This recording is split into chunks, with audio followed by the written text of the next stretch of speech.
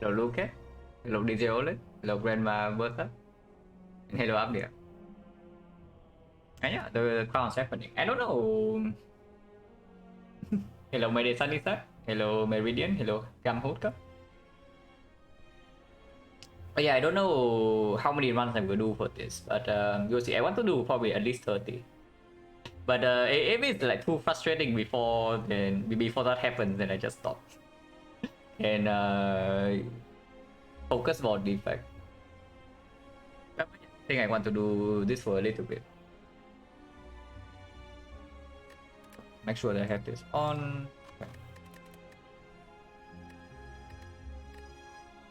So yeah, let's start. Surely this will not go badly. But I would say though, from last more than 10, no, I have played, I think I have played like 60 runs off stream. Crown's got silent for like 60 runs. But I would say though, like that the losses will be fairly early. Like the way I try Cloud Silent, if I die, usually is in Act 1. So hopefully like not too many Act 1 deaths in a row. But we'll see.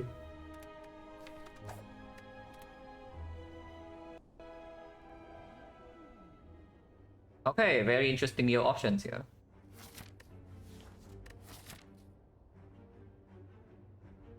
Hello 080. Hello Red Turkey. We think win-win? I have no idea, but I'm aiming for maybe 50. Above 40 would be good enough, but 50 would be cool. Hello Choose. Give it the good luck.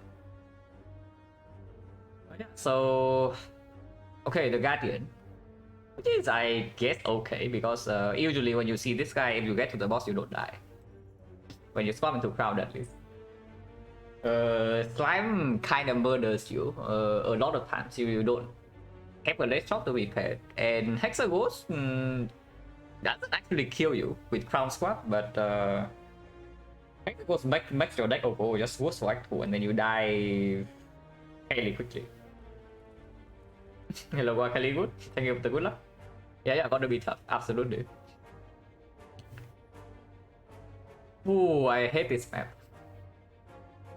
Oh my god, this map is so bad. For a crowd squad. Okay, first run I already don't like this map. I kinda want to go next.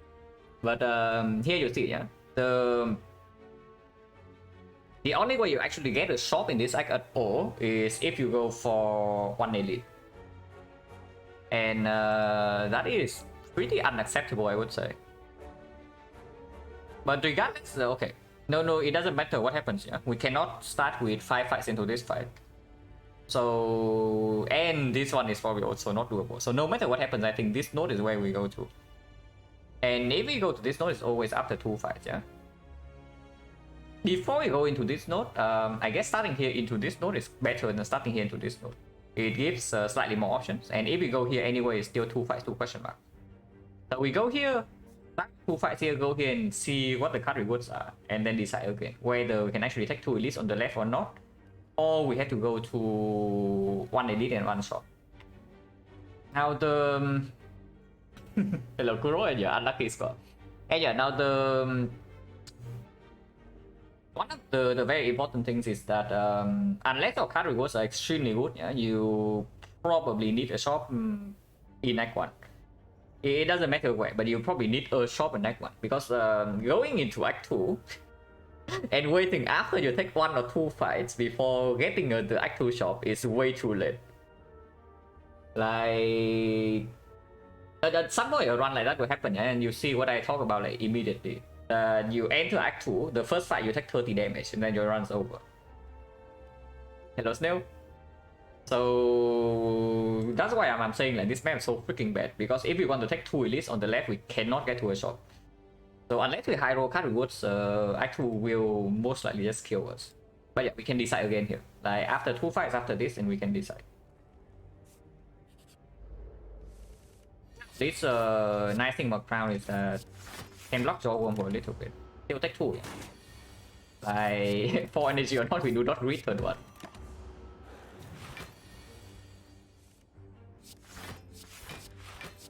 He dies next turn. Hello, Sarah. Feels like hating yourself. I mean, it's interesting to play. Not having Serpent solves the problem. Honestly, kind of yes. Like, I think average damage taken with Crown Swap versus floor 1 Jawworm is a lot less. You kind of get owned by the double slimes, and sometimes you get owned by the double lies. But the Jawworm is fairly trivial. Hello, Kevin. Full efforts run or casual. I mean, I try, but I don't know how hard I would try. But I do try.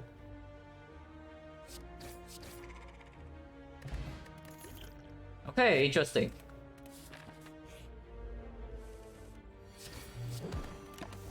Yeah, excellent. Yeah, excellent. Of course, we take one here. Outage is a fight we cannot treat with Crown Swap, especially if we do not add any damage cut floor 1.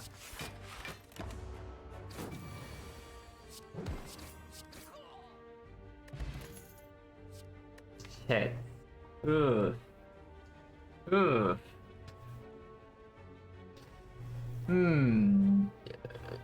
Now, without the starter relic, this thing becomes a lot worse, yeah. It says damage? No, it says damage, but you need to realize that does this thing actually ever play? Ever.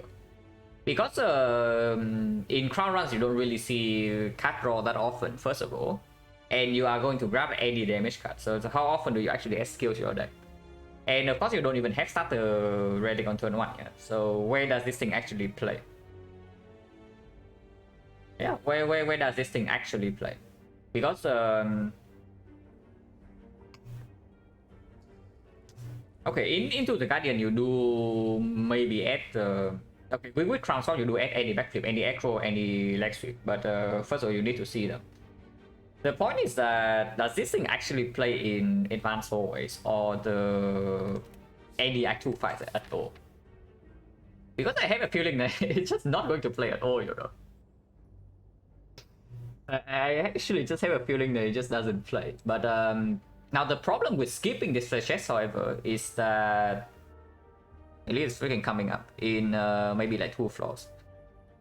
We have 2 more fights here, and then the Elite is here. Or if we go into this shop, we have no more fights, and then Elite is here. So are we entering the base deck, the Elite fight with the base deck and the Sweet Pot? Because that will not exactly look super amazing. I can probably edit. I don't think it's actually good, yeah, but it's still slightly better than what is in your base deck. And if we are fighting a daily soon, I take anything. But go is good. If we have go, we absolutely go to this shop. So 1 shop, 1 elite, force elite here, yeah. But it's the only elite we take in the act, and then we have like 3 fires, which is okay. If we roll a shop here, we can go left, maybe. Wow. 4 damage, guys. We are not even playing it yet. Because this thing just deals 4 damage.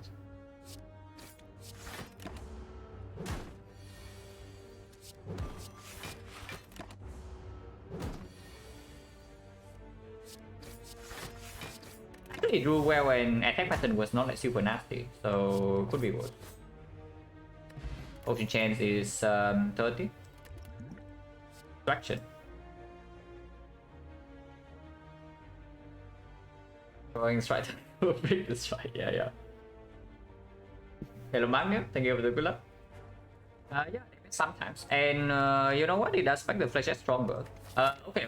Something I will tell you about Crown Runs here is that you will die a lot to Nob.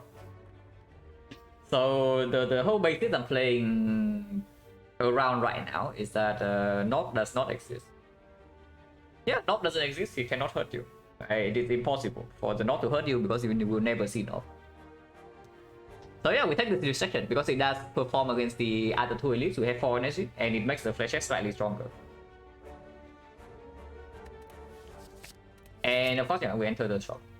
Now, if we want to absolutely do not die in Act 1, we dodge the elite completely, go here and go here, take the shop in here, and then take 0 elite. But I have a feeling that with these card rewards and you take 0 elite, you enter Act 2 and you're not going to be very happy.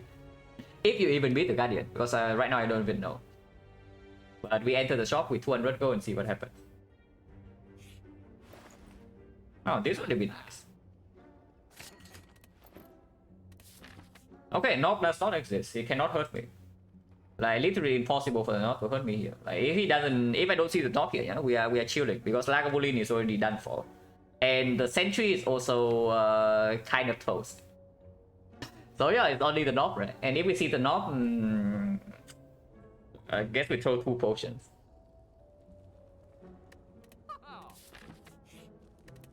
Well, yeah, first upgrade probably still on Apotheosis, like 4 base energy or not.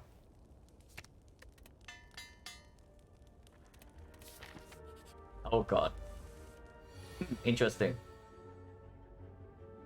Yeah.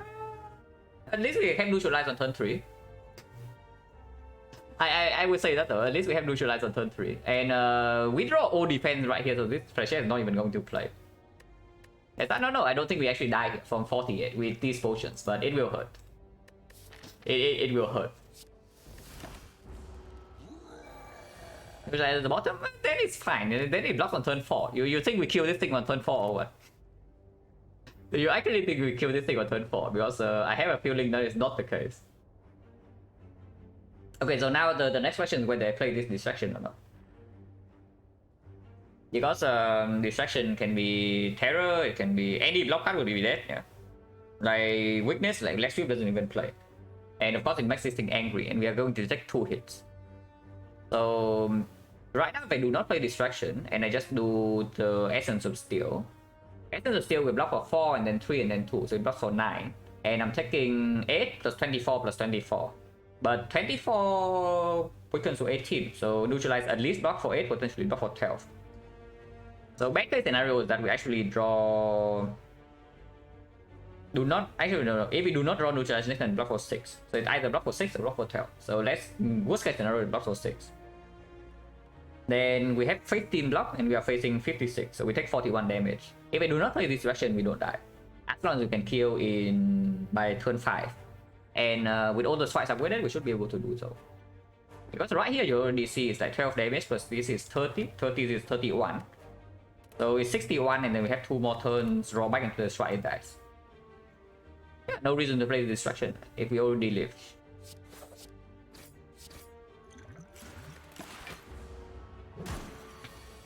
Okay, that's good. This defense is it positive? Because this thing right here, okay, 18 we play 1 skill, he goes up to, the base is currently 16, yeah, so the base goes to 19, 19 is going to be 21. So it goes up by 3. If 18, okay, if it goes to 24, it's going to be 27. So 21 is going to be 23, 27, so it's either 3 or 4. As long as he's weakened, this defense is always positive to play, if we kill in 3 turns. So we play it. And maybe I do speed pop next turn.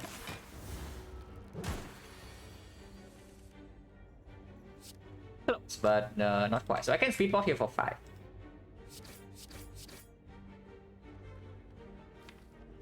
I mean, technically we can break next turn, but next turn is not even the big hit anymore, so it's not that bad. And sure.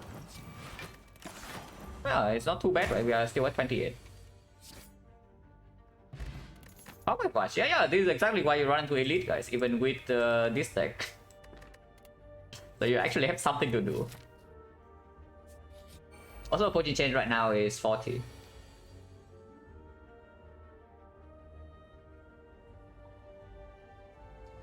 Yeah, Flechette is popping off now. Like, we have Apotheosis, our whole deck is upgraded, we have Terror, and now we have Flechette's Pocket Watch. Okay, what are we doing here though? Definitely taking Pocket Watch, yeah, but we can put 15 somewhere. Next time this guy's only attacking for 11. This guy's attacking for 15 if we kill this, so surely we just kill this guy.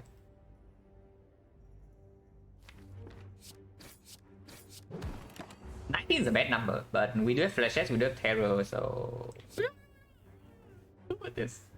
Look at it go, guys. For example, we bought it for full price in the shop. We entered this shop with 192 gold, bought Apotheosis sleeve. Terror in here is 18, so it's still not enough to kill in one hit. So we had to spend 2 energy on this no matter what, and we take 2 here, which is completely fine. Pocket watch, doesn't matter, next time we're not failed.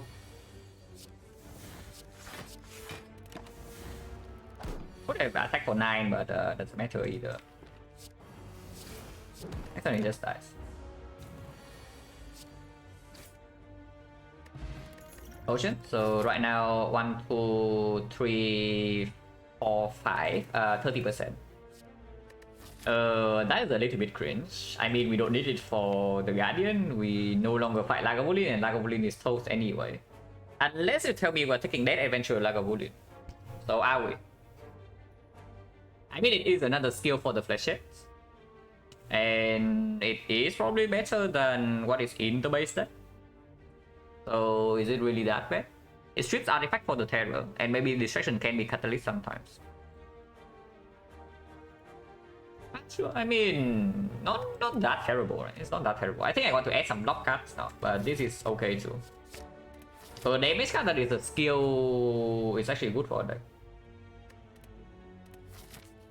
Also no go to go here, yeah, but we still, it doesn't matter. Like here, this one is strictly better. Ooh, we have some gold. We have some gold. Now, if this thing is serpent, do I actually go here? If it's Water Wolf, I mean, with the Apotheosis right now, Strike Remove is stronger for sure, yeah? Even with the Molten Egg. Because Molten Egg does say that buy straight, super premium. Like Apotheosis or not. It's like whatever, right? You cannot count on like seeing buy straight. And buy straight is in freaking middle of Act 2. We need to not get back in the first floor of Act 2 first, and then we think about middle of Act 2. But okay, we have good cards. We have good cards. Interesting, good cards. Okay, this one is good. Besides that, we have like this garbage, and this one we bought for full price. So do we actually have good cards? Is buys with Molten Egg really good? Yeah, they are insanely broken. Buy splits ridiculous. If you unless you have something like 2 strikes, maybe even with 2 strikes you still add buy plus. But buy plus is ridiculous. I kind of actually want to take the fight because with the Apotheosis, like every single card we add right now can be treated as the upgraded cards, especially with the Pocket Watch. So entering the fight right now hopefully makes our deck like quite a bit better for early Act 2. And saving the shot for later is still good. If we don't die instantly in Act 2, we should actually save the shot for later. And yeah, like question mark for any life loss right now, like complete trash. Let's just take the fights, man. Let's just take the fights. And if we need to heal here, we go to the fire. Most likely we go to fire with 26. Okay, this fight is a little bit bad, but still not that terrible. And double defend terror here, maybe? Probably yes. Deadly poison here deals 9 damage. Terror, we want to kill this thing next turn. So terror is dealing like 9 to 10. So okay, the question is like, do I want terror in my deck for the thief after or not? And I think the answer is yes. I don't want my gold to be stolen, but this guy still needs to die next turn. So is it ever? Yeah, is the 1 damage like ever a difference? Like even deadly poison here, I need to deal 20 next turn. So how do I deal 20? Apotheosis 1 energy. Flechette 5 skill, but 1, 2, 3, 4, 5, 6 skills in the deck. 1, 2, 3, 4, 5, 6 attacks. So on average, we draw this with 3 or 4 skills. If we draw with Apotheosis, it's like yeah, roughly the same. Like 4 times 4 into 6 times 3, so it's 18. So we do need to spend 3 energy to kill this line. With the terror, strike deals 13, Flechette is 6 each, goes up to 9 each. We still need 3 energy to kill, unless the flasher is very big. But if flasher is very big, it's the same anyway. So I play Deadly Poison to keep the terror in my deck. To kill this thing before he runs away. Or I can take 6 here. I can also just take 6 and do terror, defend Deadly Poison here. Or defend, strike Deadly Poison here. This guy always dies next turn. But maybe next time we can even block, depending on what we draw. If we really need to, I also can attack one. But this whole fight is fairly bad for us. Fine.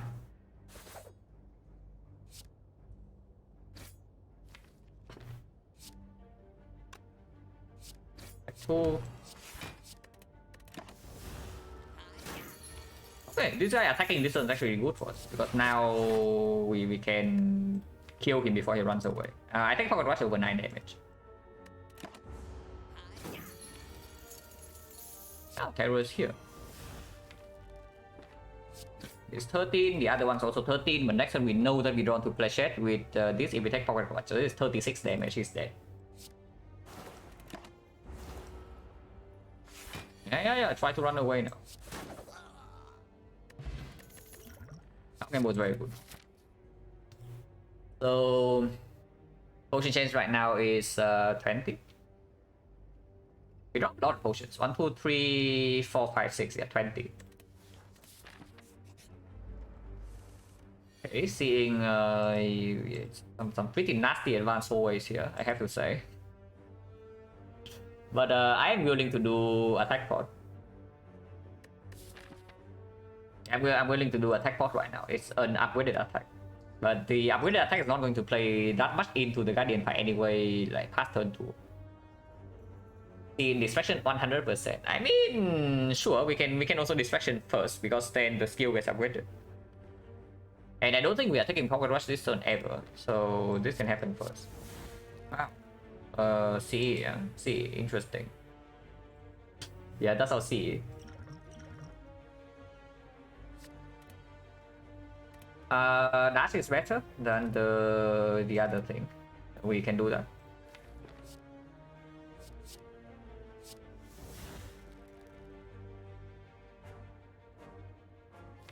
Should actually do something like this.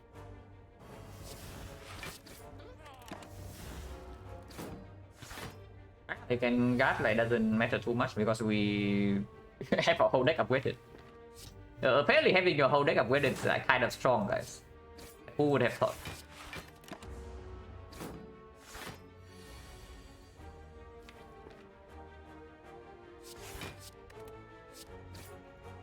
Yeah, now this guy cannot hurt us. We have 8 cards per turn. Our whole deck is upgraded.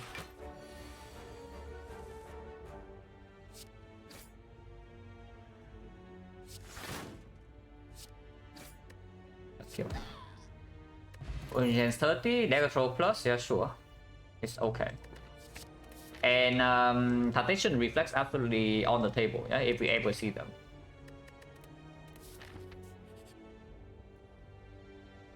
Remove gets a lot stronger with the Apotheosis, for sure. And of course, buy trade is like a thing, but I don't really care. I'm starting to drop the bet because I don't really know. That was not even my first choice. I would definitely prefer to see any kind of card draw right now. This is not real card draw. And honestly, I don't even know whether we actually need attacks or not.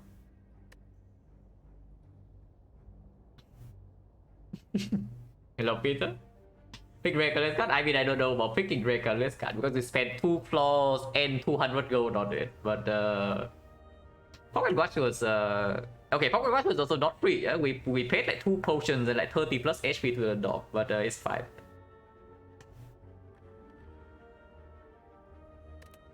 Yeah, of course we take remove, and remove definitely goes on the strike. Makes the Flechette stronger. Defense actually defend plus, which are fairly respectable. Transform see reflex tap before any discard take it? No, absolutely not. No chance. I think a fairly common misconception about Crown Squad is that you need to pick speculatively. You do that, you just die.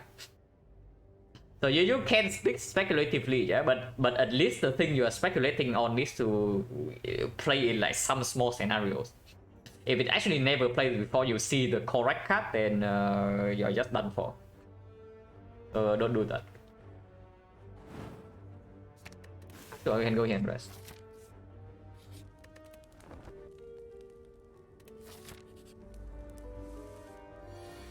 Take 3. Could be better, could be worse. Cripple Ninja, thank you very much for the sub and the 5 months. Appreciate it a lot. So do that without crown, let alone with it? No, with the crown you are more desperate than usual. So I can understand why you would try to fish for something. But the problem with crown is that your deck otherwise is way too bad to carry around like a curse for a couple of floors.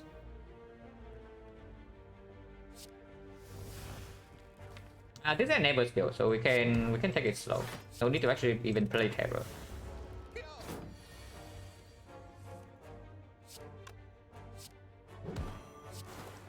Wait, is he dead? He's dead, right? He's dead.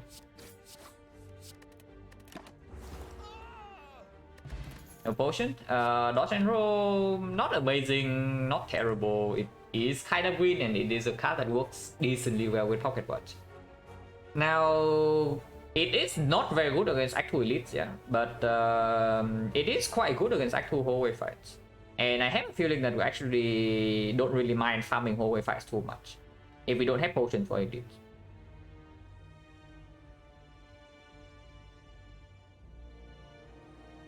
It plays against the Guardian, but like, it doesn't matter. Guardian, this whole deck upgraded as long as we can split turn 2, Guardian is dead.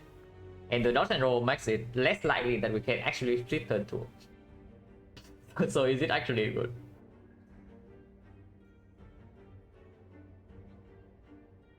Yeah, complete Sandon, yes. The silent sample, the 100 silent was done like last year. And then yeah, at 82 wins and 18 loss. So very nice.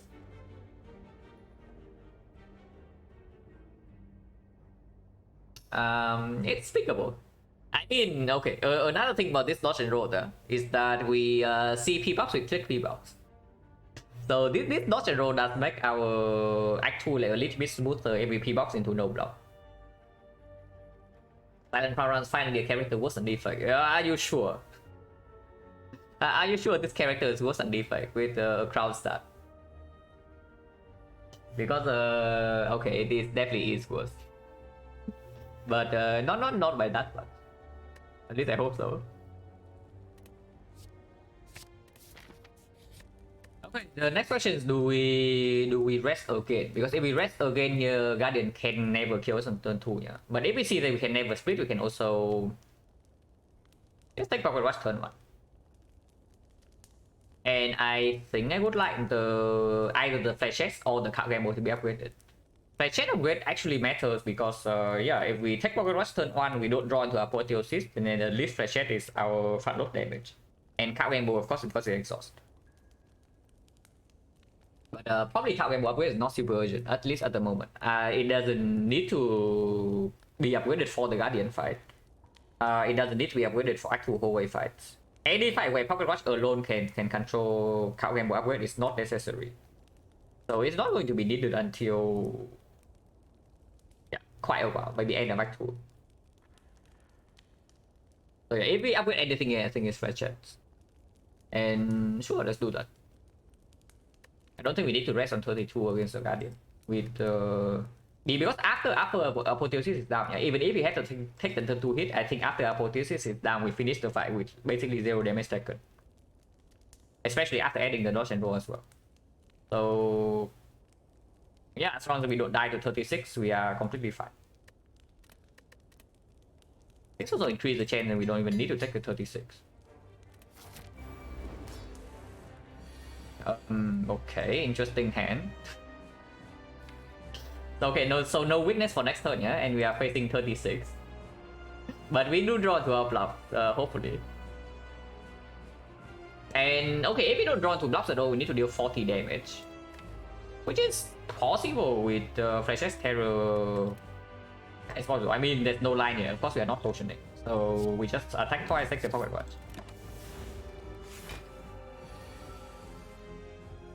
Yeah, 36 damage right here. Wait, we are still short on damage, but we can count gamble. We are not even short on damage. Like, what am I talking about? Yeah, pleasure upgrade, like play immediately. Exactly the scenario I was talking about, yeah. Turn 1 we take pocket watch. Turn 2 we don't draw into apotheosis and then we play fisher. Definitely I still want to take the pocket watch this turn. And I don't really care about attacking next turn. So I can do dodge and roll deadly poison.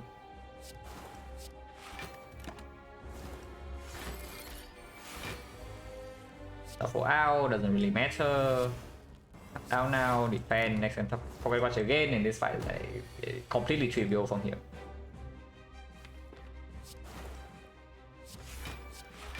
We don't need to take pocket watch this time because of dodge and roll 6 block remaining.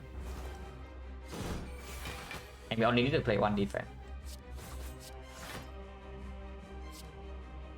This is 1 damage above speed, which is very good for us because we have 1 more turn to attack. Pocket watch apple, yeah, absolutely. Okay, next turn is not looking so hot, but it's fine. We have dodge and roll still. We can play card game voltage for all of this. I don't think I even need to. I just do this.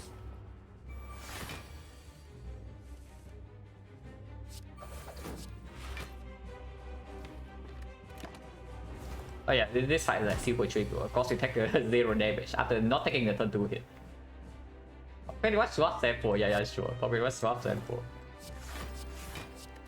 Funnily enough, we have not played this card even once. Because like, right now it even interferes with the pocket watch, yeah, so it's like very sad. Crown Sozo Ecto, Crown has some hope? No, Crown is way worse than Sozo and Ecto swap. But Crown is also like mouse more interesting to play compared to the other garbage. Crown is the absolute worst swap, but it is the most interesting one to play out the best swaps. Okay, single taunt hit. Yeah, this thing is not. This thing doesn't have taunts. Like the quote-unquote taunts from the Guardian is different from the Spiker. Against the Spiker, you play Finisher, you don't take damage. Finisher with 0 hits, you don't take damage. But against this guy, you play Finisher with 0 attacks beforehand, you take 4. But he only reflects the multi-hit at once. How to play Ecto Swap? I mean, you get bites. That's how you play Ecto Swap. Or you get a P-Box. But yeah, Ectoplasm is not a super different from like a normal boss swap. It's just that you're stuck with your freaking strikes at the end of the game. So you don't see card draw, you cry. That's basically it. Hello, Byron. You are just in time to see us like bully the Guardian.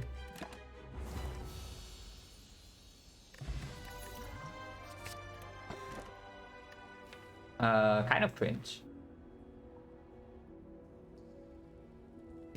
Apple Pokédex bảo là apotheosis was paid for with full price though. So it was expensive, but of course it's worth it. This is most definitely just a bell. Like Wristplate is doing nothing. Slaver's Collar 5 energy. I mean it does play with the Malays and it does play with 8 cards drawn, but the problem with 8 cards is that we only have 8 cards when we play 3 cards beforehand, yeah. So we give him 1 turn to get a big turn the turn after, which is like okay, but not amazing. But we see our output is not so much different from 4 energy. Yeah, from 4 energy to 5 energy, if we play towards the pocket watch, the average output we have in a turn is not very different. It's just a bell. Okay, garbage, absolute trash, but boss relic. Yeah, garbage, absolute trash, boss relic. Okay, maybe this one can perform because we do have molten egg in 2 bites. And I don't know, like the more I play with apparitions, the more I play with apparitions on Crown Silent, I just think that it's actually bad. Like with Watcher, yeah, with Crown Sworn and Watcher, you see up version, you're like insanely happy. But with Silent, you take up version and then you just like die very slowly. Because your turn 1 you just like completely break because you have 5 strikes and you don't even draw extra cast turn 1 anymore. Yeah, you are bloated, you don't have draw, and you also have to add, let's say, a lot of garbage. The more I play with it, the more I think it's actually just not good. See, the Crown I'm playing with the mod like Filter the Spire.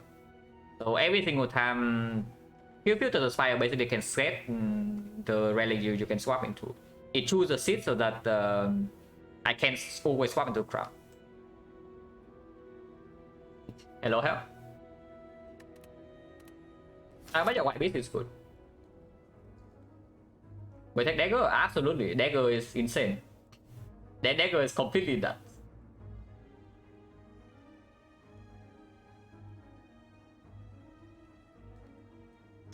But okay, we do have a decent amount of gold, yeah, and we can choose.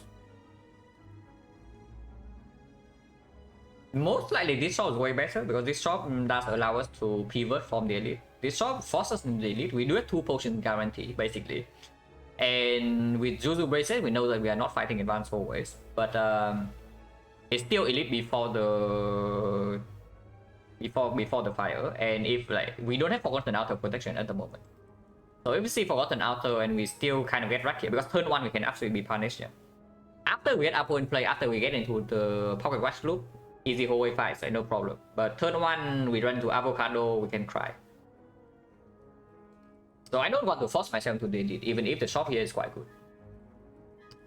Which probably tells me I want to do... Like, I probably want to go to this node. And from this node, again, we have several decisions. We can go here, we can go here, we can go to this guy. And then we enter this shop here. Afterwards, there's another elite edit. Now the ideal part of this act is something like starting here, enter 3 question mark into this fight, into here, into the shop. Or we don't even need the shop at all because we have already seen the shop somewhere here, or we spend our gold otherwise.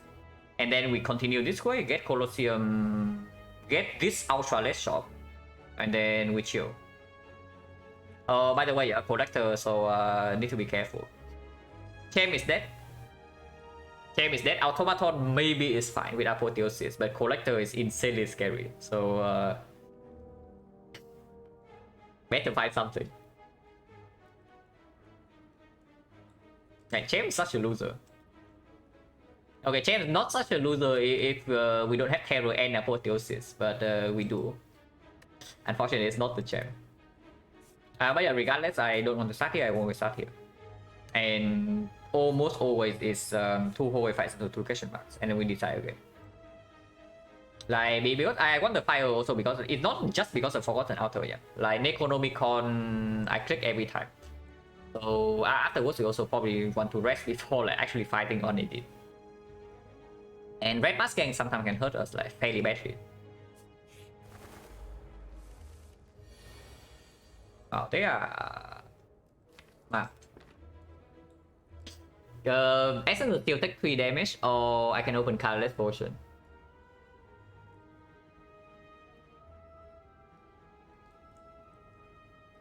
Colorless is probably slightly better because Colorless gets kind of broken by the Pocket Watch, but this one we can take, we can do both. I don't think we actually need to rush at all, yeah, because Malay nullify one bird, Fletches will down another, and then we can terror kill the 3rd one. So we do not actually need to deploy Deadly Poison here. I don't mind. Oh, that's not very good.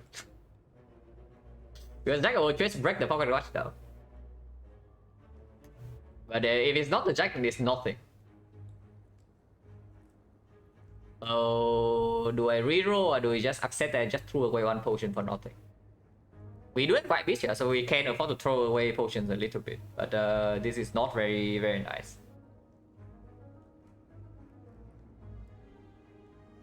I mean, of course, it's still Jack of all trades. The other 2, they don't do anything.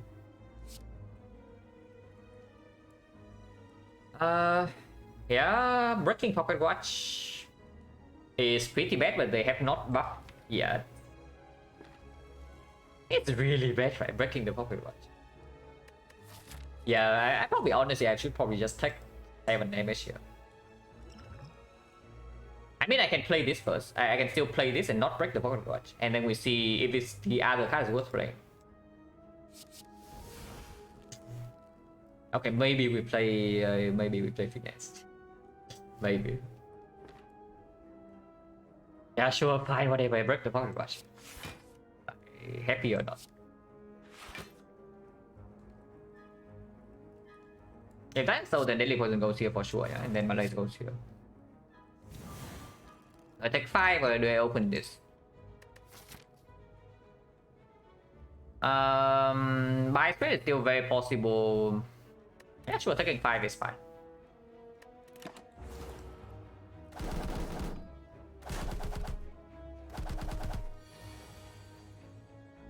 Okay, this one we actually take the pocket watch. So like survivor, defend, terror. Distraction can be opened later.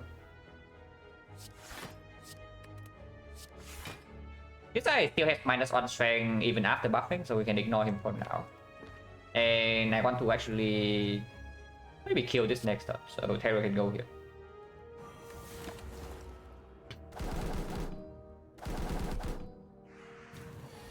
Zero times 6. This guy attacking us for 14, but this guy is buffing.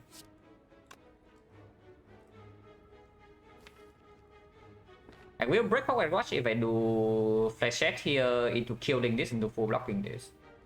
But is that actually a problem? Maybe it's not.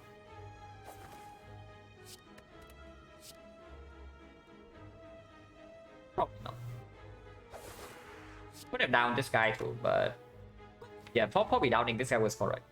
But whatever, doesn't matter too much. Unless the bird actually outplay us, we should not take damage from here. Play check and just down this. Guys still nullified.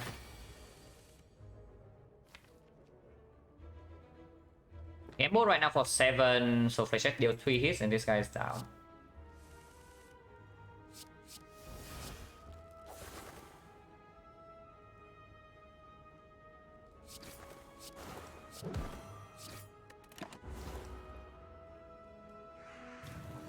Deal 0 times 6.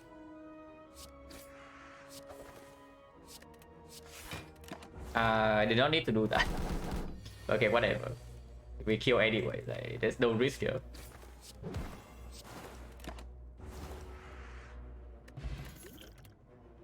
Plus, if it's not collector, maybe it's a little bit weird here. I mean, it goes with dodge and roll, yeah, and it is going to be blur plus, and any footwork we see will be upgraded with apotheosis. So with the pocket watch also, it also gets stronger. Doesn't actually play against the elite unless it's bow stabbing. Bow stabbing we have the big malaise upgraded blocks with the blur, so but if we see bow stabbing and we get a big malaise down, we don't need blur at all, and it doesn't play into the other two. And yeah, it doesn't play into collector, doesn't play into any elites. So into hallway fights before apotheosis is a defense. Blur flop pressure, yeah, sure. But yeah, probably not. I don't think this one's a pick.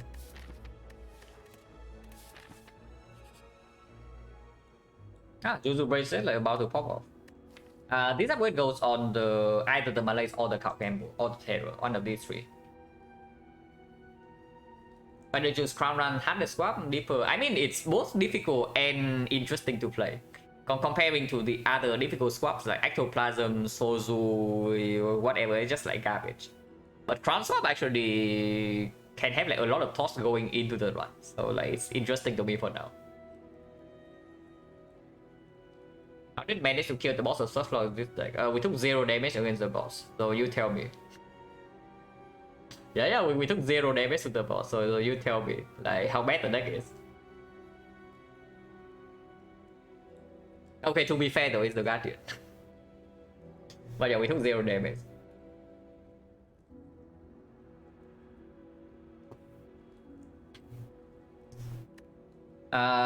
Basically, yeah, upgraded cards good, hero good, pocket watch OP. is the summary of the Act 1 boss. But yeah, what are we upgrading here? Like Malay's Terror, Khao Gamble. I still don't think Khao Gamble needs to be upgraded at the moment. And entering always energy already. Malay is probably slightly stronger, right? Because yeah, we played Malay the first time we see it in the book fight for sure. Now the Terror upgrade only matters if it actually blocks us from a kill, but that also means that we need to draw 5 energy worth of offensive power. Yeah, Malay's upgrade is just stronger.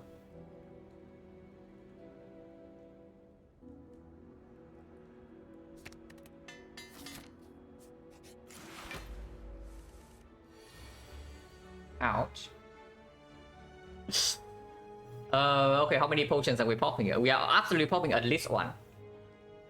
Vampire events, yeah, Vampire is only in Act 2. Okay, we are definitely popping one potion here, but which one? Because next potion, honestly, next potion might even be something we save until the Collector fight. So I have a feeling that the potion we use here is Essence of Steel. And probably take 7 to our face, yeah. But we are still in by straight HP range.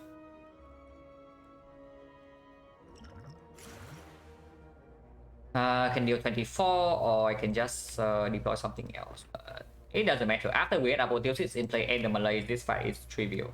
So we just need to draw into these things. And it doesn't actually matter what we play here. So maybe it's actually Terror to get it out of my deck. I don't really care too much about rushing damage here.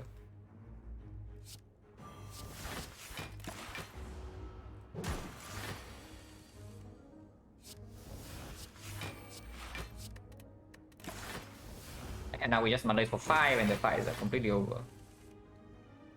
Now we just Malays for 5, guys. That's sure. I can open this. Okay, now this guy cannot hurt us. We just wait until we get to do this like every turn.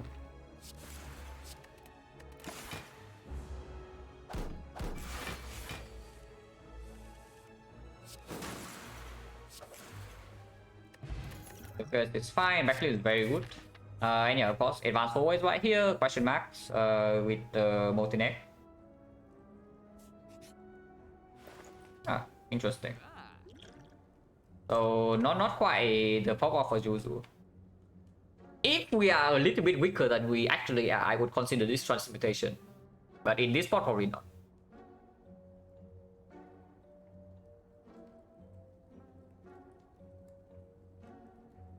After image on sale is very tempting, and of course you can also take card remove, yeah. But removing another strike means that this potential buy straight is looking worse and worse. Am I fighting the 180? Am I fighting the 80? Maybe I want a second flashhead. I'm not even kidding. Maybe the second flashhead is actually how we deal damage. Hello, BS the Bacon. Yeah, skill deck, like no kidding. We are removing strike with all the S skills now, and we also have like more card draw. I don't hate it too much actually. Like take the after image, take a strike remove, potentially buy flash checks, and I cannot afford Dark Shackles with that though. Can I? 150? No, I cannot. Yeah, so I have to choose between none of these, and flash tank is the flash, yeah, sure. Hello, Whisper. I know that I buy this, and I know that strike remove definitely happens. And I know that I want to spam my go, yeah, so that the cleric does not appear. As always. So of course we are buying one of these. But which one? And am I fighting the elite or not? Because 46, I mean, we can decide again here. But yeah, 46 HP with 2 potions, but no actual offensive potions. And we are not very good against slavers, yeah, I would say that. We are probably extremely good against the book. And leader we can handle. But slavers we are actually very bad against. not because we cannot play a long fight with them. Like if the fight actually lasts long, we are completely fine. We Pocket Watch and Apotheosis, but just that slavers like front load too much damage.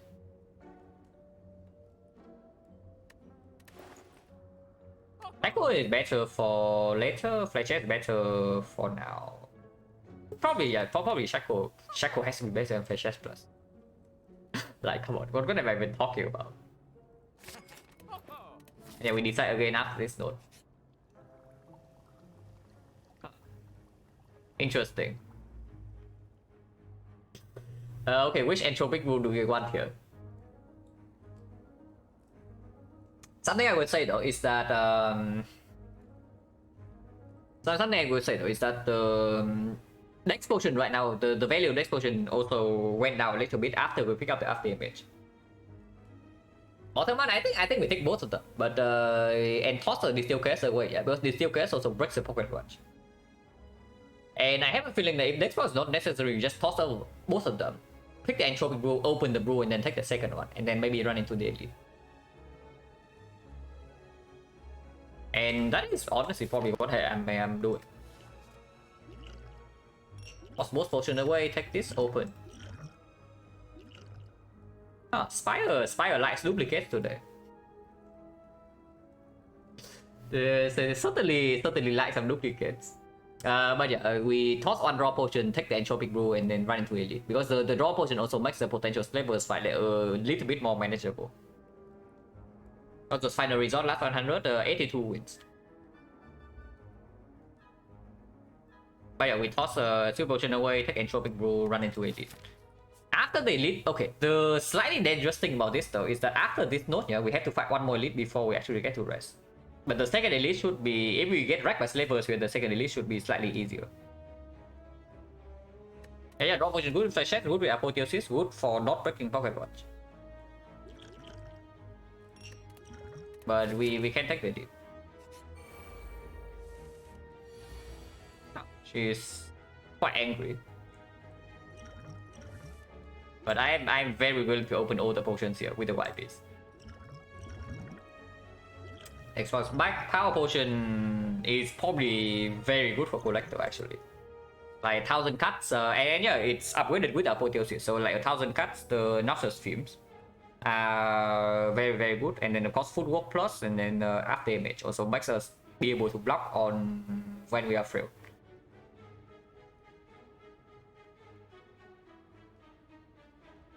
Hello MJ. But yeah, Flash one shot one of these. We don't need to attack Pocket Watch this turn because of the thing, but I think I just do Flash into Cow Gamble, and then we see.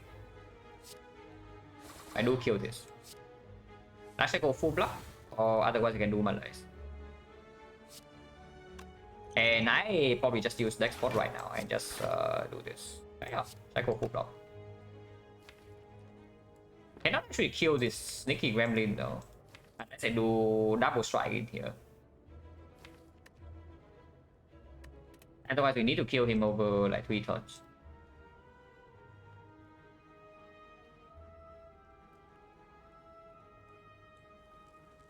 It's fine I guess.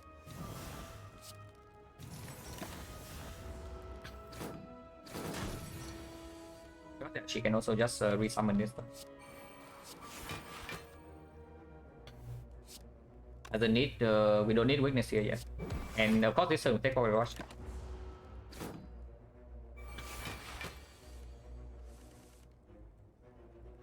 This is slightly dangerous because yeah, these things need to die, and then the wizard is also here. And damage is not dealt on the leader yet, but she does have -3 strength.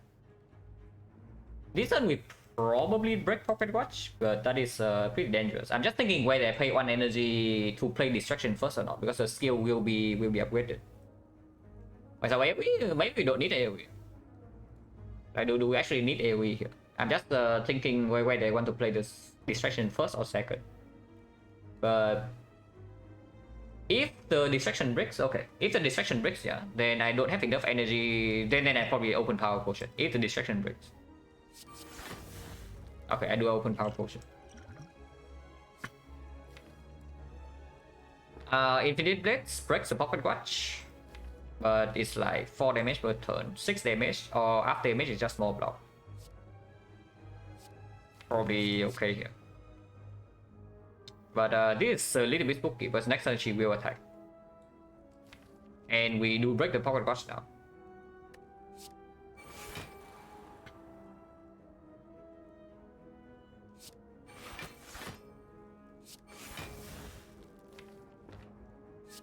But we block for a lot.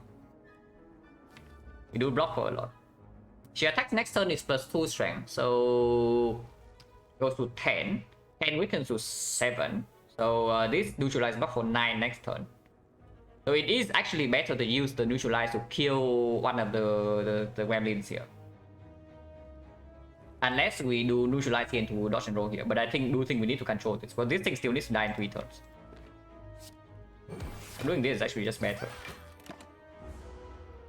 Breaking both potions and the distraction is pretty bad here. We can block a lot this turn. And take a pocket watch. Unfortunately, in order to kill this thing, we also need to deploy terror here, which is unless I do like flashes, deadly poison here. Next time we do have a kill on wizard, so actually we can do that. I defend, do I terror? I think I play this fight slow. We full block here.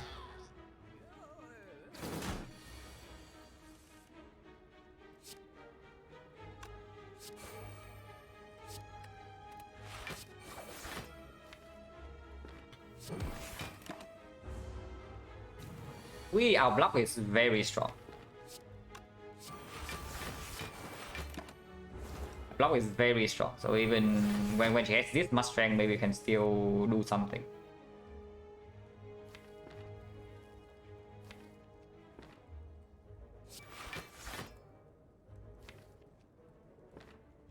Okay, how much damage is she attacking for next turn? If we just play double dodge and roll here, yeah, we are blocking for 16 guarantee next turn, and then she attacks for +12 strength, but she will be weakened. So 12 strength goes up to 18, 18 weakens to 13, so it's only 39. We are facing 59 damage, we are blocking for 16 normally. And we do have a huge flash S coming up. I can also break the pocket watch, double attack here, and then play dodge and roll. But then I do not get a big flash S down.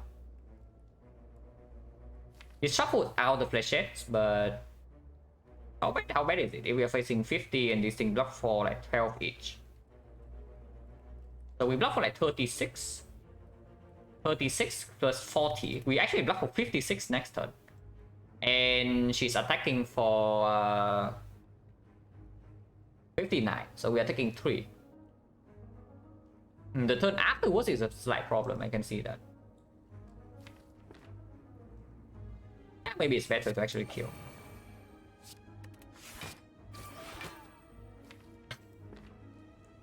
Then Dodge and rolls 8 block or just deadly poison.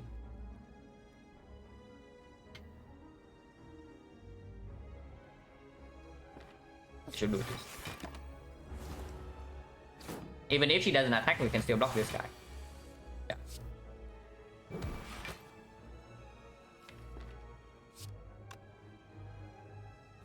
I do want to take a watch this turn for sure, so just do this.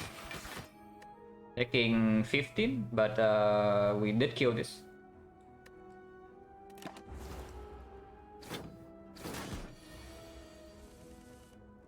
Not landing the thing on the pocket watch is pretty annoying, I would say.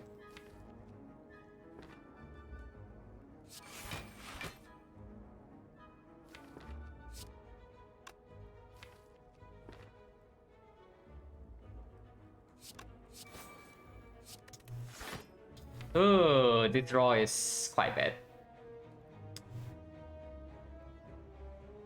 If she attacks again next turn, now we have a problem. If we break pocket watch right now, because now she's going to do 22, so we can do 16, which is 48. 48 in this guy, so if we are being attacked for 63. We can still block 63, but it is not very easy. But okay, I know the neutralize needs to go here. I'm just thinking whether I break the pocket watch or not.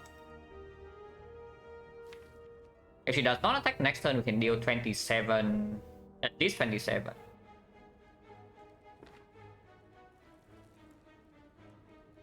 If she attacks next turn, do we die? This block for, we block for in total 20, 28, 28, 59, 59, she's attacking for 22, 16. So unless we draw a defense in here, we actually can die. This draw is very bad. Like, from second cycle onwards.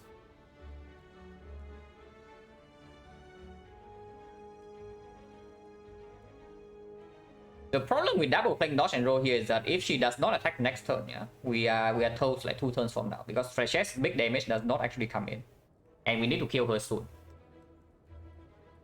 So yeah, I probably take the pocket watch and hope that we don't die next turn.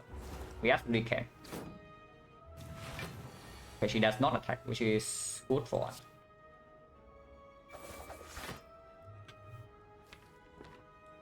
If we put all the damage right here right now, we do 26. 26 and then 10 poison is 26, 45. 45 we need 9 damage next turn, so any damage would do. But of course we break the pocket watch.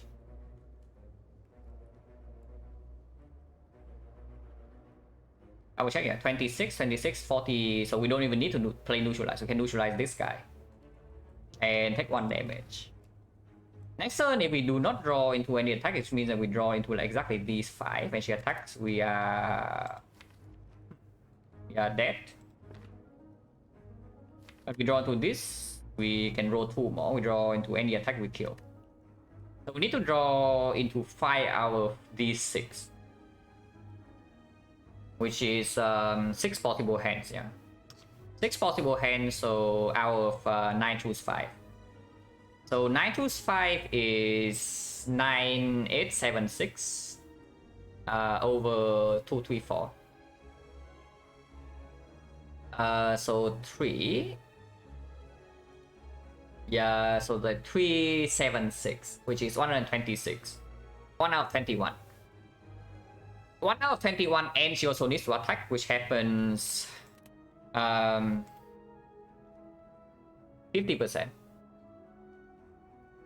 So 1 out of 42. Roughly 2.3% next turn that we die. To 2.4. I'm trying, no, it doesn't always kill. Like, I'm counting double strike plus deadly poison already, and we need to draw 1 attack next turn to kill still. We are 3 damage short, even if I put neutralize on the leader. So 2.4%, but that still has to be better than the other lines.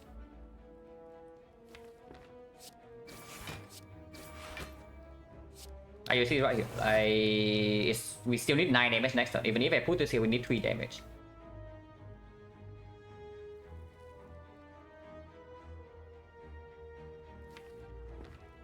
Just double strike. No.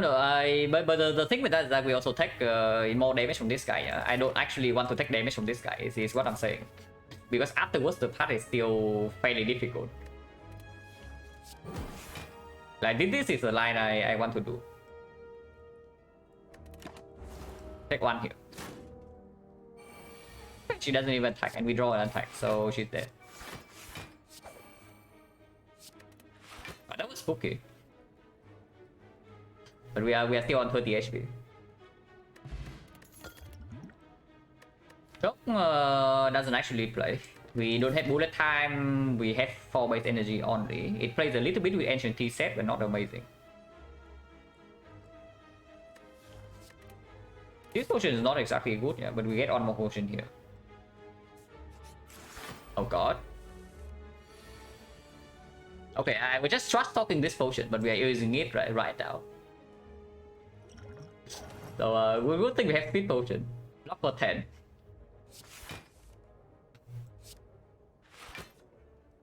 And of course we take Poker Watch this turn, yeah, so just strike 4 here.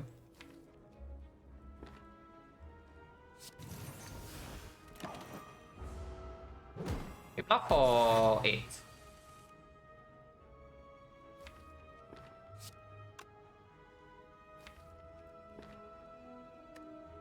Unless for 4 goes to Next of 4 goes to 3, goes to 2, so survivor is enough. And I think next, thank you very much for the raid. Appreciate a lot. It should have been easy hard fight. You should lost the silent one. I was watching a little bit, but the run looked pretty strong, so yeah, losing that probably is like, feels pretty bad. But yeah, whatever, like, rolls happen. Here I'm thinking of not playing Apotheosis and do Survivor Malays on the Avocado only. And the next time we flash check, kill this with the after image block. Probably what I'm doing. I can also take 1 by playing dodge and roll and block for 3 next turn, but I do think next turn we can we block? This guy is still doing it, so if we roll the bad attack, we do take some damage next turn. If I don't play Apotheosis, if I play Apotheosis, what happens? Like Apotheosis into dodge and roll into Malay, so Malay for 3. He goes to 6 and we take 2. I can do Survivor instead. But Malay for 1 less. It's still fine. Malay for 3, but the defense I'm waiting for next turn is still good.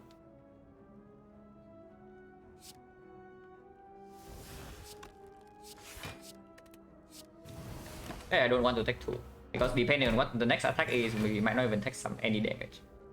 We did roll the bad one, unfortunately. Yeah, and unfortunately we did roll the 15%. Like, this guy needs to exactly do this for us to take damage this turn. But he's doing it because he's good at the game. So, unlucky. That is actually very bad, by the way, because now the fight gets messy, because we cannot actually kill the mushroom this turn unless we want to take like a big hit. And we are fail again. And of course we also kill the pocket watch. So losing the 15% roll here is exact. Is it 15 or is it 20? I know it's like very low percentage, but whatever. The point is that we lost the roll. It's 20, okay. But yeah, that is bad. So I can do after image and take 3 this turn, break the pocket watch, and then play this fight, drag out a little bit, but we're still frail. Hello Madud, thank you for the good luck. But yeah, that's probably just a line, right? There's killing this guy right now no longer makes sense.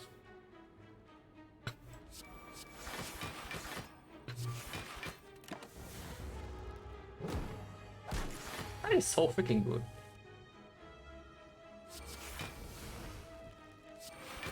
And yeah, now we actually just greatly suffer because of that 1 turn.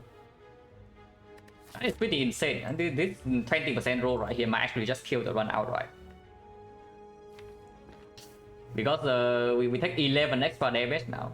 After taking like another 3 or 4 last turn.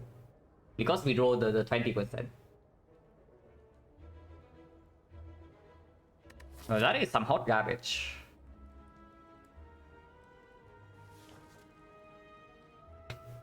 Hello Kirby. What is this? So of course we are taking the watch, yeah. We live in poison. Even if it lands 3 here, it doesn't kill though, is the thing. Lost die, thank you very much for the stuff and the 6 months. Appreciate it a lot.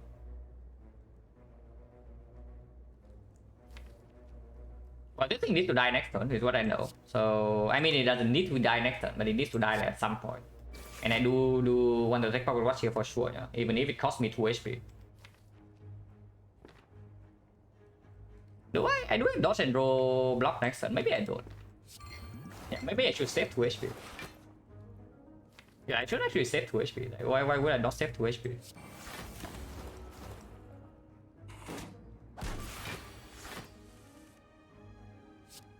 Why would I not save 2 HP?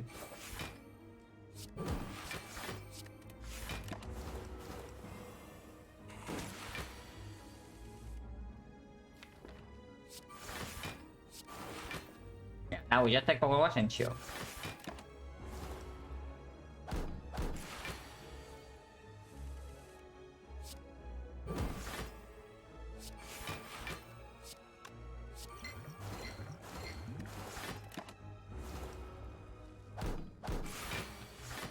That was very bad. Because now we have to fight another Force Elite. Goes good. Okay, so does this ever mean that I go to the shop? Just so that I have a guaranteed safe note here, and then one elite, and afterwards you get the fire to rest. Because going for question marks right now, yeah, Necronomicon's an empty note now. Ritual Dagger is Ritual Dagger plus, but they lose 6 HP. And yeah, buys are better, but Forgotten Outer, Necronomicon, even the Red Mask, and even the Colosseum, like... is that really a thing? Was Waffle in the one shot? I actually don't remember.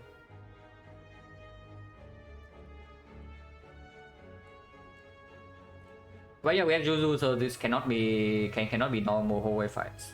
But the problem is that after this node, yeah, we have on elite and on advanced hallway before we get to the shop. And afterwards we have another one. So we had 3 nodes to roll Forgotten Outer. But yeah, apparitions right now we would take on 19 HP. Left the shop immediately. Yeah, I also don't even remember what was in the shop. I saw Apotheosis, I bought Apotheosis, and then we move on.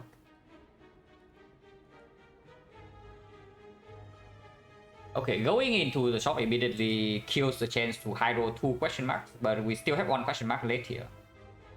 And we can buy 1 potion before entering the elite fight with the relic. It kills, of course it kills this shop, but that is not a problem.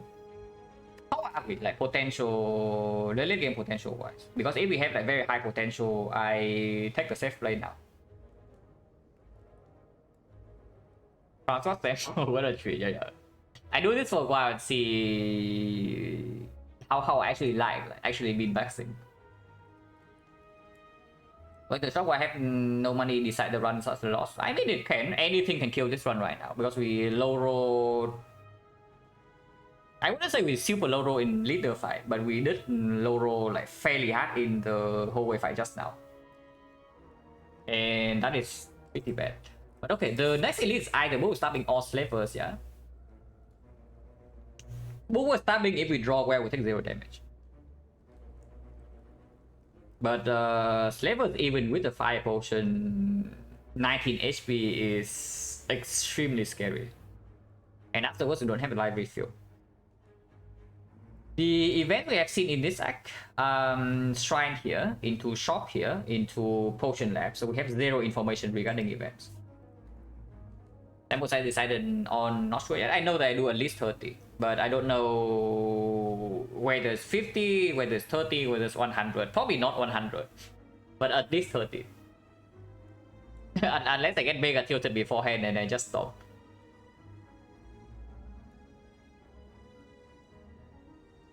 Blood Vial into Bifrost. I mean, I don't even care about Blood Vial. I just want some current HP. Current HP could be nice, and Cleric can show up now. Yeah. I mean, Cleric is not even bad, but Slavers turn 1. Oh, Slavers turn 1.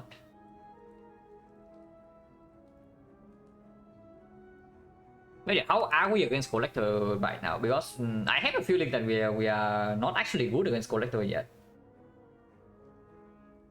Like, if we are not good against Collector, maybe we should fight Elites and get more question marks, because otherwise we delay our death. There's no such thing as good against Collector. I mean, if you are infinite by this point, then maybe you are good. But yeah, in this point, I think we go here. Because even if the event is outer, we can take the curse deal, but that will be so freaking bad. Yeah, book cannot take. Okay, that is a good relic, but we need to survive one fight. We need to survive one fight. Okay, is it okay with the mid right now? Yeah. With oh, no, Zuzu will give me like 2 mid props here. Like, come on, just believe.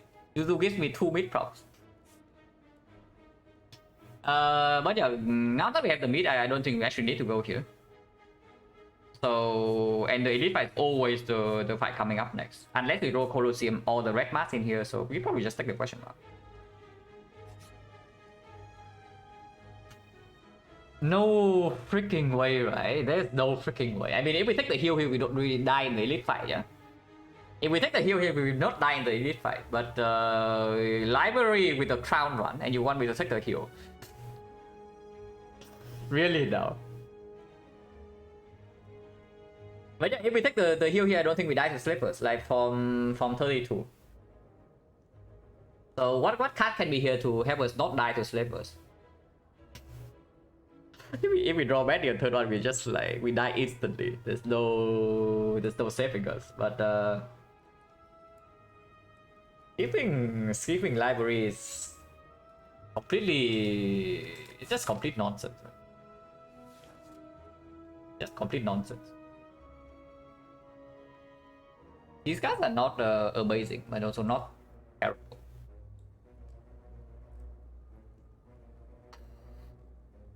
The best against the collector is the fumes, but fumes is not good against the slavers. What the hell? Like, yeah, I also what the hell. Like, no piercing wheel in here, no backstep, no acro, no rare card. Backstab is his level, so I mean it is backstab plus. And we do have 5 potion, but that's the thing, yeah. We have freaking 19 HP, so even if we kill Red Slaver turn 1, we are still kind of toast.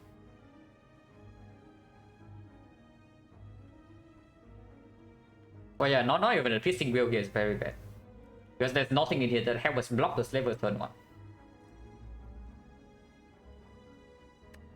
Maybe daggers, right? Because at the very least, Dagger Spray does play a little bit against the Collector. But then it's never Blade Dance. We have Pocket Watch. So it is never ever Blade Dance here.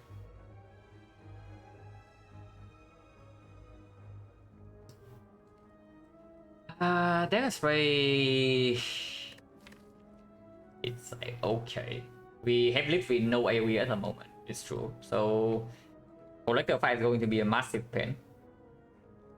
And if we don't die instantly against the slavers, then Dagger Spray does perform there with the Firepot. Concentrate is top value, yeah. It breaks the Pocket Watch, but it does open the unceasing top turns. It's Dagger Spray, right? It's probably Dagger Spray. Boop every time. Destroy is decent. It is not enough to kill this guy, but we do not die turn 1.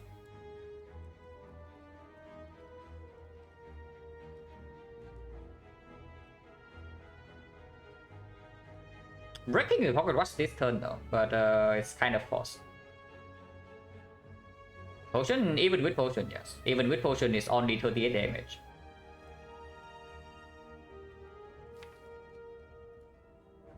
Man, not taking Pocket Watch this turn, next turn we die so often now, but nothing else to do. Unseating Top can play, but do you want me to give up on 8 block?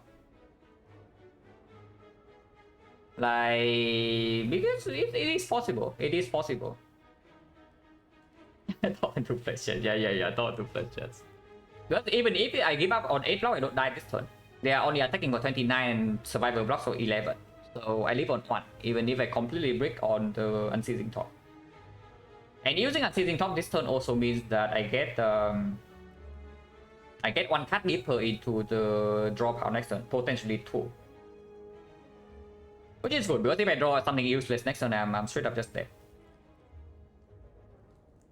Now the unfortunate thing is that if I go to 1, yeah, next turn, even if I kill this guy, these things are still attacking me for like 21 total. So can I block for 21 with 3 energy? I mean maybe I can, because Shackle is going to be Shackle plus. This thing alone full blocks. One of the 2. Yeah, Unseating Top probably happens. Unseating Top probably happens. I know this is play, I know this is play, and then I know the Dagger Spray is play afterward.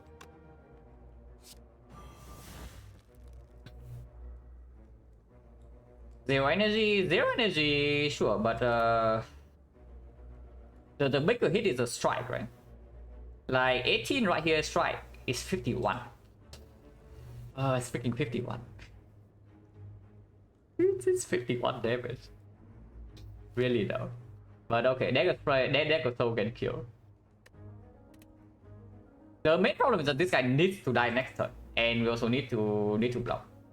And defend this turn and defend next turn is completely the same, yeah. So before that, I just go for the aggressive line.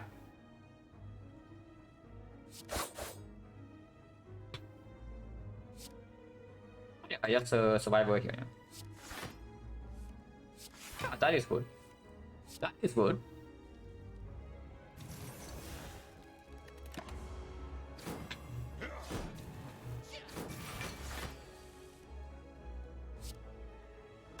Okay, pocket watch this turn, and we should be chilling. Like this guy dies this turn because we do strike deadly poison fire pot here into defense. Yeah, good play, very good play. Yeah, please die. Now we have pocket watch, and we hopefully should stabilize from here. It's still fairly annoying, but hopefully we can do something. We cannot take pocket watch every turn, yeah, until this guy is dead.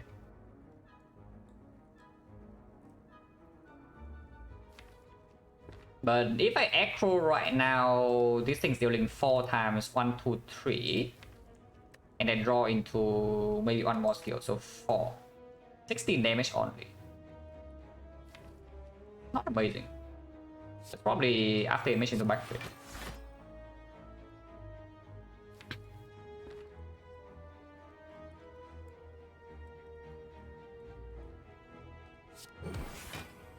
We do break Overwatch this turn for sure, but I'm just wondering what cards I actually play.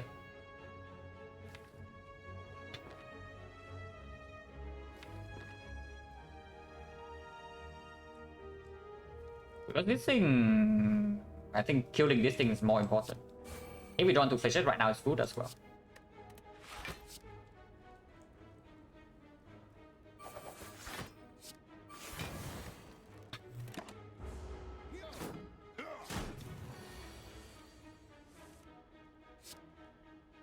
Okay, this fight should be under control from here. Unless we completely break one turn, but we have pocket watch.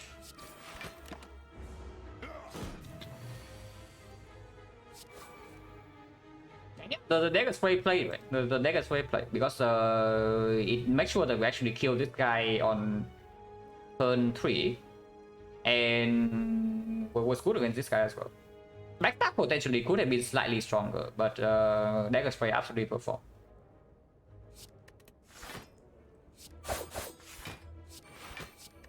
And of course, we take pocket watch every turn. we break one turn now, we just die. Next turn is guaranteed to die, so we just full block this turn and then move on. Hello Dan Panda, thank you for the good luck. Okay, we leave Omamori. Sure, maybe we can play here. Statistician is Statistician plus, and we have Echo plus, and Game Ball plus.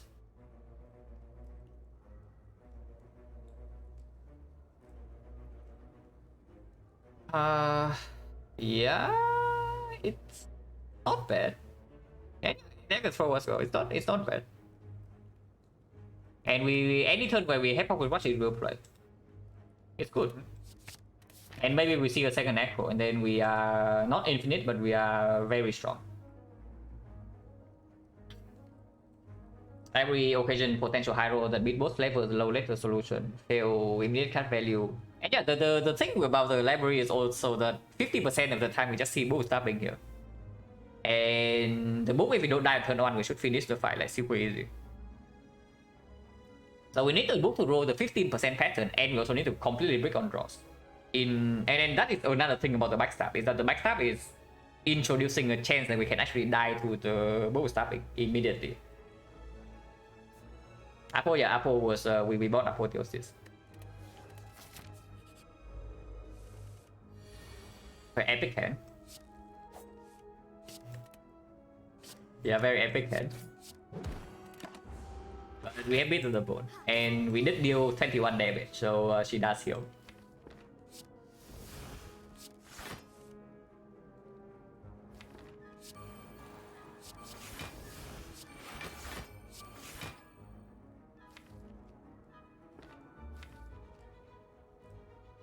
Strength down by 1, doesn't matter too much.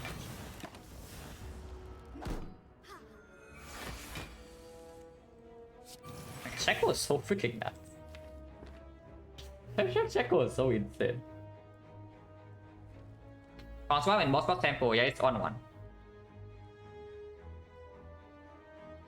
But the loss was like basically a throw. So if I actually play well, it was 2 wins. We did play out the second run, yeah, after I threw in the automaton fight, and it was like a pretty easy win. But of course the seeds were like also very good. Already a seed 50%, yeah, sure. Will I ever do P-Box sample? No. That one I can tell you never. Because there's no point. Like P-Box sample, if I get anything less than 100%, it will be sad. I would say that. Even if it's 50 runs, okay, maybe 98 would be okay. Yeah, like 50 runs of P-Box, if I get below 98, it would be sad. Is what I would say about P-Box squad. So there's nothing to do there.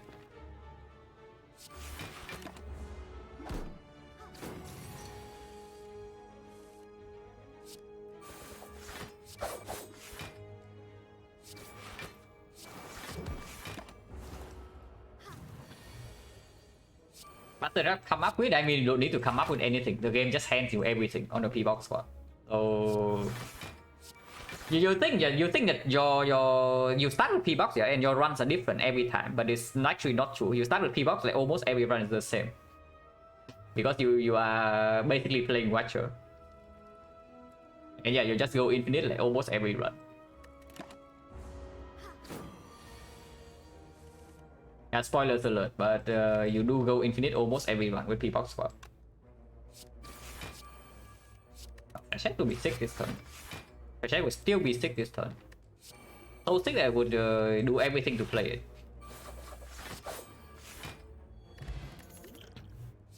Second dagger's right. Not amazing, not terrible. It's okay. We are still not good against Collector, yeah. After P-Box or Watcher? No, we are talking about P-Box on Silent. We are talking about P-Box on Silent, and it's exactly the same.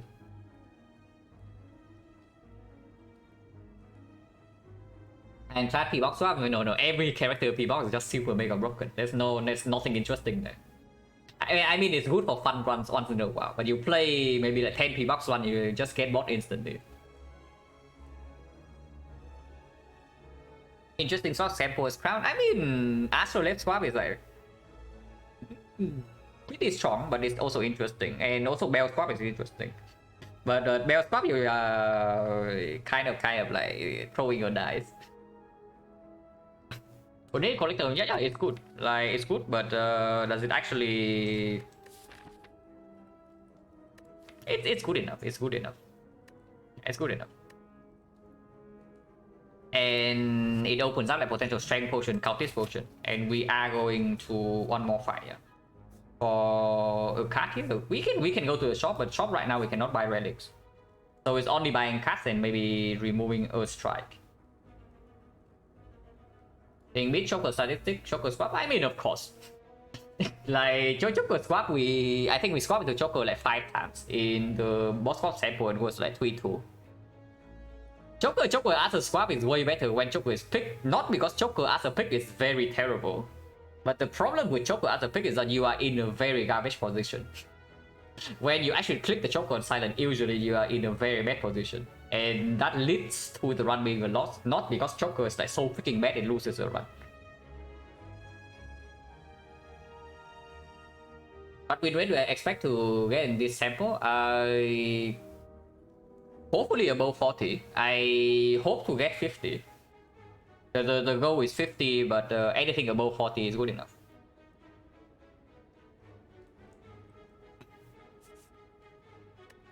Yeah, this is fine. And this is only buying card, so before that, let's go here. Get me to the bone, so like even if this guy kind of reckless, doesn't really matter too much. Okay, miss damage, but whatever. This fight is not going to come down to damage. It's just this. Like 2. Master Crown sample interesting. I mean, it changes a lot of things regarding like pathing, regarding how aggressive you want to be, and regarding what to buy in the shop. It just changes like a lot macro wise, and that is fun to play.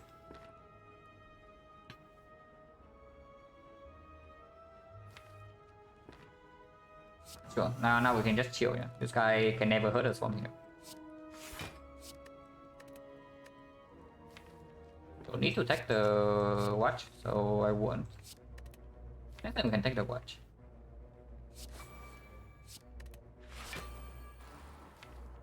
I can exhaust the curse right now and leave the shackles in the redraw. Not that it matters.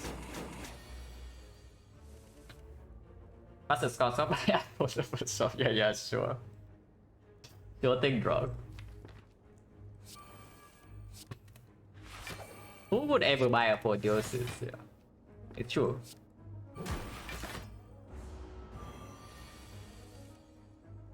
Well, first of all, no, do not get dropped.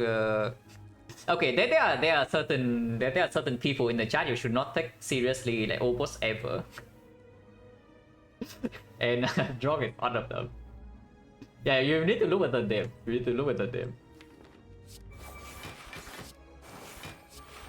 Yeah, this fight is trivial. Getting Drog is almost like getting Byron, except that it happens like slightly less often.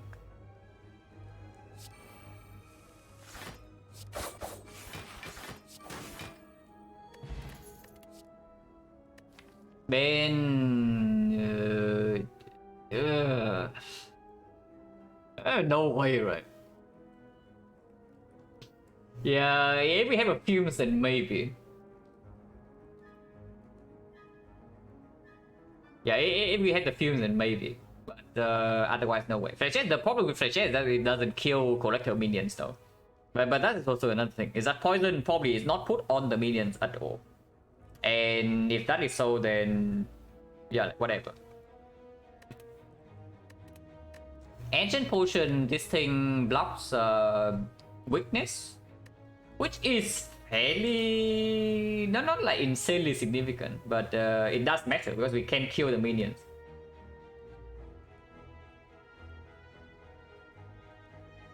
Draw potion. Okay, Distill Curse matters slightly less in the collector fight because turn 1 we can always take Pocket Watch and we never get like completely destroyed. And any turn where we play the Distill Curse, we also break the Pocket Watch. And the energy potion can be used on the big malays on the collector, and we play that fight long because we block weakness with the ancient potion, and we last through the 5 turns and then we win.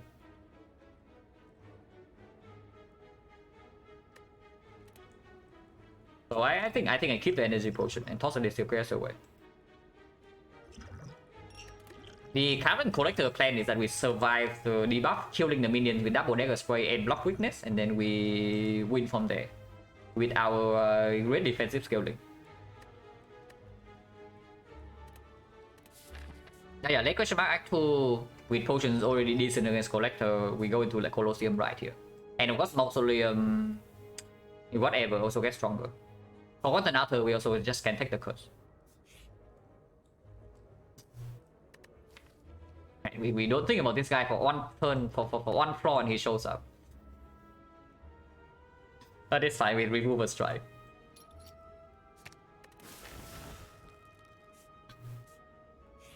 Now this floor is interesting. We can upgrade Cow Gamble, or we can rest.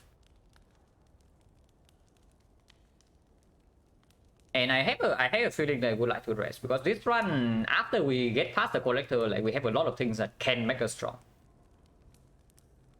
So So I do not want to die to Collector, and I do think that we actually need quite a lot of HP in that fight. If our actual plan is to survive the debuff phase, because otherwise I have no other plan. So I rest.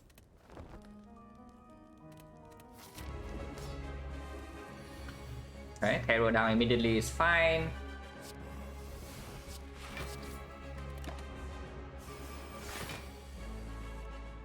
Rotate turn 2 is good. That goes very good when we are vulnerable, so I would like to save it.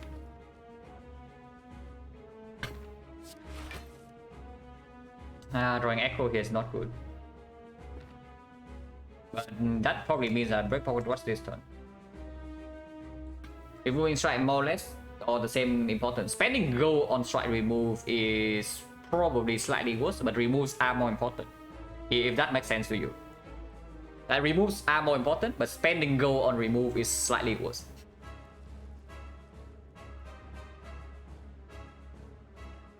So overall, on average, you do like roughly around the same, in shops. But yeah, with this draw, I probably break the Pocket Watch. Oh, have to choose.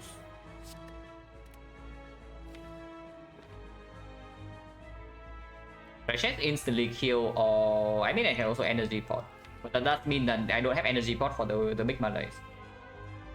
But for 42 damage, killing 1 minion instantly or dealing like 63 here is way too much. I think I do energy pot right now. And then I do kill 1 minion. Not the second, but I do kill 1 minion. And sure, I can see this. Deadly Poison is fine. Distraction, yeah, could be. The bomb, but oh yeah, I guess distraction never makes the flash quicker. So I should have done after image into distraction first, and then if I don't see anything, I can do energy pot.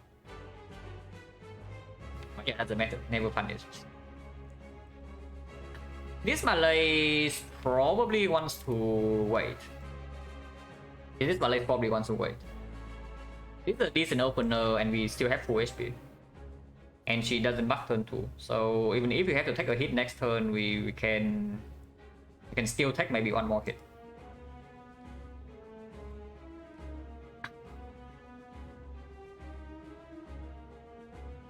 Deadly Poison on the Collector or on the minion is not so easy.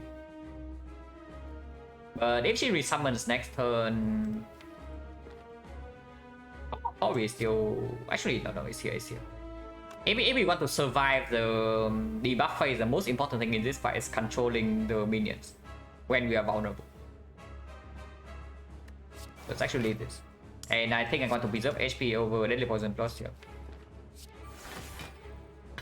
Okay, game mode right now for 4, that shuffles out 4 cards, which is not exactly very good.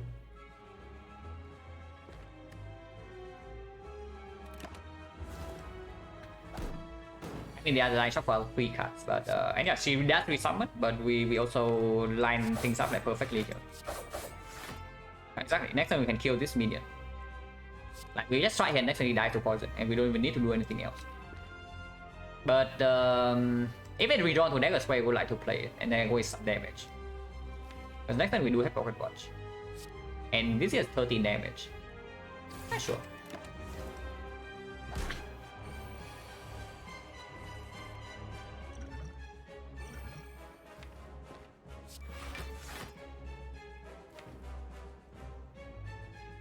I do not know. I want to echo Temptation next turn and not this turn. Definitely want to take Pocket Watch here, yeah.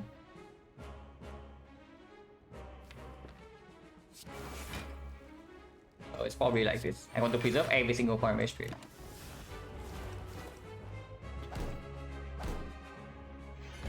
Up quick.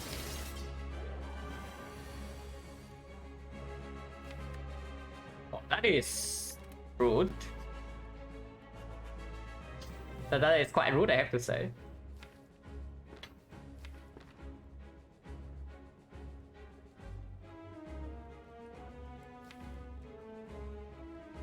If we bottom deck the Tatisha with the Echo next turn, it would be quite bad. Okay, I know that this always happens. If I draw into Malays right now, it still always happens. I'm actually wondering whether I should play this dagger throw or not.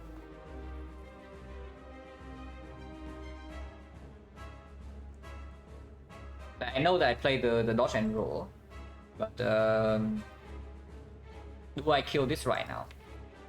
Or actually no, I should definitely kill this right now, even if I draw into double dagger spray next turn.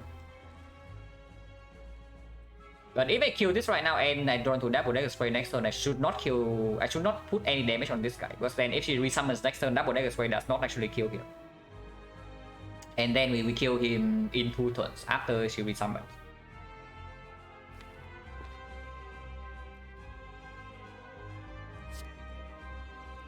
Taking Pocket Rush this turn probably never happens. And if I don't want to dagger throw, because dagger throw into Echo right now is weird, dagger throw into Malays right now is weird. Dagger throw into dagger trade right now is okay, but it also means that we take slightly more damage. That is Soul in the Line, that's this.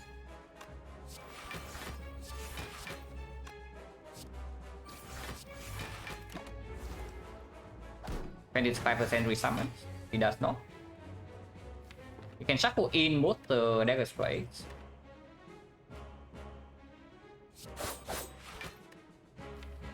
Honestly, I only care about one. I don't care about the second.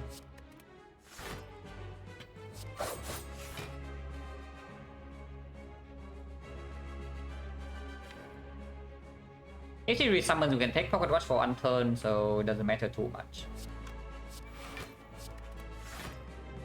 Never have a chance to actually Malaysia.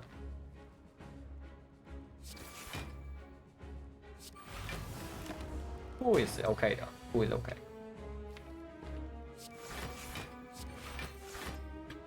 Missing flashes. It's fine. 27, you can block that. No problem.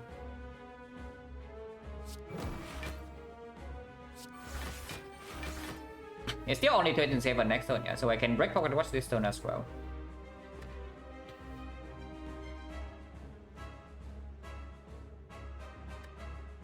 And I don't care about Dagger Poison at all, so the line to break Pocket Watch would actually be defend with Dagger Throw. Draw into the Wood Block card. Yeah, no problem. We survived the debuff and now the fight is trivial. I hope the fight is trivial.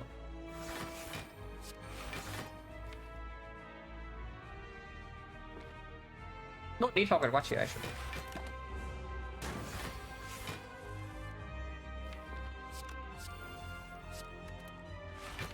This one we definitely take Pocket Watch. But yeah, we are completely fine.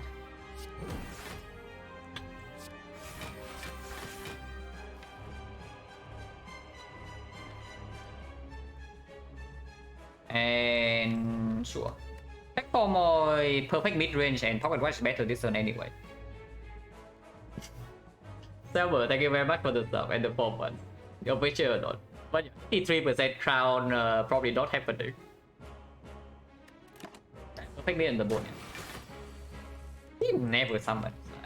I don't know whether that's good for us or not, but just what is happening. He never summons.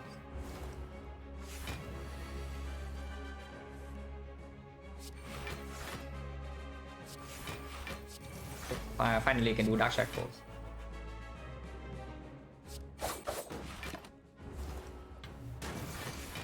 He actually never summons. Next turn she cannot attack, so the fight is like basically over.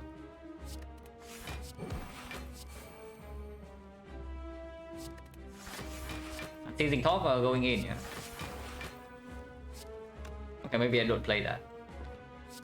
Can play. Doesn't matter, she dies next turn. Okay, perfect mid. Rest not needed, but the corrector pattern was also like extremely good. And upgrade is not as necessary with the apotheosis anyway.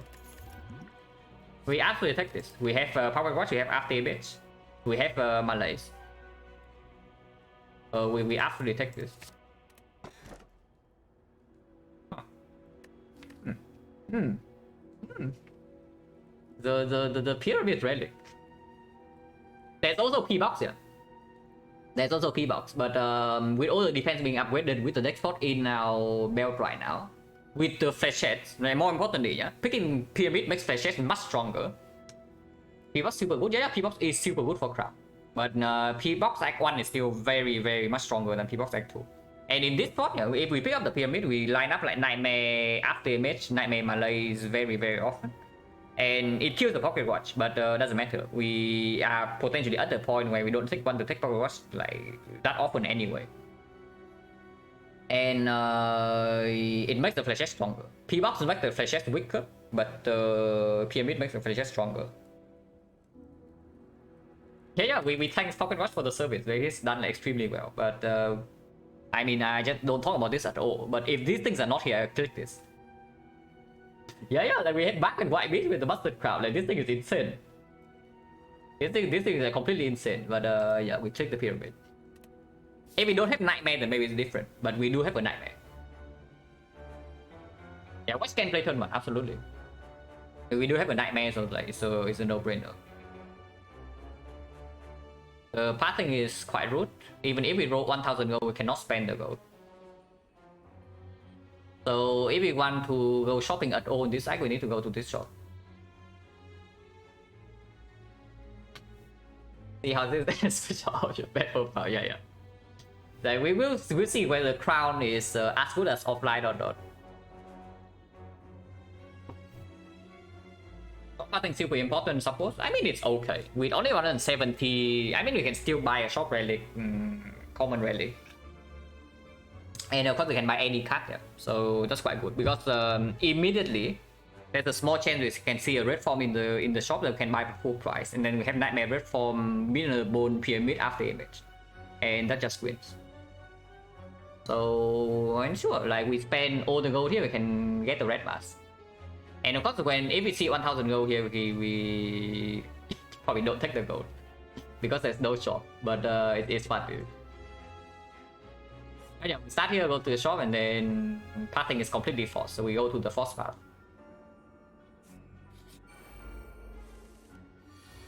Oh. Yeah, pocket watch play.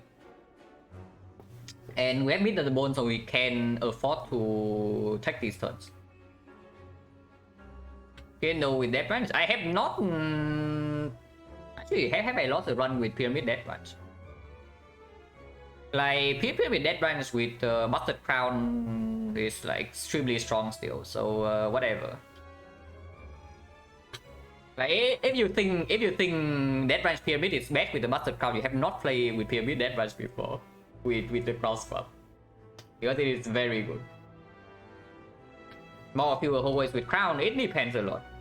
It depends which act it is and whether we have any indicator for the hallway fights or not. But overall in Act 1, I do think I take more hallway fights with the Busted Crown compared to normal, which is weird, yeah, but it's true. In Act 2, it's like very pathing dependent, and usually in Act 3, your pathing is forced. But in Act 1, I take a lot of hallway fights. Simply because if you don't have any cards when you enter Act 2, you die on the spot. So you better have something before you enter Act 2. Which I can be saved for later, so sure.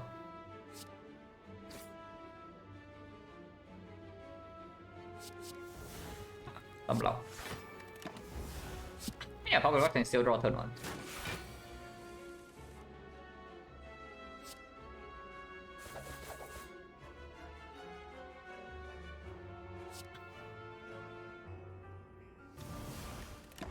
Now, this Devil Spray is a tiny problem, but not huge.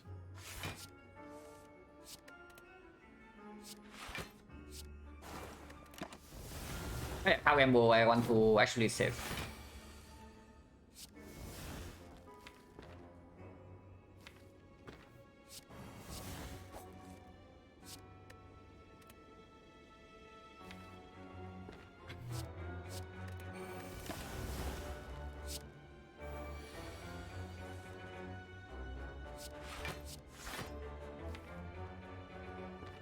was not achieving anything because even if I play triple defense, I still take 2 damage when I play dagger spray. So that did not actually do anything. But hand spray is okay, I guess.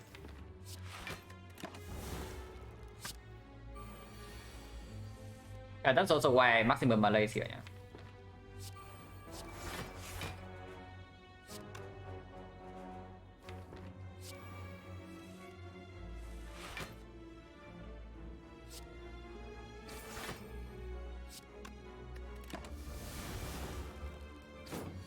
Duping silent less flop. Yeah. Now we just chill. This guy dies to poison.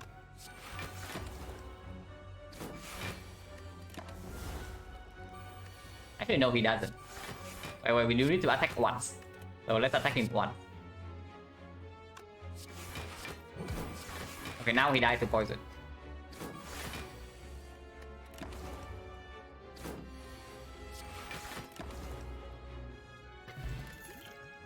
Deflect, sure. Pyramid. Only 4 energy. Can be Nightmare target. And now that we no longer care about Pocket Rush, at some point Deflect is just good.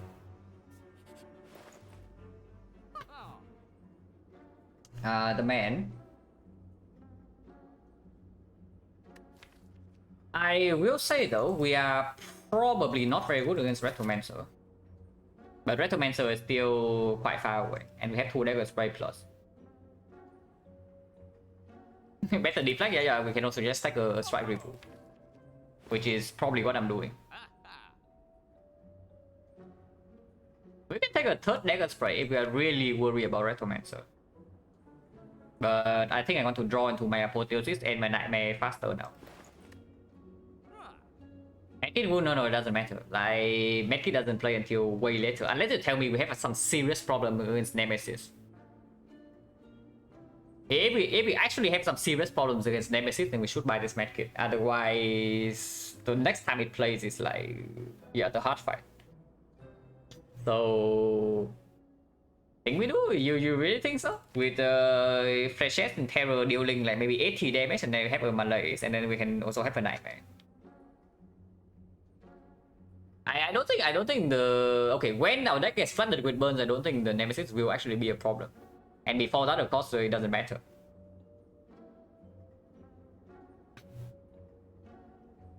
Wounds from Retro gets banned, probably already dead. I mean, that is not actually true. If it's max HP Retromancer, it can get with a little bit. And we can block for a long time, even against Retromancer. We can Malaise the main Retromancer, we can maybe even Nightmare or Dark Shackle plus, and that full blocks for like 3 turns. Also damage, we have Terror Flashes with Pyramid, so damage is probably fine. At least for now. Let's try remove just good. Honestly, maybe spending gold here. If any of the cards are actually positive, then spending gold here is not too bad because the red mask is very much on the table. But it kills Act 4 shop, right? If right now I don't spend gold, 1, 2, 3, 40, 60, 60, 90 to 161, we can still do something in the Act 4 shop. I think Giria would be okay, but something else would be okay too. How many campfires are we forced to go into? Like only 1, so Gira is not even that strong. How about we fill the giant head? We Nightmare after image, then we can block the giant head for a long time. We have 1000 gold. I mean, if we see 1000 gold, we are clicking the rare relic. Because there's no shop in here, so why would I click the gold?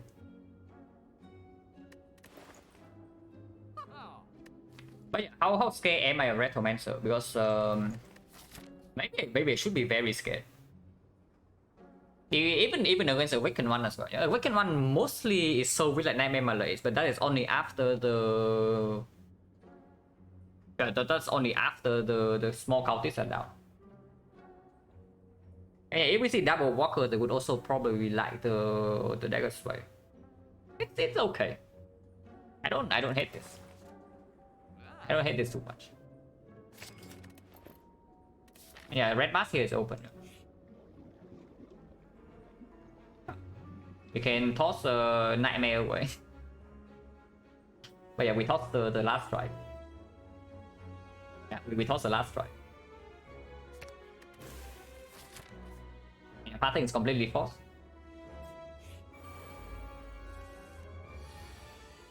Oh god. They are gearing up. And we don't have a fisting wheel, yeah.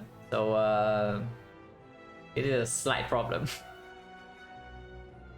Next turn potentially there's a small problem. Just a small one.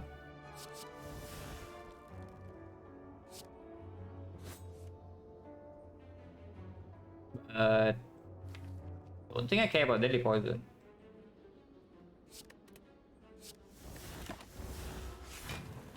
Yeah, Overwatch draws okay, no multi-hit. No multi-hit, you say? Interesting.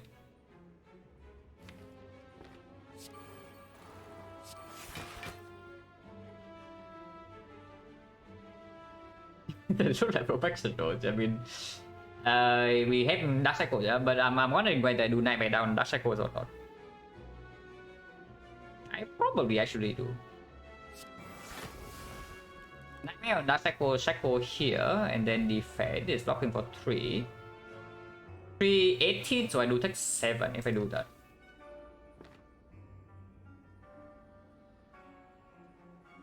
But I could also just full block into Dark Cycle, but that does mean that if next turn they... I think we can still block a lot. We have this, we can have this to one-shot this thing, and we have Dagger Spray still, with 2 more Dagger Spray coming up. And deflect. Or probably can just full block this turn. They're taking 7.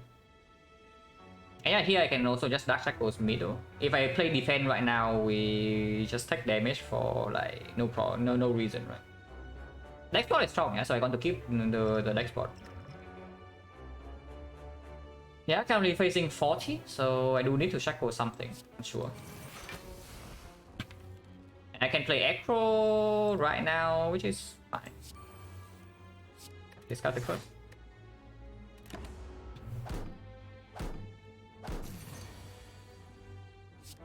Easy.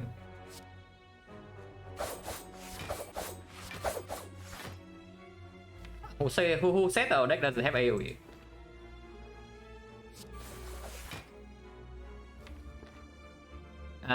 Next turn probably full card game to killing this.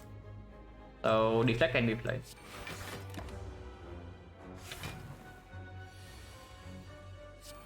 Bottom decking Tactician, the classic, but it's fine.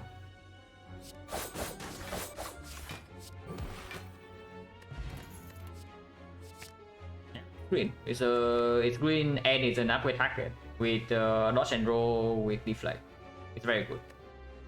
But yeah. Now we just need to care about the fight as a deal like insane fun load. So Retromancer is the main one. Spear and Shield is the second one.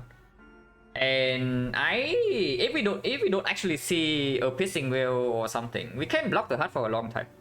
We do it on Dark Cycle and on Malaysia, so we can block the heart for a very long time with Nightmare Footwork. But if we lose too much HP against the Spear and Shield turn 2 the heart or turn 3, like the big hit first cycle is going to be a problem. Why is it green? Yeah, it's just green. Ancient Potion versus this, we reroll anyway, right? I mean, Ancient Potion is a good potion to keep until the heart, but I mean, we can keep it. Like we can keep Ancient Potion. Maybe this is the spike growth.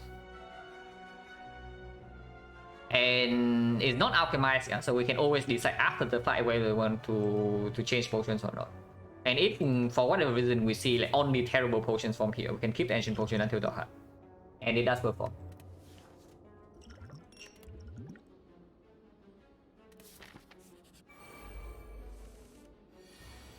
Is this fight ever a problem?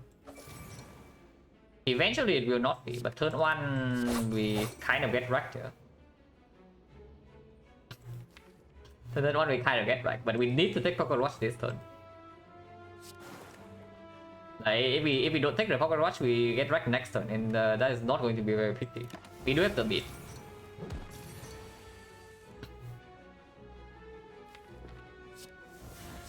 now we can break the pocket watch.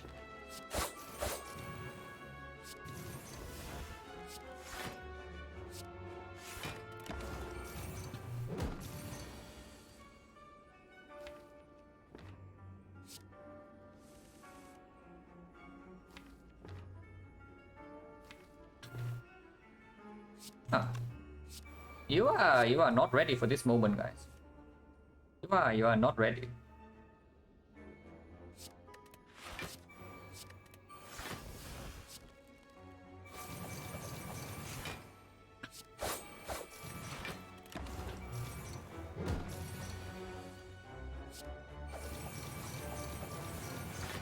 But yeah, you're asking where's our damage? That's our damage. It is indeed our damage.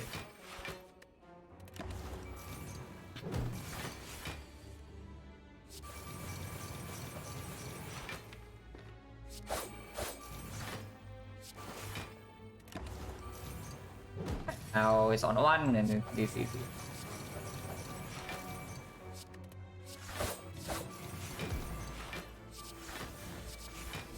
Okay, well, that was interesting.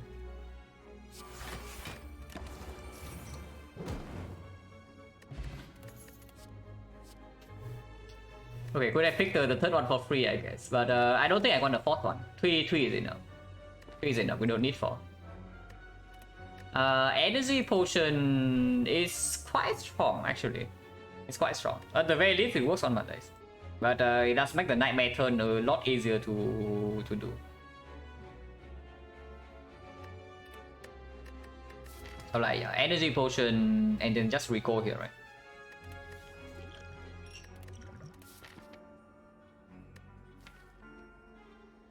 Yeah, just recall. There's no need to make any urgent upgrade right now. And Red Side Rally can still happen along the way.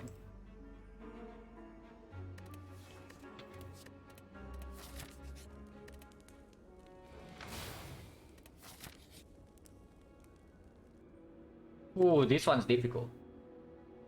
This one is very difficult. Of course we do it, but on what? Yeah, on what? You tell me. Because I don't know. There are so many targets here. Like the Artemis to nullify Meter Death. The Dark Cycle burst is completely insane. The Malaise because it nullifies like 2 over 3 bosses. The Count Gamble so that we get near infinite. The Partition is probably the weakest out of the good ones. But yeah, the Footwork Plus or the Nightmare. We can double Nightmare if we want to, but double Nightmare doesn't lead to anything at the moment. Juju, yeah, Juju does sponsor this event, it's true. But yeah, Nightmare probably is the cute option, but it's bad. Because anytime the fight lasts long enough for us to do Nightmare on Nightmare, we have won the fight. If we can safely play the Nightmare, we should be like, completely out of the woods. 100 count silent, I don't know how many runs, yes, but at least 30.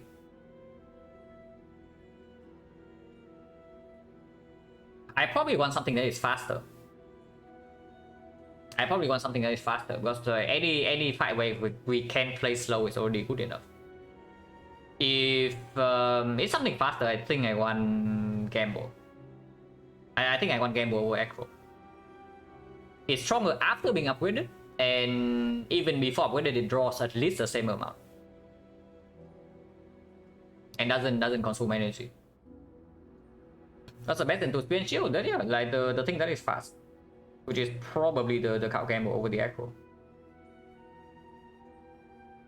Because the problem with looping Acro, yeah, is that turn 1 you break, you take Pocket Watch, and then turn 2 you draw to Acro, and then you cannot do anything. But you draw into the Gamble on turn 2, you can actually have a new hand. Very much enjoy watching play silent. Thank you. Imagine resting. Imagine resting in Act 2. It's true. Could have had a Gamble Plus right now. And then we had 2 Gamble Plus. But yeah, it's probably just the Gamble. Looping the Gamble also gets to the apotheosis faster. Without the Tactician, I would not duplicate the Count Gamble, yeah. But we do have a Tactician Plus. and some other card draw as well.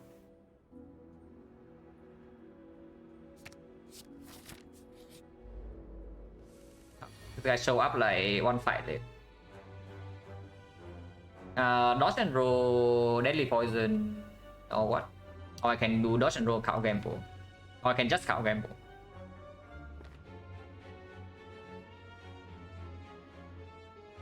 Blocking this guy is not that easy next turn, so I kind of want to do dodge and roll, but it's only 4 block. Oh yeah, cow gamble can also play with the T set unceasing top on turn 1. So they just sees like way more cards than actual if that happens.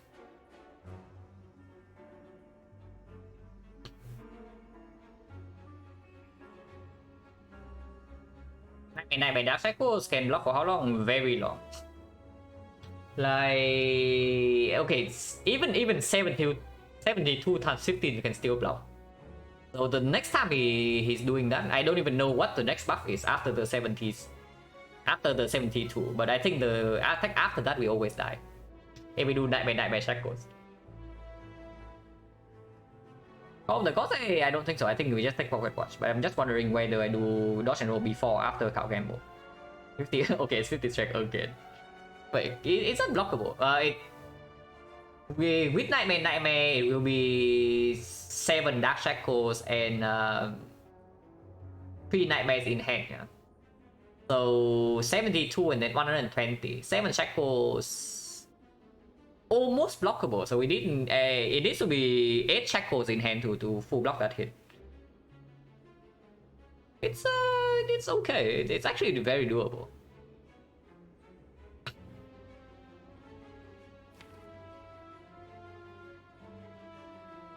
I do think I want to do dodge and roll here.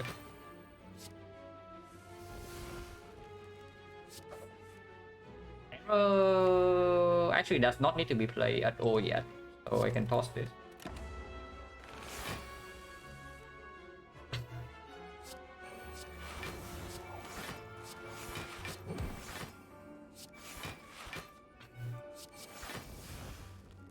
Doesn't do anything right now, doesn't do anything next turn, so I can just play it.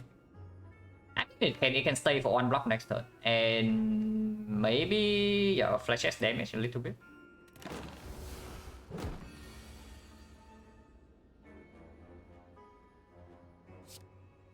Interesting. We need to do that, but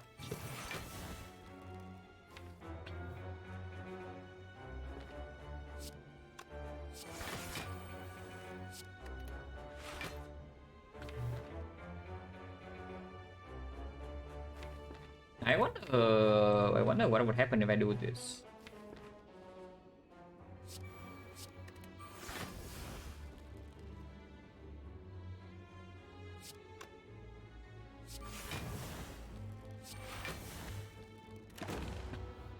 I will see.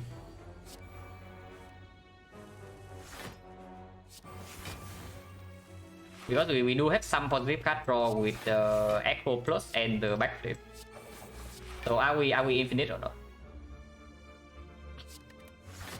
Yeah, are we infinite? We are probably not true infinite, yeah, but we should be close.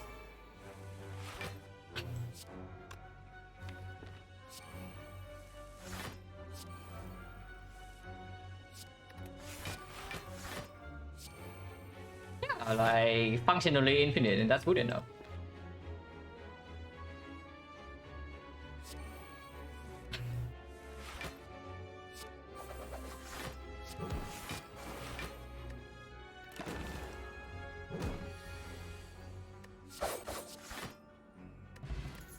The bot doesn't need to do dodge and roll plus.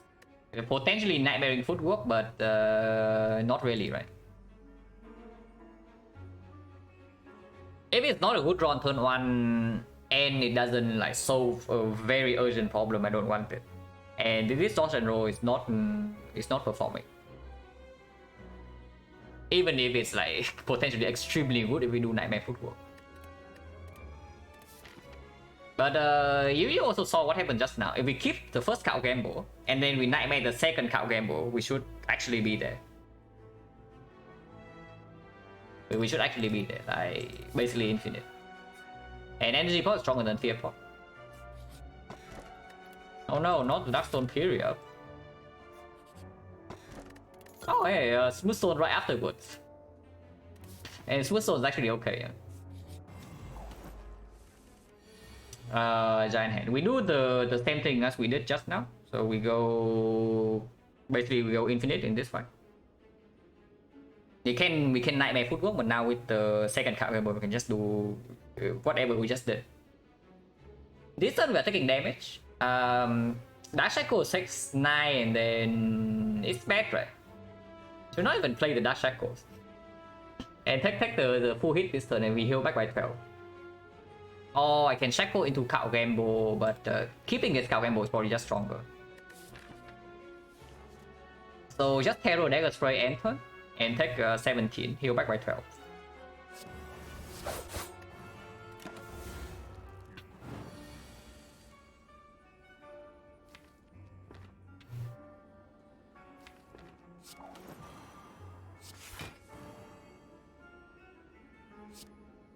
$80 damage, not that we need that.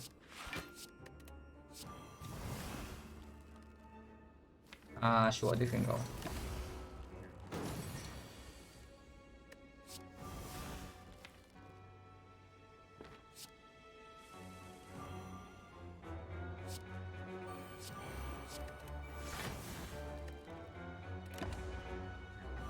Now he attacks us so big, yeah, but we'll see whether it's like too late for him or not.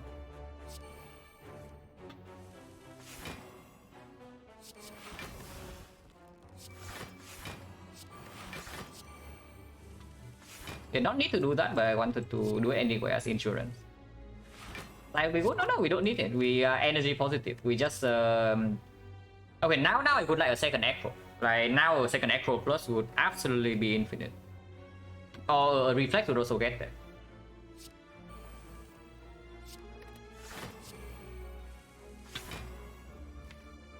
But right now we are losing cards. We are losing a few cards like every cycle.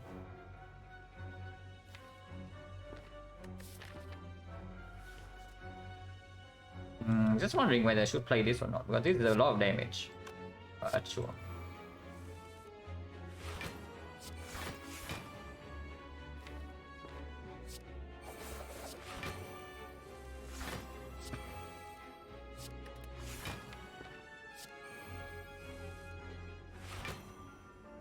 EZH, thank you very much for the raid. Appreciate a lot. And hello, Asalidona.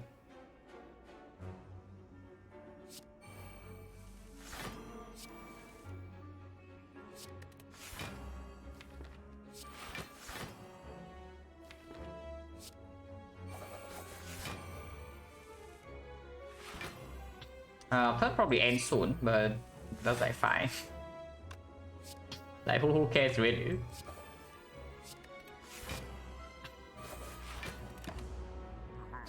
That's like more than good enough.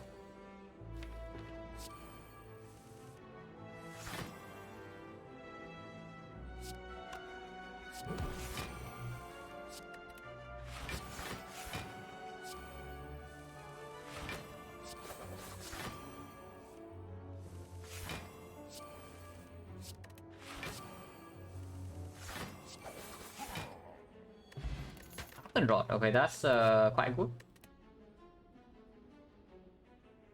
It's okay. It's not amazing. It's okay. And we do have one after image, so it nullifies the bit of that. So we can keep doing our cow camo thing even in the heart. Second next spot, honestly quite good in this fight, but we can also just Malaise energy potion into Malaise here.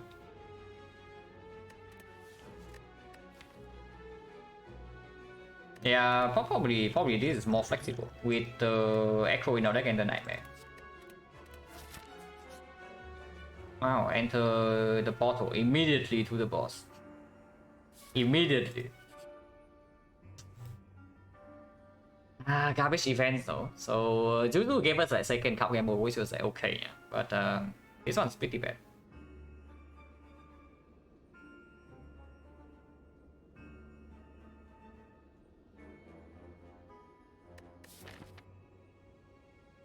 Do I waste go on this? Because now we can, right now we can still buy a card plus a potion in X4 shop. Any rare potion. No, we have like one more card reward and then one potion. So of course we don't go to boss. But if I buy 3 potions right now, we have 79, and then after the next fight is 94. 94 is not enough to buy a rare potion in the X4 shop. So Ghost Ninja not doable. And we can always buy an uncommon card though. But we cannot buy a rare card unless it's on sale. Cannot buy a rare card either way, right? Even if I don't buy any potions here. What is the actual threshold? I think I want to keep the rare potion option open, yeah. If that's the case, I can only buy 1 potion here. So is buying 1 potion worth it? Because buying 1 potion also kills the option to take a card remove in Act 4. Right now we can still remove a card. Remove is 125. So paying 20 gold here means that I cannot remove an Act 4 shop. Probably just leave, right? Probably just leave.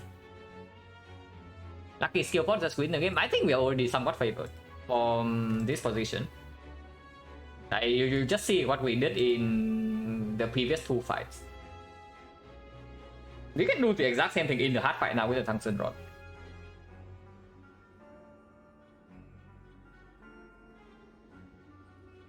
And time eater, we can do Nightmare Malaise or Nightmare Footwork with the pyramid, with the strength reset. That's like no problem. But yeah, we don't actually need this. I would say about the problem about the hard fight though is that turn 2 is a massive pain. Like the turn where we are at our weakest is actually turn 1. And yeah, turn 1 we take Pocket Watch, and then turn 2 we face 67 damage and then we die. That can absolutely happen. So Ghost Ninja is helping a lot, but so good a card remove.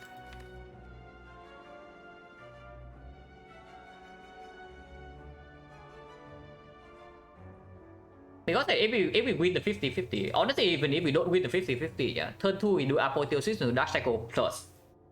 This Dark Cycle is buffing for like 20 damage in the even against the big hit. You don't even need to use Cycle to buff the multi. Syntax looks way too normal. I mean, is it? With the flashes first pick into distraction. After this point, of course, it's like kind of normal. And the rest with this one had been such a relic, probably fairly strong. Actually, no, the boss relic after Act 1 was what? If we did not swap into Crown, it would be Busted Crown. And then the other choices, I don't even remember what was in the middle, but the 3 choices was like Silver's Collar, the Bell, and what? It was some other energy, right? But I don't remember what. So this one would have been a run that bricks on the boss relic. So it is slightly troublesome, even with the Apotheosis start. But yeah, whatever. It's like if you survive Act 2, you should be in fairly good shape. I probably just leave. Take 4 damage and then leave. Okay, take 3 damage. Oh, the more. But yeah, our turn 1 into turn 2 is a huge issue in the hard fight.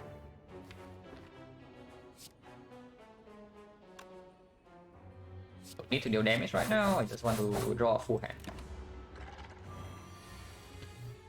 Oh god.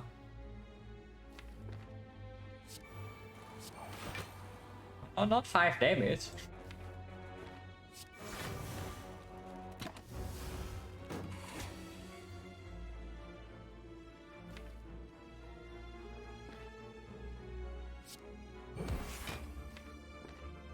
Actually, should not have done that. But whatever. If we just draw back into the second card gamble, yeah. And yeah, like having 2 card gambos in the deck also allows us to do that. Having 2 echoes means that whenever we get clock, before we get to Apotheosis, we cannot play the first card gamble. Otherwise, the loop does not happen.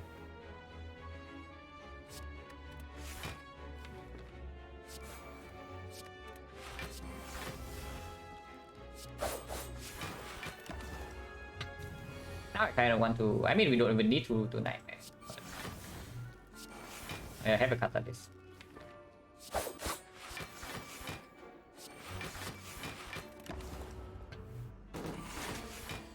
Oh, wait, I should take damage. I should take damage. I should take 4 damage. I was like drunk on power. Oh, that was bad. Because now that the more scales up, and then it's actually fairly difficult to take a small amount of damage.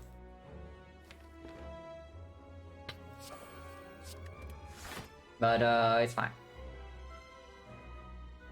Hello effort, thank you for the good luck.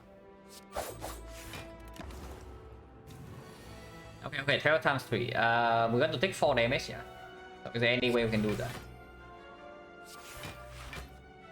This block for 31, exactly 4, right? Yeah, survivor is perfect.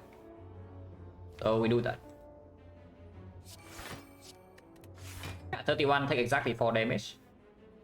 Actually, 4 is bad. For we want to take. Actually, no, yeah, 4 is perfect. 33, 4 is perfect. So this is good. Let's end turn right now and we kill next one. Play any card right now and we overblock. Okay, perfect mid. And now we kill. Like 5, no, we have block. Okay, I'm saying like we play any card and we overblock.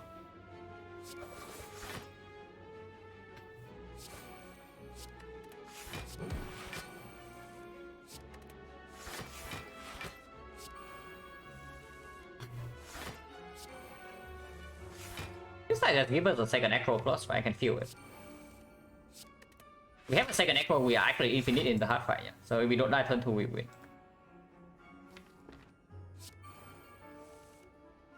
Right now this does block for a lot, but maybe if we are actually not infinite in the hard fight, I do need to nightmare something else instead of the cow gamble. But we'll see, because we are still very strong defensively. For dexterity, potentially 6 with after image, with weak chain, with malaise, with shackles. Yeah, we are still very strong defensively.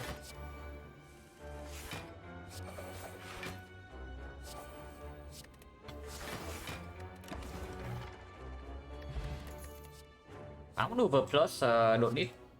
It's cute for a huge malaise turn on a time eater, but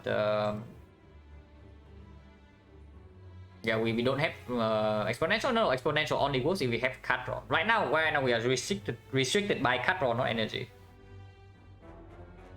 Unless you tell me that if we nightmare the Acro instead, we are there.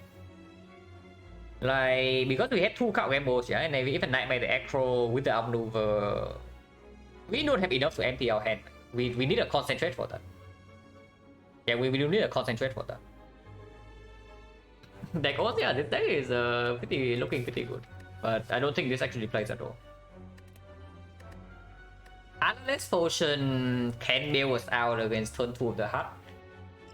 Energy Potion basically makes the Nightmare a lot easier to play. So, what is more important in the hard fight? Surviving turn 2, right? Because a multi-hit, we always have a way to cheat the multi-hit first cycle, yeah? So, any time, it's only the big hit we need to block. So, multi-hit, we can always spend our entire turn playing the Nightmare and we're still fine. Off turn, we can spend our turn playing the Nightmare and afterwards the fight is under control. Unless tell me we are nightmaring a card that costs 1, like Footwork or after image in the hard fight, then we need the energy potion. Careless potion breaks Pocket Watch, but when we actually need a potion is usually on turn 2. So Pocket Watch does not actually matter. And this is another upgraded Careless card. Good Instinct is very good, Dark Shackle is very good, Finesse is amazing, Secret Technique is insane. We cannot skip this card. So carrying this into a fight where we want to go infinite in is kind of a double-edged sword. It's good enough, right? Definitely good enough.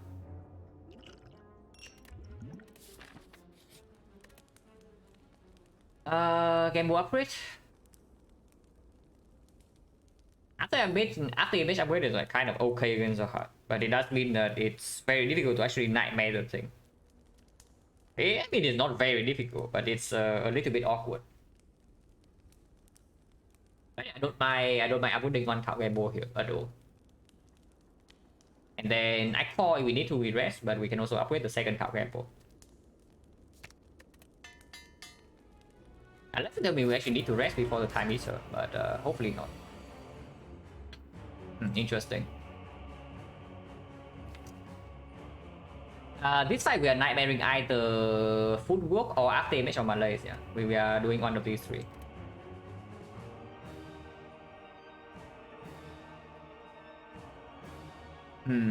Not a huge fan of whatever crap this guy's doing. Because like Dagger Spray right now into Deflect is getting Pocket Watch and drawing a full hand, but I think I want Deflect in my hand next turn. So is it just Dagger Spray and then skip? Okay, I know this definitely happens, but this usually like this to go next turn. Ice Cream would be good here. Probably just end turn right now. Next time we draw 7.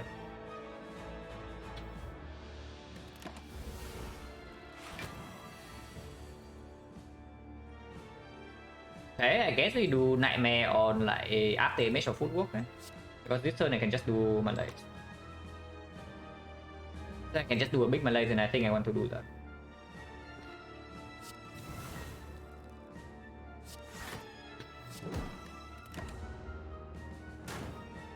Oh, up again. Okay, we can Nightmare our after image. Let's do that.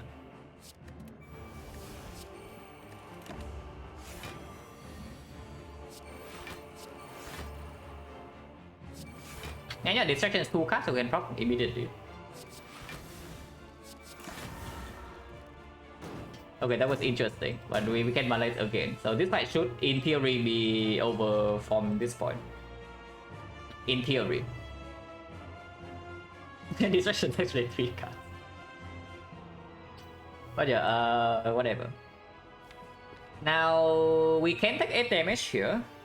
We can also just do it in the next fight. Next fight is probably slightly easier to control.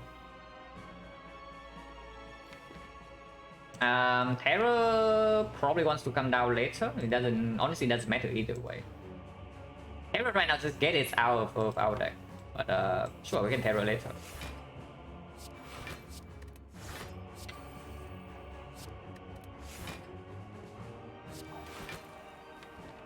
This Malay is safe for the second half, yeah.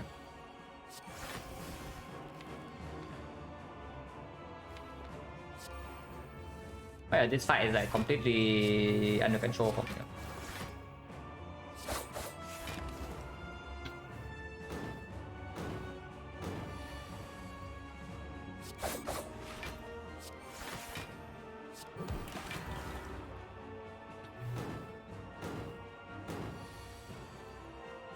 You're fighting this guy with a ship deck. I mean, if your ship deck doesn't have any good defense, then it's just going to be set regardless. The biggest problem when fighting Time Eater, okay, there are 2 problems when fighting this guy. Yeah, is that number 1, you simply cannot block enough against his front load damage. Like the debuff into big hit or whatever is way too much damage. And secondly, he wrecks your draws. So if you don't have like extremely consistent draw, you also like have some problems here. The main problem you feel that ship is better against this guy is just that normally when you're playing ships, you can front load any enemy down. Like you play your accuracy, you play your shift, and the enemies die. But this fight you cannot actually kill him super fast. And if you cannot kill him super fast and you don't have very good defense, he will kind of wreck you, and that's where like the shift feeling bad against this guy comes from. Not that shift actually bad against Time Eater. It's just that you cannot rush him down, so he exposed the weakness of your deck, while also being like a little bit more unfair compared to the other 2 bosses.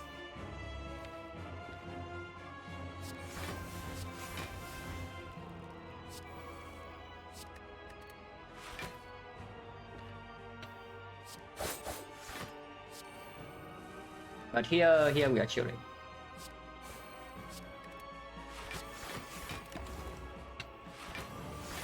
Okay, debuff into big hit, so finally he's doing some dangerous attack. Still completely fine.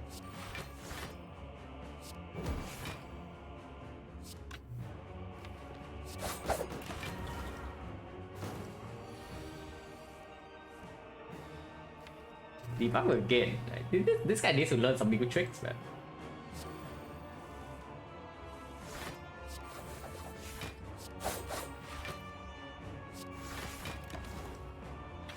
And he drops next turn. And I don't mind using Shackle to strength reset, but it is still going to be like 3 strength.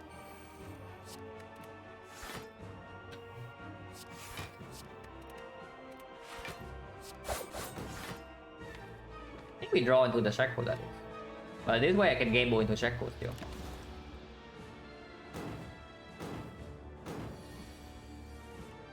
No Shackle, so it has to be gamble into Shackle, but that's like completely fine.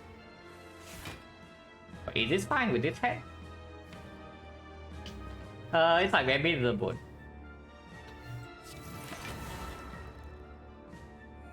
But we draw into like 0 block, yeah? That is a little bit spooky.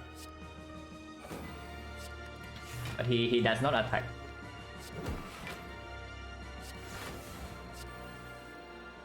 Okay, now Terror can come now.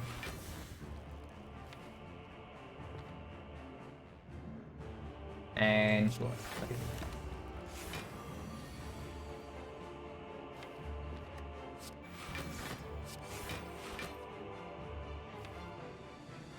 Next one I can just do... No, I need to do it this turn.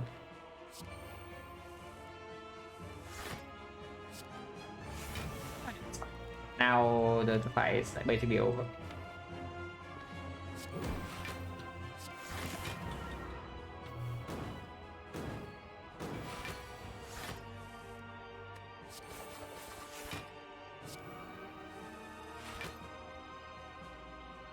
Oh, it is too much block. I was planning on blocking, playing one card and then take 8 or something, but I think one card already blocked for too much. Whatever, I can do it afterwards. Yeah, I actually forgot the fact that we actually have Nightmare on update bit. But whatever, doesn't matter. This is only 6 damage, yeah, so we actually don't take enough for the mid here, so we can wait again. Not that we have to take the mid on the bone in this fight, it doesn't need to happen. Happening would be nice, but we don't need to do it.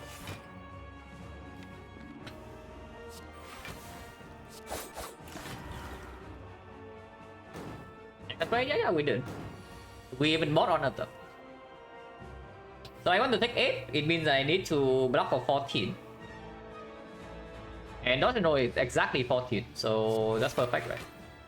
Yeah, let's take 8. Yeah, perfect mid on the bone. And now we just kill.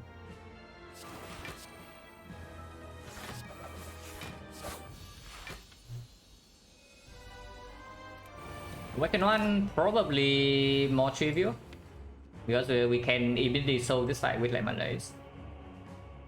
As long as these things die, but we have like 3 daggers price, so should not be a huge problem. Like Apo dodge and roll defense.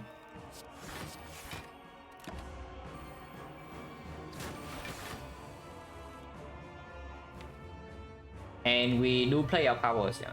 Do play our powers.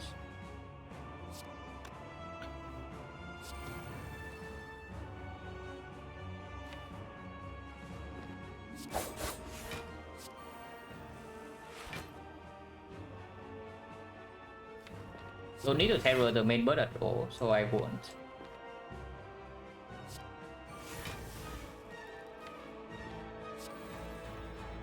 Okay, Nightmare Malays is here, we can wait. Dagger is good.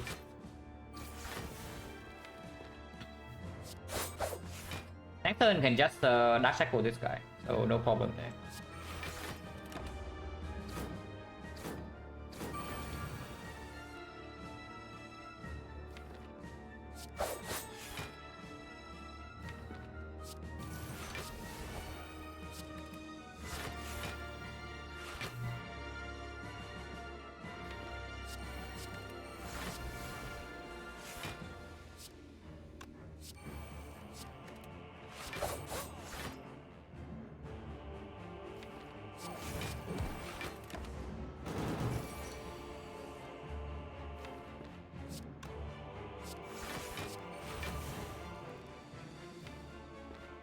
We want to take 7 damage anyway, right? So taking this chip right here doesn't matter. I can just malaise again next turn, and we save 1 malaise. We save 2 malaise for the second half. Taking 1 right here does not matter.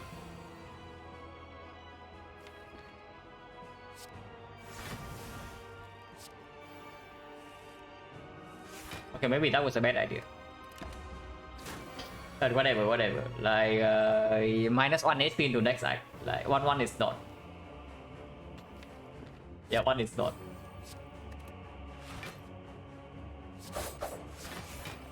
And now I cannot actually take damage here. And we save the 2 malaises for the second half.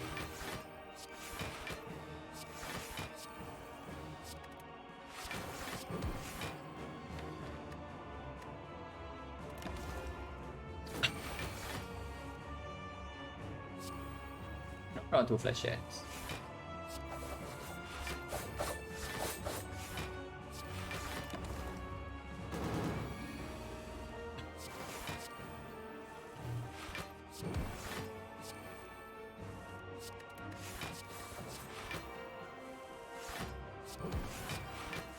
Yeah, we are pretty strong, I would say.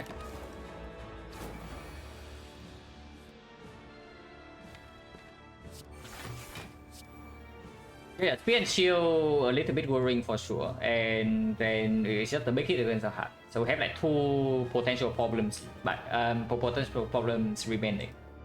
Fairly big problems, but hopefully solvable. So the hard fight with Malaise AI, we nightmare AI. We have a nightmare. We can nightmare AI. We can nightmare footwork. We can nightmare cow gamble and do almost infinite. We have a lot of ways to deal with the hard if we don't die instantly. But the difference between Silent and Crown, Silent and Act 1 is played very differently, I would say that.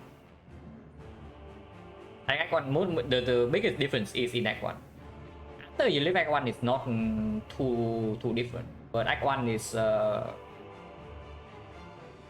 it's kind of like the opposite. Almost.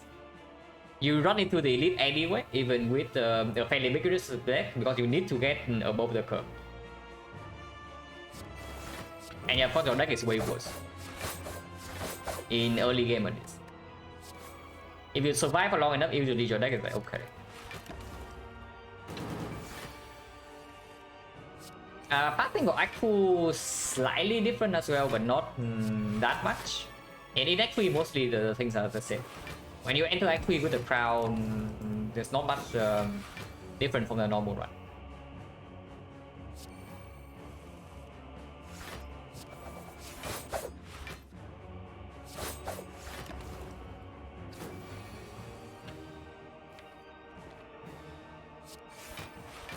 Roll would be good here, not that we need it.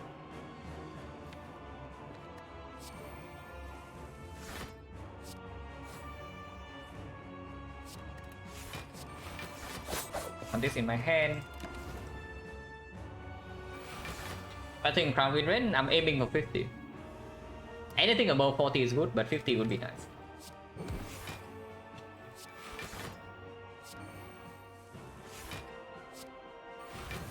Yeah, this fight is like nullified, yeah. So we take 0 from here.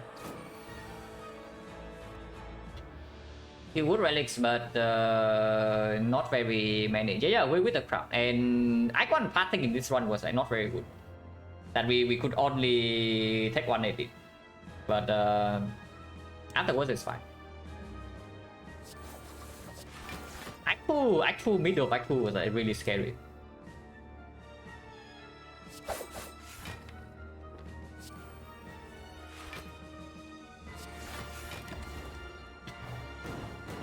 Can draw into second malaise right now, and then we chill.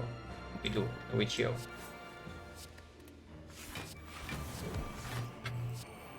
Okay, this thing cannot deal damage anymore. Full charges? Yeah, full charges. It could have been 1000 gold. Yeah, make it is 4, multi-hit is 0. So... nothing else we need to care about here.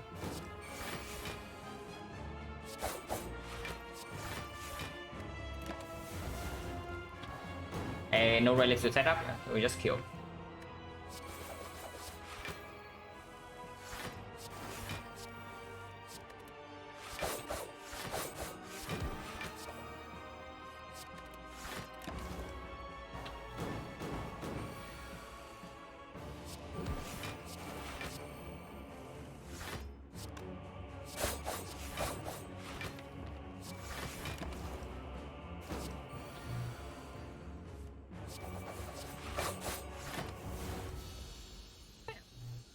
So I can cause a huge problem for this deck, but hopefully we don't die. I mean, if we leave the Spear and Shield with like something like 50 HP and then we don't die instantly to the heart, I think we have a decent shot. If I lose additional damage to me the bone reason, yes, it would. It would actually be. Only if I don't rest here though. But yeah, I think resting is complete nonsense. It's probably always cow game upgrade. If we cannot nightmare cow game in the hard fight, I do want the second cow game for sure. Because Flash is actually the only damage we have in the hard fight, and we cannot actually stay there forever. So we do need to play 2 cow game to cycle back into our Flash heads.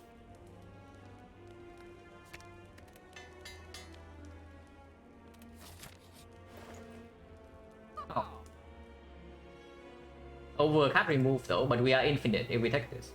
In the man, fish will be good here. I would like to do Acro and Purity. That is absolutely infinite in the hard fight.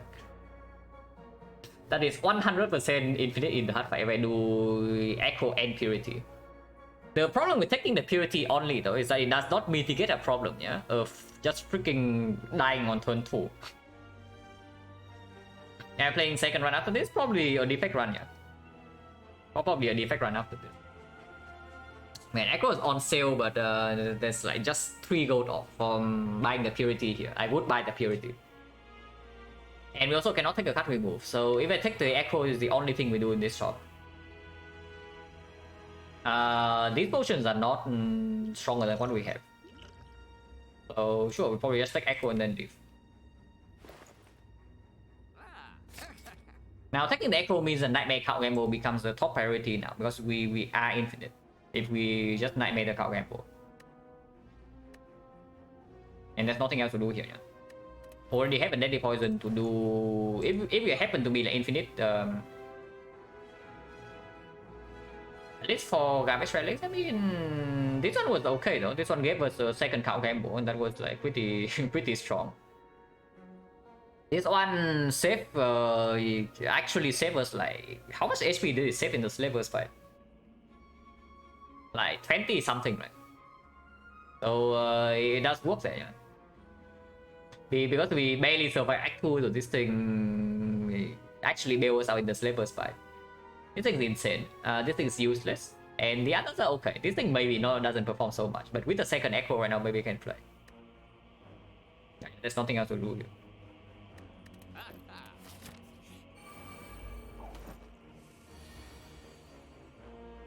This pattern, I don't even know whether that's actually good or bad for us. But honestly, it's probably bad. This is probably the bad pattern that we face heavy frontload damage on turn 1, because right now our deck on turn 2 should be fairly strong. But on turn 1 it has a problem. Was a rebuff? Why is it a rebuff? Like, this thing's insane. This thing actually saved our life in Act 2, and this thing gave us a second card gamble. So like, how bad is it really? The problem with Cardless Point is that we also need the... Yeah, looks like a bone zone bow, but I also see that. But going to mid in the bone range also means that we have only 45 HP in the hard fight. So it's 45 enough. Quite worried with Porterville. I mean... We need to take like at least 2 more elites in Act 1 for that to happen. But there was the only way for 3 elites was like...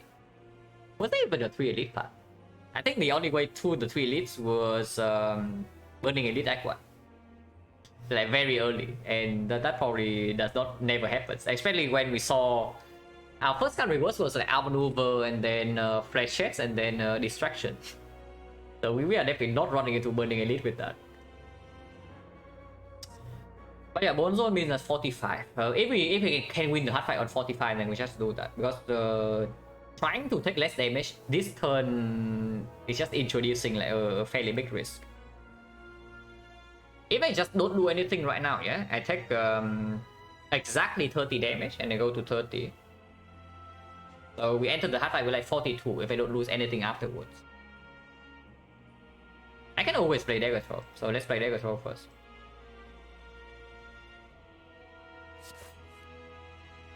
Okay, that is not very useful, but not terrible either.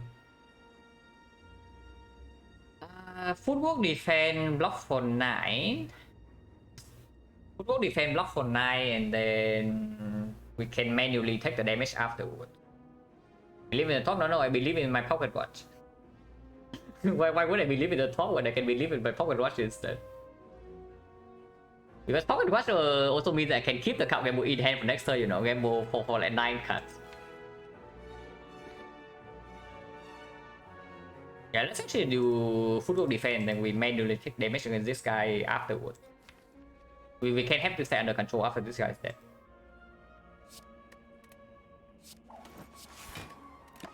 So don't need to go into mid on the bone range like right now. Because this time we might not even full block. Like for example, right here, Nightmare Cow Gamble is infinite next turn, yeah, but it's infinite next turn and not this turn.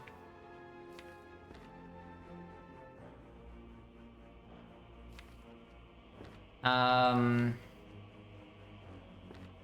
can open colorless potion, but not right now. I don't think. But yeah, this still needs to happen. We need to do this to win the fight. So it definitely happens. Because next turn we also cannot block this hit. The only question is whether I gamble immediately or do I play the deflect first. Full energy afterwards, we can ship artifact into the Dark Shackles, but not extremely likely, so I do think I want to play this. Dark Shackle is here, but no artifact strip. Violence pulls 1 artifact strip, but not 2. Trip is again 1 artifact strip, not 2. So we cannot do double artifact strip here, unfortunately.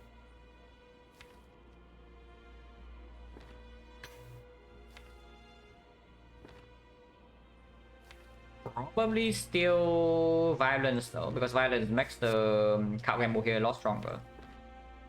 And then I can do I neutralize the ship right now, yeah, and then I count gamble into the Deadly Poison Malaise or something. Missing this turn means that we take more damage, which is also why blocking the last turn was also good.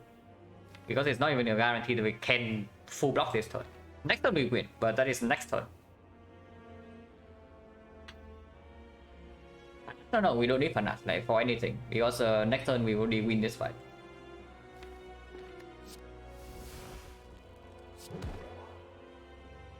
Probably, honestly, even do Dark Cycles immediately into the card game.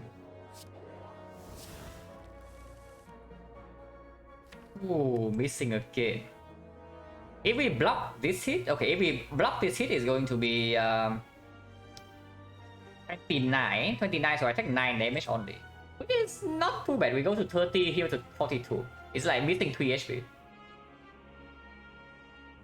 Yeah, that's like fine. We just block this hit then. So the deflect play matter, yeah.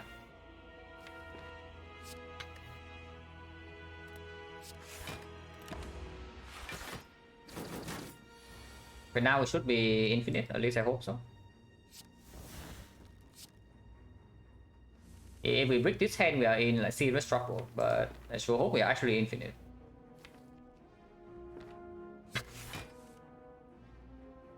Cannot play distraction, cannot play terror yet. Oh, that was scary. We beat this cow gamble and we are in some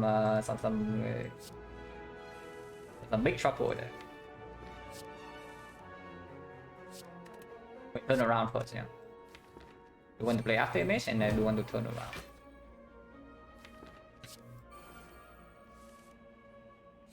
Maybe I want to play this. Just in case we break one hand, but it is still possible for it to happen. Like very. Burns trying to turn 3 again, so that's pretty nasty. Okay.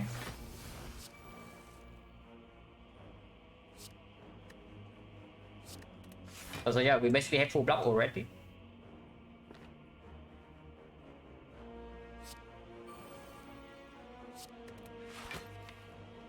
Exhaust the doppelganger. Play deflect for guarantee full block and then can gamble.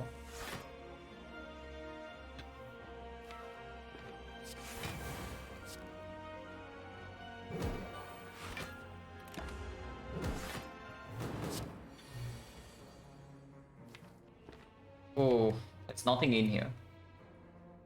But I can deploy terror on this guy.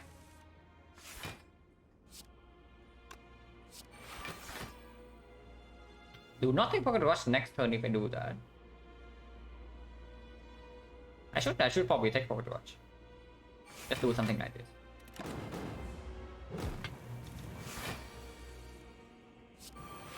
Yeah, this infinite is unreliable. And that's a fairly big problem. But we can also we have very strong block from here. We don't actually need to be infinite. We do need to deal damage though. That we have to do.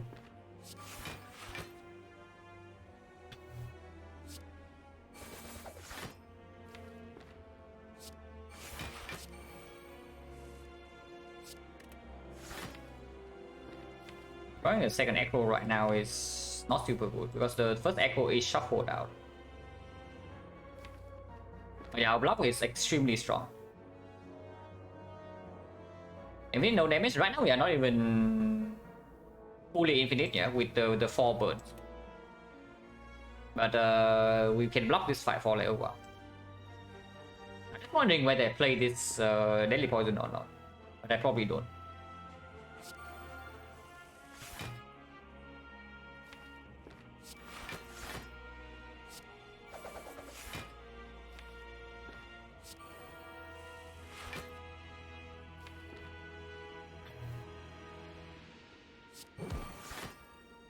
It should be actually good, and we end our turn here.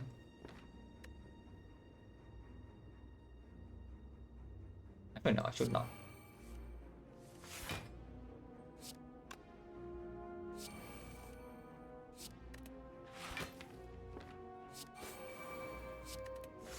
We just sneak in a little bit more damage.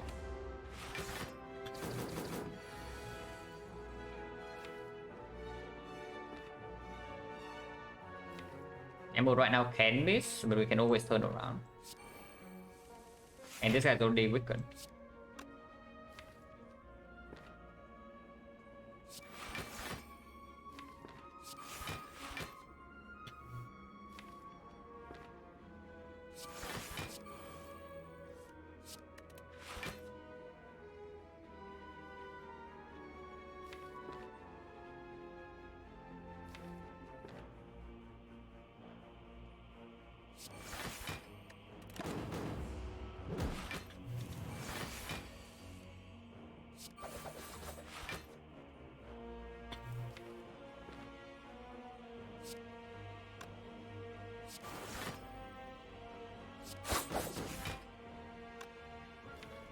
We probably accept 6 burns and then just play from there. I want to kill this guy like very soon.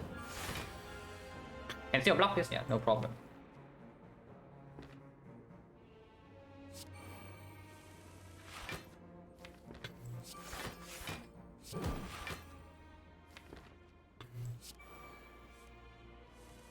Oh, yeah, block is very strong.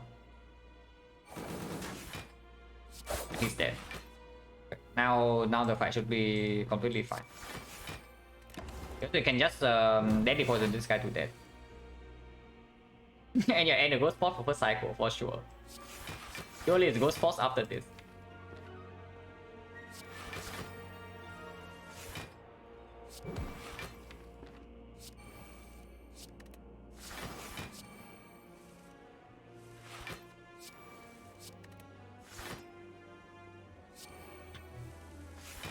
Poison just more damage now, so we keep doing that. A good hand by the way.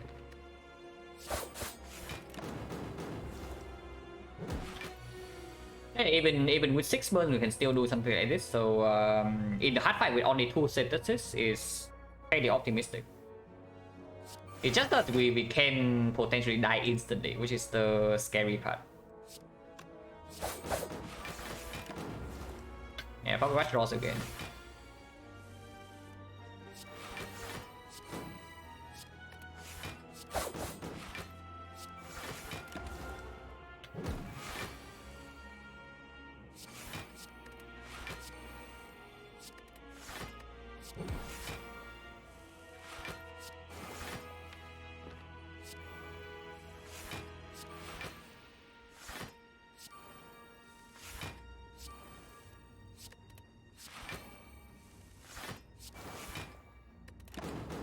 Nothing to set up here.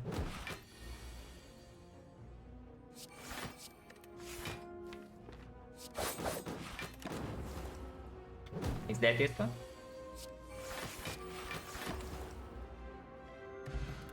Okay, regen potion 15 HP is quite nice. Garbage and weapon, yes. And can weapon ever be bad? No way, right? This upgrade is good, this upgrade is, yeah, every upgrade is good.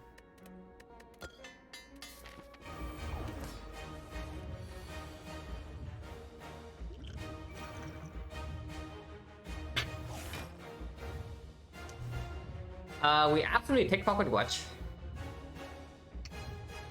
And I think the line is dodge and roll flashes. Dodge and roll flashes, keep the defense in hand for the card rainbow draw next turn. And of course keep the nightmare in hand.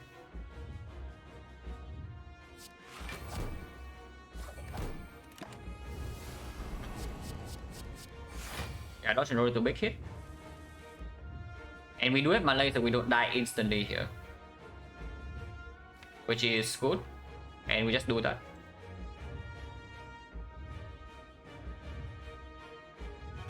We need to Malays for at least 2.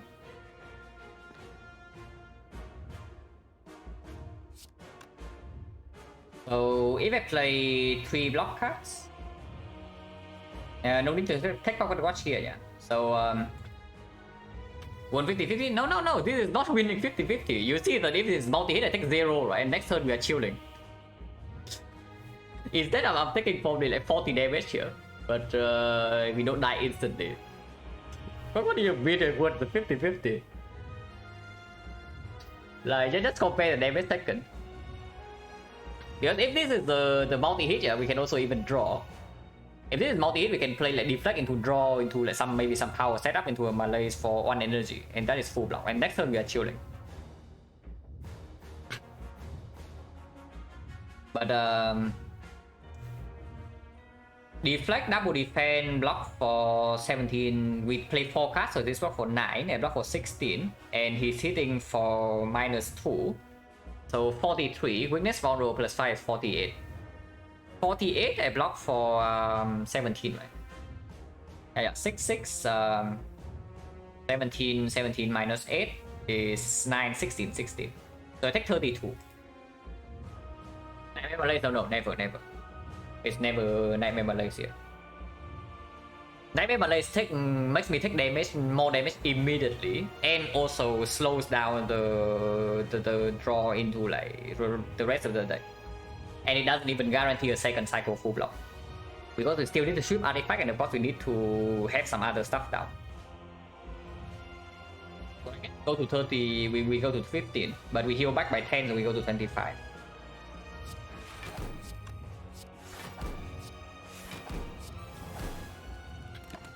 And this way we also draw exactly 5 cards next turn. Okay, so Nightmare Gamble can happen here. And I think it will. And we already drew into the void, yeah? So there's like no danger for that there. I play this right away and play 1 HP. And then I can do backflip afterwards and still play Apotheosis or Power. If I don't draw into anything, I just gamble.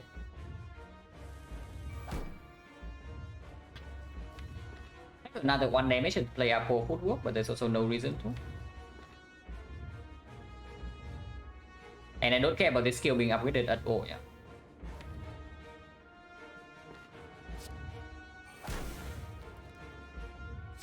Maybe something like this. Repair is okay.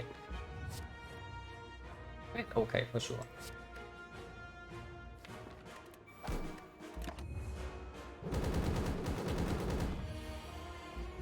Now we still need to draw into the up damage, but mostly we are set up. Mostly. Exhaust.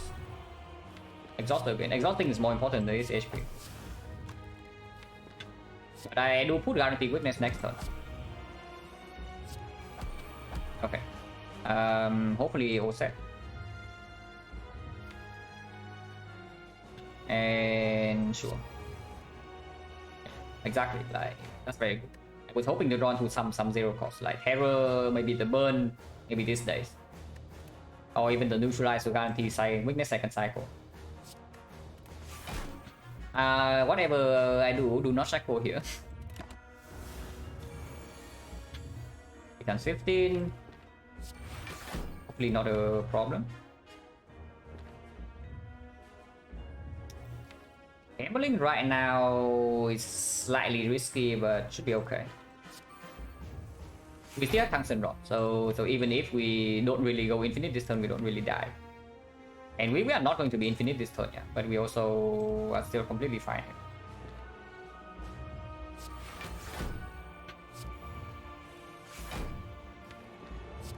With the Tungsten Rod.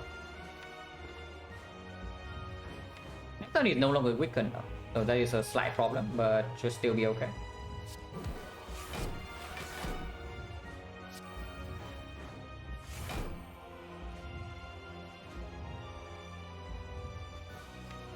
No reason to actually push damage right now. If we are not with it, it's from distraction.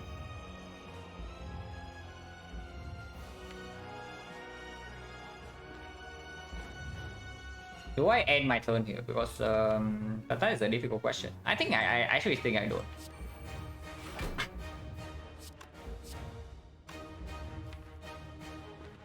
Yeah, taking 0 here still.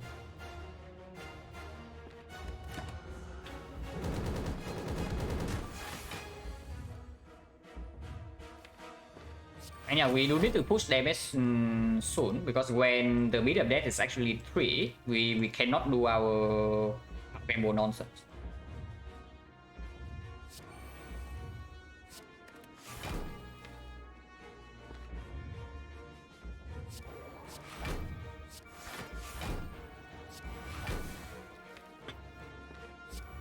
Attention plus skill in the deck. Can do this.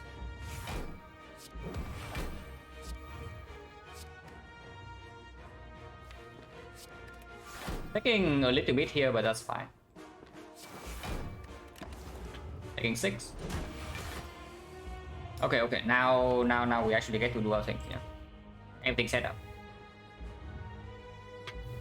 Deflect always play. Can I do the nonsense? It depends a lot on whether the echo shuffle out or not, and I cannot always control that. But we can still block this for a long time. We also need to deal damage.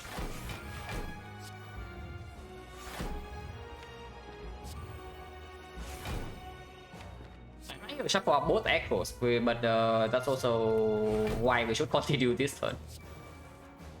Because otherwise it would be like extremely bad.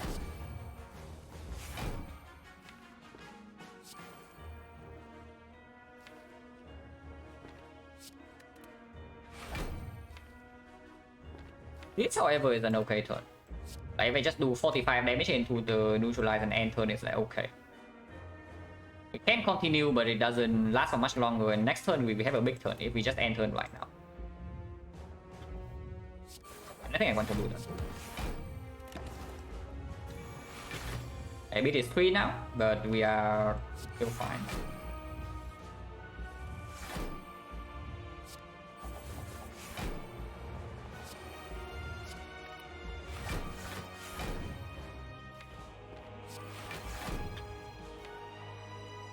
Again, Echo being drawn in this spot is not exactly good, but whatever. Doesn't matter too much. 4 times, the 8 times 15 we can still block it, so no problem. Okay, we are not going to play infinite in this fight with how the first cycle actually went, but we do need to think about dealing damage, because when it becomes 20 times 15 we will die, because we need to cycle the next time it becomes the next time it multi-attacks. The 6 times 15 we can still block. 6 times 15 weakens to 4, and 60 damage we can still block fairly easily here. But 8 times 15 we have to cycle, and then 20 times 15 we die. So we do need to start pushing damage like right now. And that probably means that I should keep gameplay.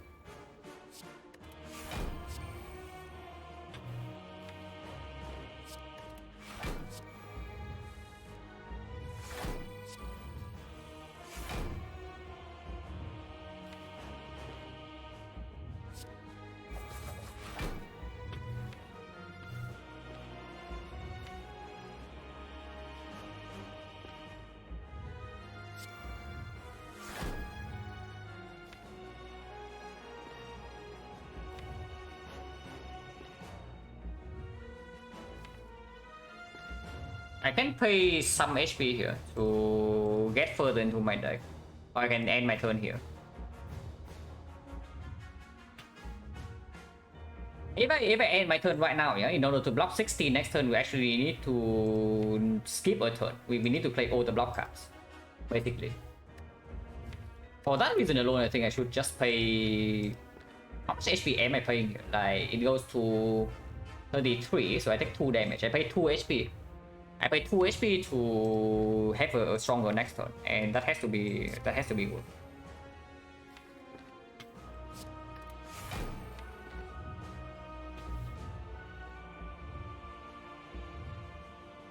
Acro neutralize and gamble. No. Beat is 3 now. Beat is 3 now. So our like infinite plan is done for. Yeah. We actually need to sneak in some block. If we go faster and we can get into the loop when middle rate is 2, we can do that without ever playing an attack.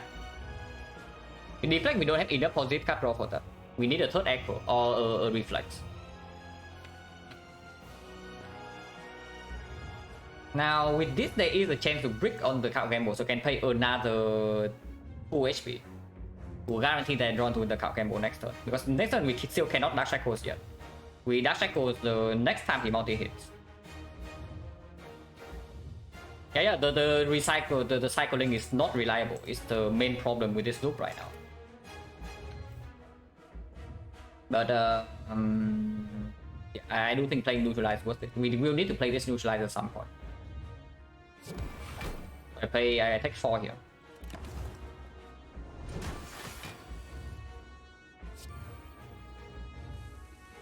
That basically gives me a full hand. But both echo right now is not good, yeah. Because if we drawing both echo right now is really bad actually. Oh, that is very bad. That is very bad. I draw both echo top deck before any card gamble and before the partition.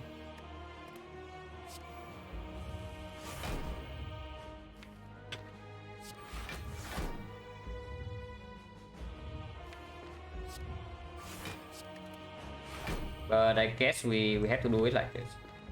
So damage is like very slow now. But we don't really die, yeah. But damage is slow. Final win loss, 82 win, 18 loss.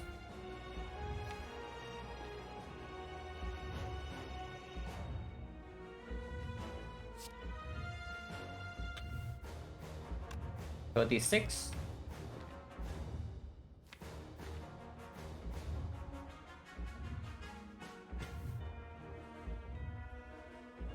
Flashlight wants to be shuffled in as well, so playing it right now is probably just a line.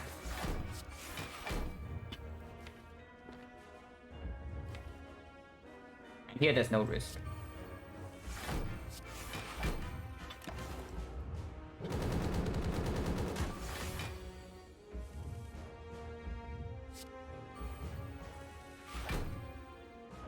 Oh, that is bad. Bricking this turn is...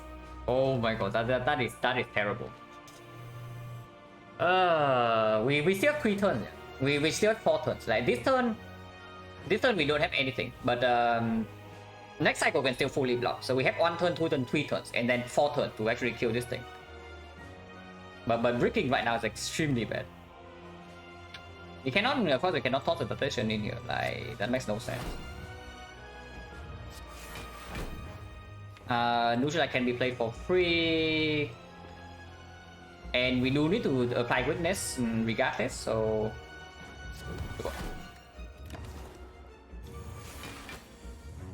30H first is fine.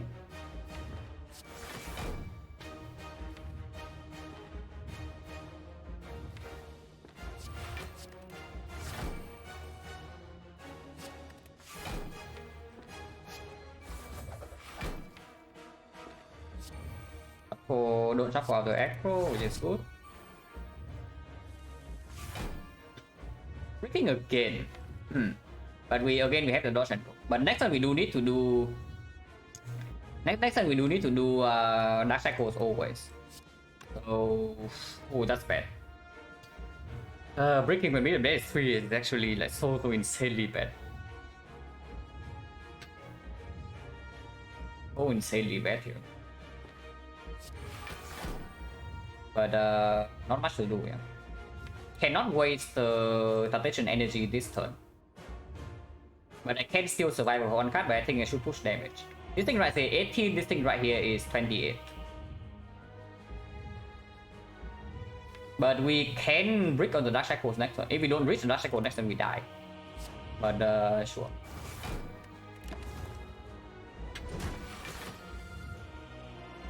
I'm making both Echo and not the thing, which is again quite bad. Cannot block this, right? Even if we can, it becomes 20 times 15, so it goes to 15, and 15 weakens down to... Actually, no, 5 weakens down to 3. So 30, 45 we can block. So if we can somehow block this hit, the 20 times 15 can be blocked. And if that's the case, we should we should have enough time, because right now with this draw, it's not enough time. Yeah, right now with this draw, it's actually not enough time to win from him.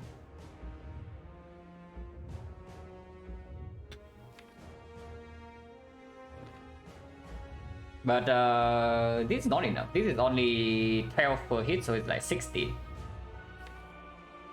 And even with this, it's not enough. We do need to shackle this turn. If that's the case, then yeah, play Dagger Spray first. Okay, shackle is here, so we don't die this turn.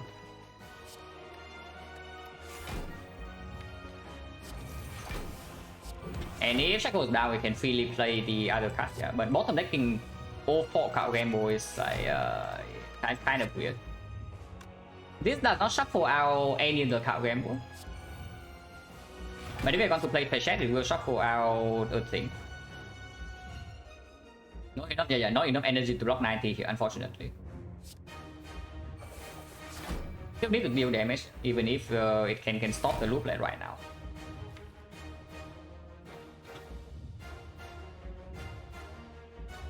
Now I wonder whether I should stop, because we have this turn. We have the turn after the off turn, and then we have the thing. If we win the 50-50, we have 4 turns. And that should be enough if I put down another damage card here. Because continuing like this, if I do with Echo and we don't draw into the position, our turn stops immediately. And then it's just lost damage for no reason. If I do Card Gamble instead, we lose on Echo and it doesn't cycle. I think I should just push the damage here and stop this turn. Yeah, I think I should just put the damage here and stop this turn. And this thing is 21 damage, this thing is 80, so Daily Poison is still stronger. Yeah, 50-50. Yeah, right here is 45 damage. And now we no longer care about the beat, so we can just take 1 per card, like, no problem. As long as we don't die.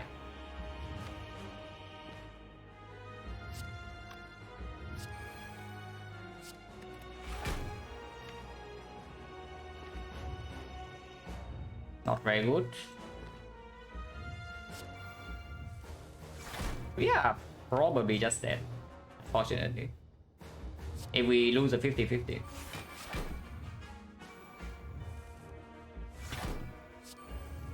Wait.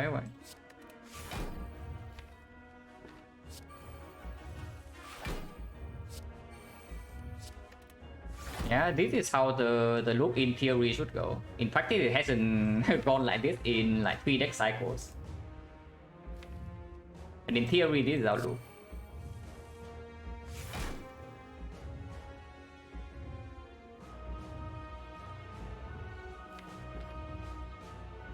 If it's 20 times 15, it means that the strength is 18, right?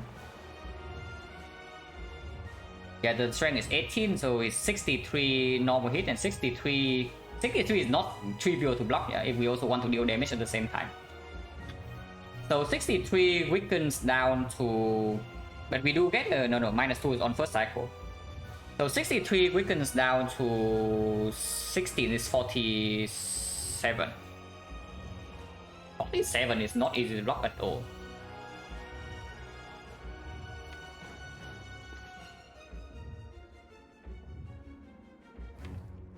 Just need to do this though. And still need to deal this damage no matter what. And there's no way we stop the turn right here. Yeah. So I do not play dodge and roll.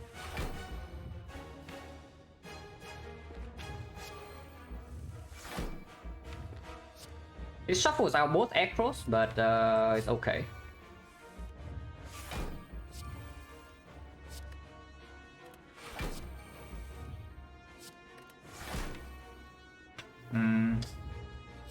Not missing the tactician by this point, so we have to pay more HP here.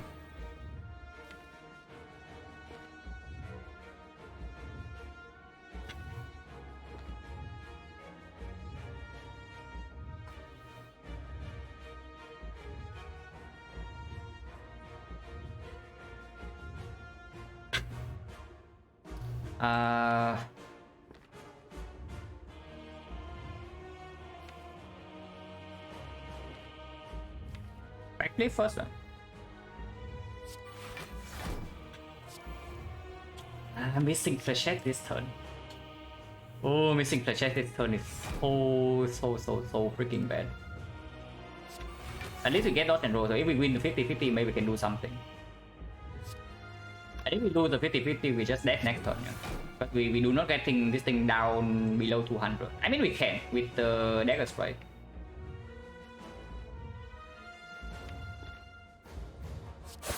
Probably should.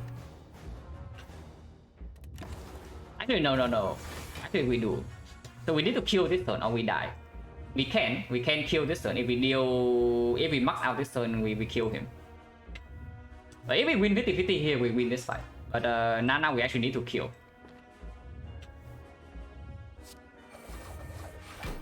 Can we? Yeah, can we? We can copium.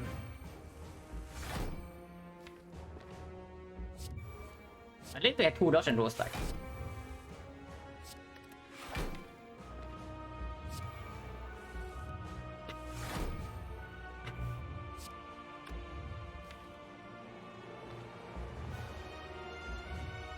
Need to do this.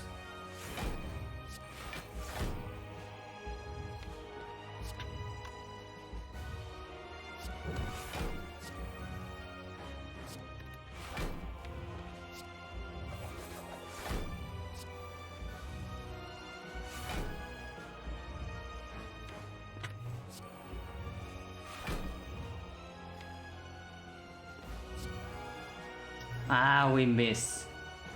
We missed the tactician here.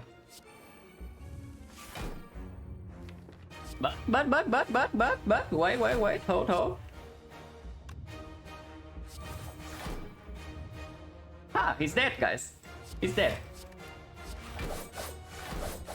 Yeah, easy every time. Easy every time, guys. I never worried. Ooh. Oh, that was close. That was close. But you can also see like how bad the draws actually was in a few cycles before that. Because when we actually draw well, we just deal like 200 damage per turn. But we just brick like 3 cycles in a row or something, and that was insane. But yeah, easiest run I've ever done, to be honest. And yeah, Bell FFT, thank you very much for the 200 bits. 150, yeah, we been lost of 50-50 in the first cycle and in the 4th cycle. It's the 5th cycle, yeah, 5th cycle. If we win the 50-50 in the 1st cycle or the 5th cycle, we are probably chilling. But we lost both 50-50s. So we were like 1 hit away from dying. But that was good. Okay, Crown 100% win rate, so now I can stop. Offline, no, this is not the offline profile. This is the old boss squad profile. I deleted it and then I just renamed. Not 50-50. I mean, kind of, but not really. Because turn 2 we did not have enough to full block regardless. So it's just delay damage really. And we still ended up taking the mid range. Like we are still barely below the mid range, so it doesn't matter too much. I think yeah, pretty good run, pretty good run.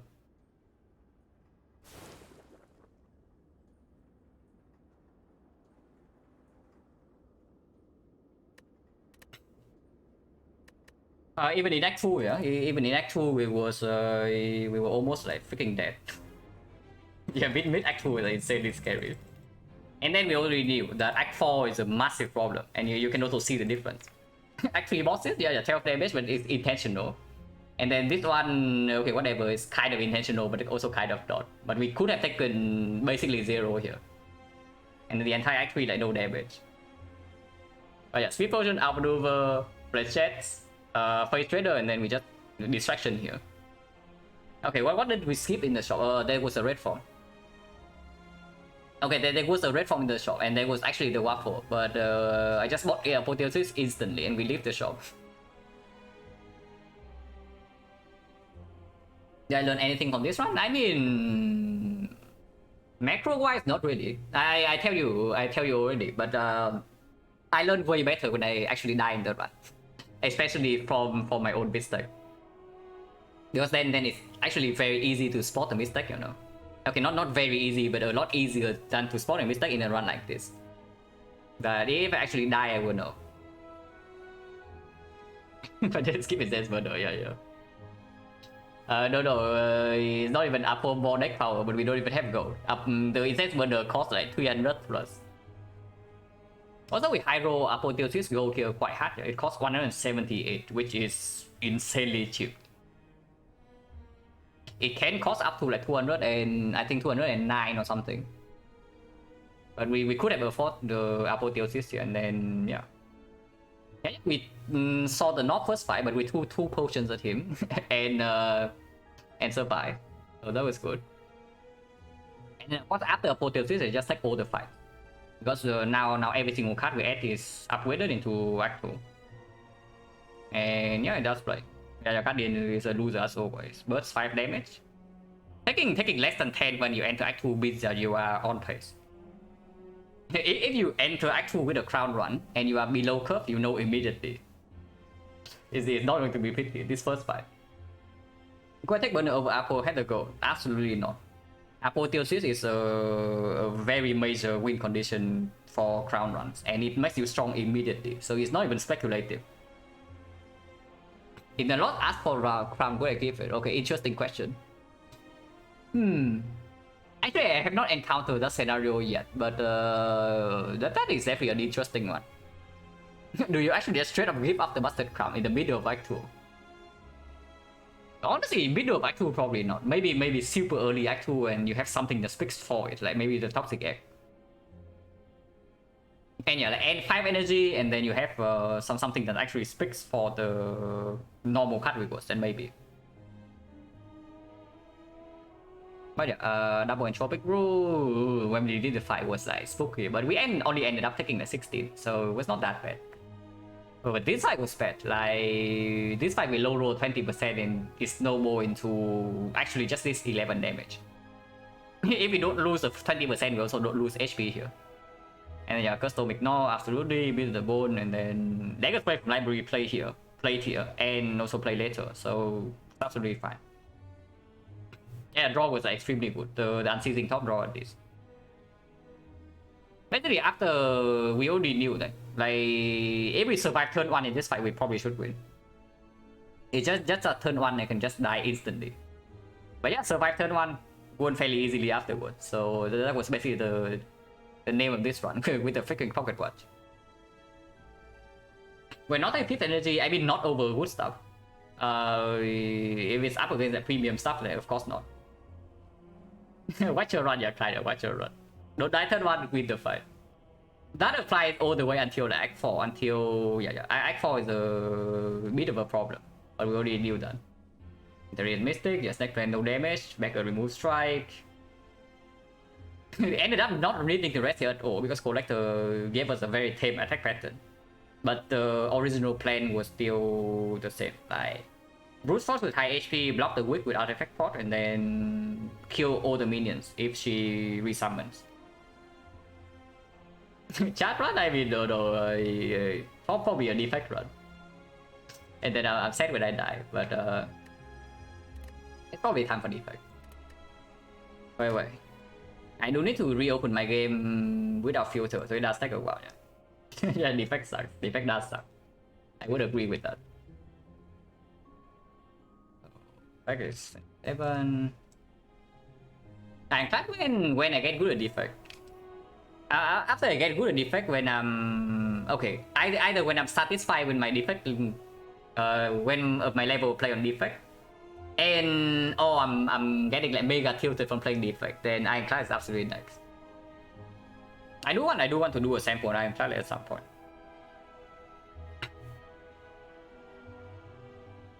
Often resting necessary die, yeah.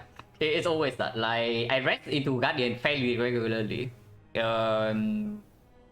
In like my last 100, and usually I do the fight with like almost no damage taken, but I rest anyway. Defect sample run? No. Defect sample is right in the middle. Yeah. Pyramid on the pyramid squad defect probably as strong as from silent. 100% non sample won 24. Yeah. I noticed that I recently have won like a lot of runs. So the streak that keeps going up and up. So like extremely sick. I feel super sick. So I start doing defect before silent run. I mean, maybe because the like doing defect second, maybe if I die to a very tilting silent run, it will kind of drag it down, you know. So maybe I should swap order. Bao nhiêu vậy? Okay, stream time totally change. I restart the game and then I'll be right back. Well, I open the game first without filter.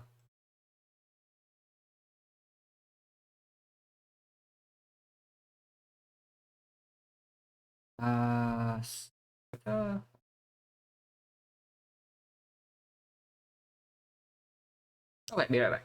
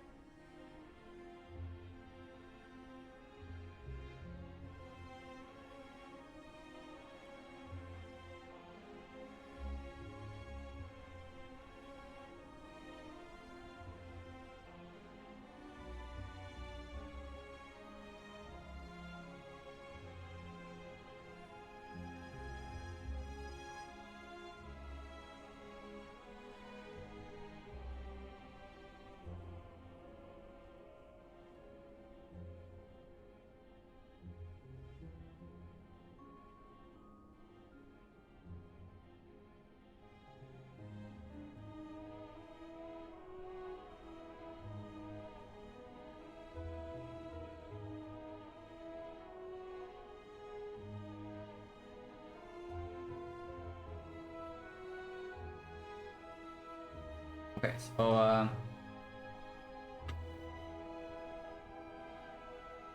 defect second potential. Yeah, potentially yes, but I mean that always happens if it's like the second run of the day. Right? If I try really hard on the first one, the second run will actually be slightly weird in the late game because I just missed slave fight.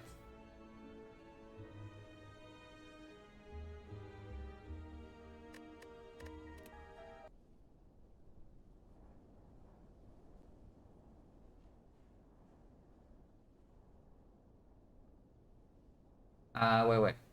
Let's see. If we go silent shock, yeah, sure.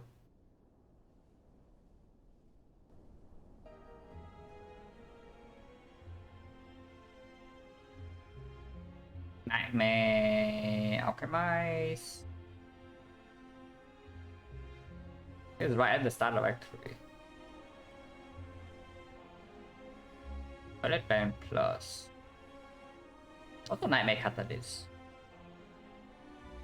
But the deck has 0 draw. Okay, 0 draw basically means that basically tells me you always buy the acro. After buying the acro,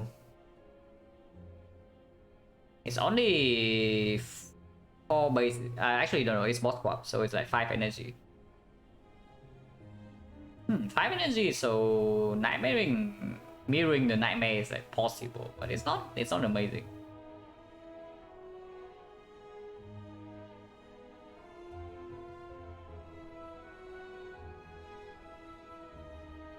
Cannot afford no, cannot afford. Actually, no, you can. You can afford mirror, acro, and ghost, so that's probably what I do. So see, no, I'm looking at the image like right now.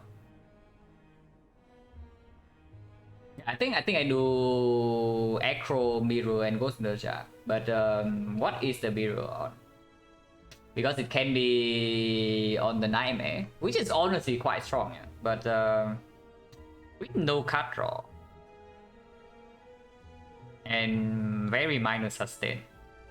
Ghost, yeah, Ghost is absolutely good. If you, unless you are planning to do infinite potions, it's still absolutely good. Because there's only a 20% chance if you roll a natural Ghost in the Jar from the Alchemized. If you nightmare every single fight, then it's slightly more. But in on act, there's only 20% chance. Buying Malaise is okay too. I'm just wondering, because there's a line where you do mirror on one of the powers or on the nightmare itself. But maybe if you buy, maybe after buying the ghost, you don't need to do that. It's actually, yeah, maybe it's actually acro Malaise Ghost in the Jar and ignore the mirror. Because the Malaise is also pretty important if you're lacking draw, especially with the Philo Stone, even with double pacing wheel. And against the Rundeka, you already have the CE and maybe potentially Nightmare Catalyst. So Donuts, no problem, Malaise trivialize the second fight. Honestly, it's probably good to do Ghost Echo Malaise.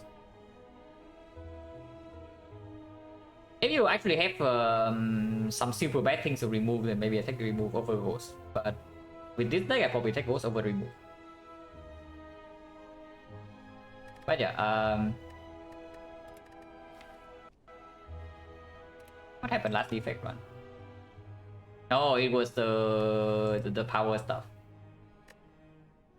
No, I mean, Marble's not worth it that late, and Tungsten Rod, yeah, paying full gold for Tungsten Rod in the deck that's not intangible. No way. Oh yeah, 10 seconds off a victory, it's true. Haven't played defect in a few days. I feel liberating. But here we are again. Wait, no, yeah, okay. God.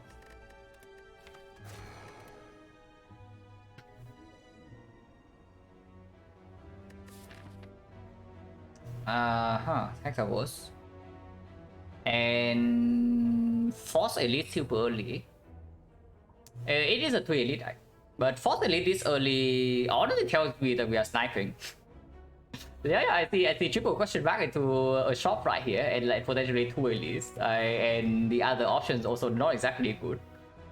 I just click the snipe. This is definitely better than this, yeah. Potential two elite snipe and force. The first elite is forced very early on, and 18 damage leveling into a forced early elite, not exactly super nice. And the same goes for this. So we are just sniping, and yeah, it's this part. Smart snipe one elite. From here we can decide again whether it's snipeable or not, and then we take the third one. Then we chill. So yeah, let's do that. Lowest average runtime, yeah. Double snipe is possible. But even if it's only single snipe, it's like okay. We had 3 fights plus 1 relic plus 1 upgrade before the second elite.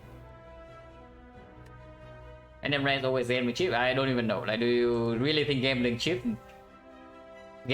gives you like 3 elites here? Of course it's good, yeah, but is it good enough to actually give you 3 elites? Because the chip doesn't do anything against Lagavulin. It barely does anything against Sentries. It's good against Knock, but it doesn't always guarantee that you can kill the Knock on turn 3. Let's abuse run the snipe hard. Yeah, I saw the hard snipe like maybe 1 or 2 days after it happened. Really cool.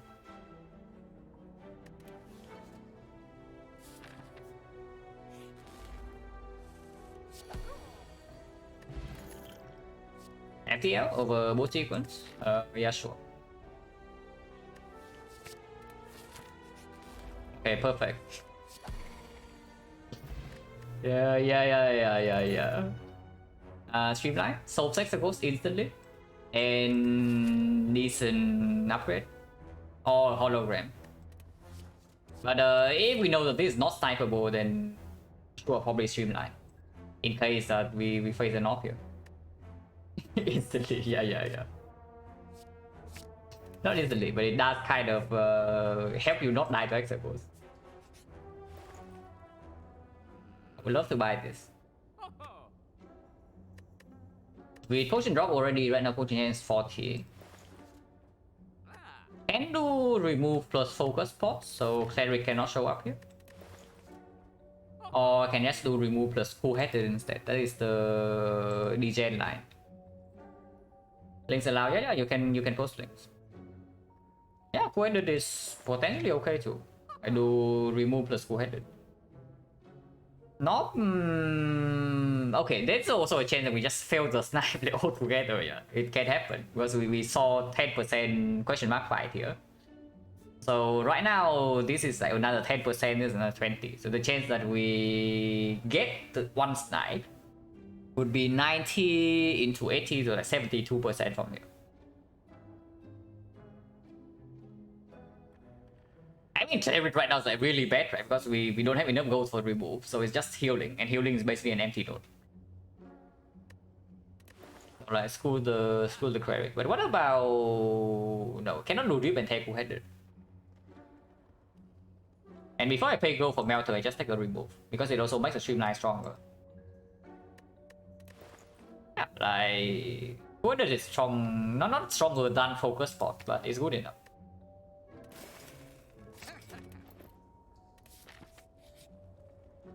Oh god.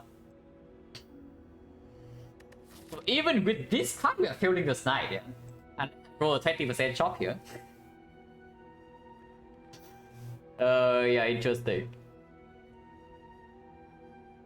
And if we roll into a chop, then we take the regret. But failing the snipe in this spot is unbelievable. It's actually unbelievable that we can't even fail the snipe in this spot. But I guess we can. Construct? You said why? I mean, I just want to do some runs with the crown to see whether I can get like 50% or not.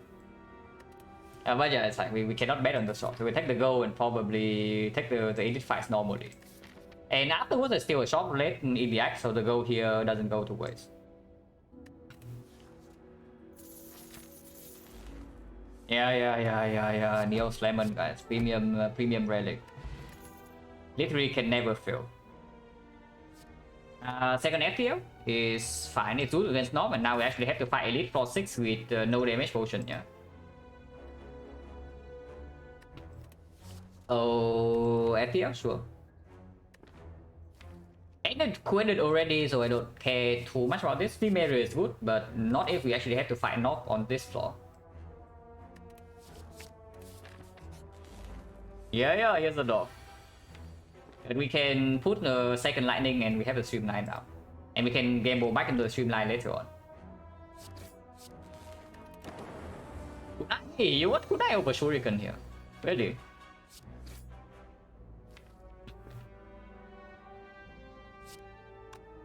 So we probably prepare to take 2 hits. If that's the case, then I do not go edit here.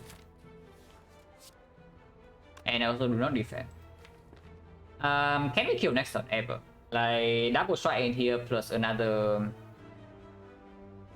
2 lightning. Yeah. So that's 18, 45. 45, next turn is 29, 29 is 24, 24 is 21. 21 with 2 energy left, so if we redraw into the second FTL, all the streamline plus the strike can kill. So maybe yeah, with this potion maybe we can do it. We can also gamble right now. Gambling right now is the more aggressive line. Because at the moment we can only convert 2 energy into damage. But gambling right now means that we do take slightly more damage this turn, and if we fail to kill next turn still, which can absolutely happen. But let's say I just do a gamble for 3, and actually no, gamble for 2 is enough, because either I bottom deck FTL then it's the withdraw next turn, or and then I draw into dual cast anyway, or I always reach the dual cast. So let's say I gamble for 2 and I play all of this. I deal 23. 23 plus 16 is 39. 39 is 42. So it's at 21. 21 is actually 18. But we no longer have the Gambler's Rule next turn. But no, I am never playing Quedded here. Like, no way. 0 chance.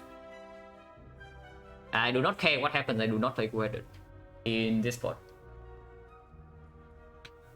But 18 damage next turn with no Gambler's Brew, and if we miss, we are taking 3 more damage next turn, this turn, and 4 more damage next turn. So -7. Not really, right? I probably just accept 2 hits before that happens. Because there's still a chance we can kill next turn. Depending on the draw.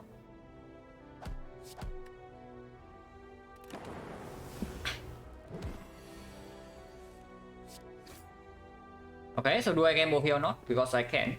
If I gamble right now for 4 and we draw into the streamline, we can kill. Feels nice? Yeah, feels nice. Like this, we are failing the side, yeah. So, yeah. By the way, best win with relic, and apparently every single time I don't click this on silent, I'm wrong. By the way, but yeah, gambling for 4 seems okay. Really decent chance to kill because the FTL here still draws.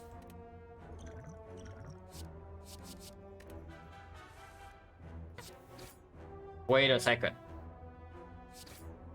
Okay, it kills. We'll escape for a second. Could be worse. Could have gotten the elite for free, but here we are. Self repair is fine. Repair is fine, upgrade streamline, and then enter the next elite fight. Now we have no potion, yeah, but we have self repair. These cards are good, and streamline plus deals with sentries a little bit, and we have frost off against both sentries and lager. Upgrade streamline, run into second elite immediately. And let them tell me I should take this elite instead, because I don't really have upgrades, but these are also question marks and not fights. I actually got fights and not question marks. Okay, streamline upgrade goes first. Contingent right now is 60. There are not actually many fights in this side, but that's okay too. I just take elite immediately. No reason not to.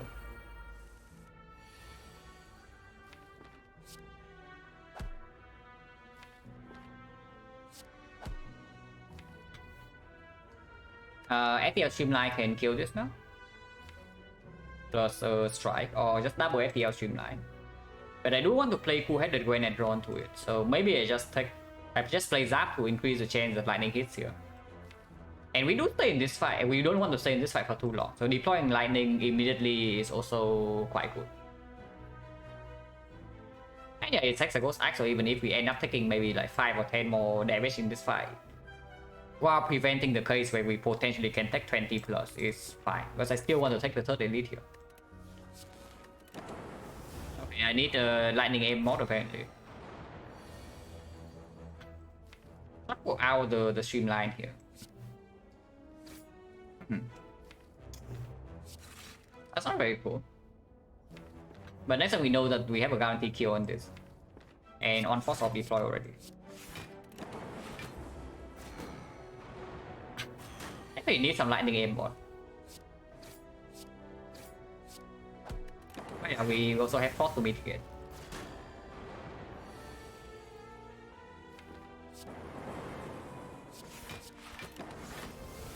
And this is also why I play the Zap on turn 1. But I need to see like the Burning Elite. Reserve Insect plus a good potion maybe, because this can be knob again. 50-50? Yeah, absolutely, absolutely. We of course we take the 50-50. Because we do have like basically full block next turn. And it's not like we are giving up anything for that. Okay, I definitely need lightning aim mod. Lightning aim mod needs to happen. Because apparently it's way too hard for me. Oh yeah, now I play this.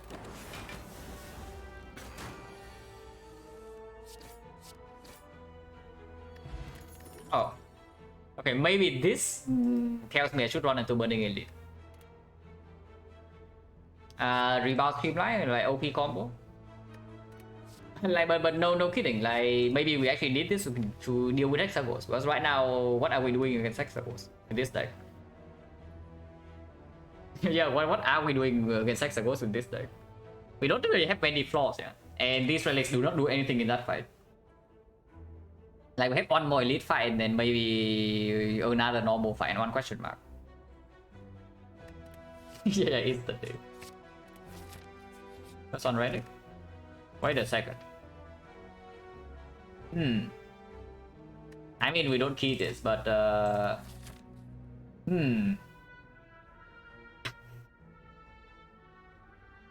probably still want the upgrade, right? But I think maybe after the Burning Elite, if we are still very healthy, we can jump here. But I do think I still want the upgrade on maybe the Sap or the Full-Headed. Like Zap upgrade is not too bad, yeah. And it also enables Zap upgrade is good with the rebound, and it also enables the coded upgrade afterwards. I think I like it. And the ideal path from here is like going to here, take the Burning Elite, jump into the second elite, take the upgrade on Full-Headed here, and then go into the shop and deal with the Hexagons. And we have a decent deck entering Act 2 like that. Not really, we need to add one fun load block card, but maybe this is our fun load block. This is our fun load block.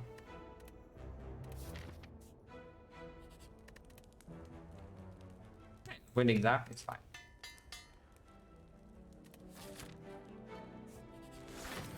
Okay, strength Lagavulin, so basically a normal Lagavulin. Normal Lagavulin, no problem. We always open with Streamline, potentially want to quit it beforehand. How do I do against Master Speed Knock? We'll never know, because this is not Master Speed Knock. Thank God for that. Master Speed Knock with Raw Belly, we probably use this. But we have this, so we never die to knock. Yeah, I look at this. Those are weird plays.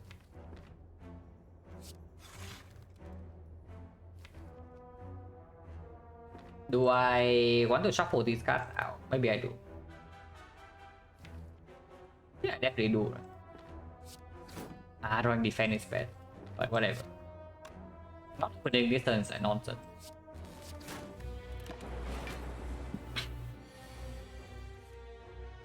And it is fine. Maximum defense, yeah, so just rebound the defense.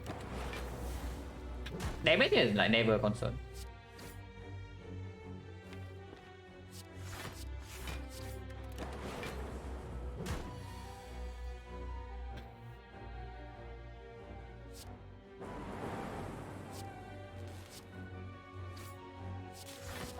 Is that next turn?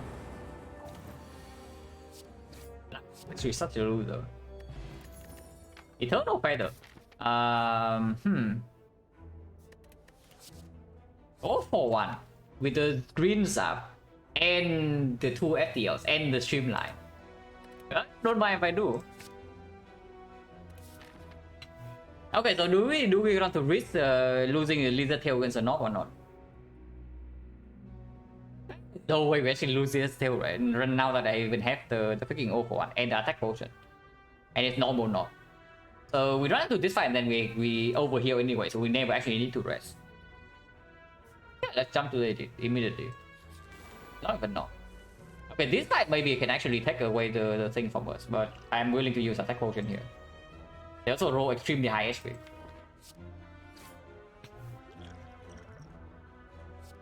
Yeah, sure, Beam Cell. Beam Cell is good. Yeah, Knob would be much better than this crap. Knob would be so much better than this crap.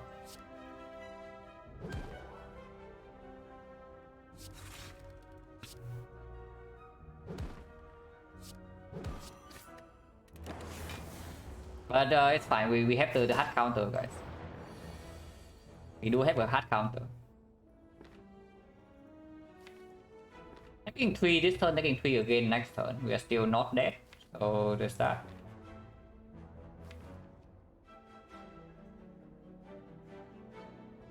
Don't need to, yeah, next time we can just do defense, zap, and, yeah, defense, streamline, FTL, shuffle out these things. So I do not actually want to rebound anything here. So like defense, strike, rebound, yeah, it's probably the clear line.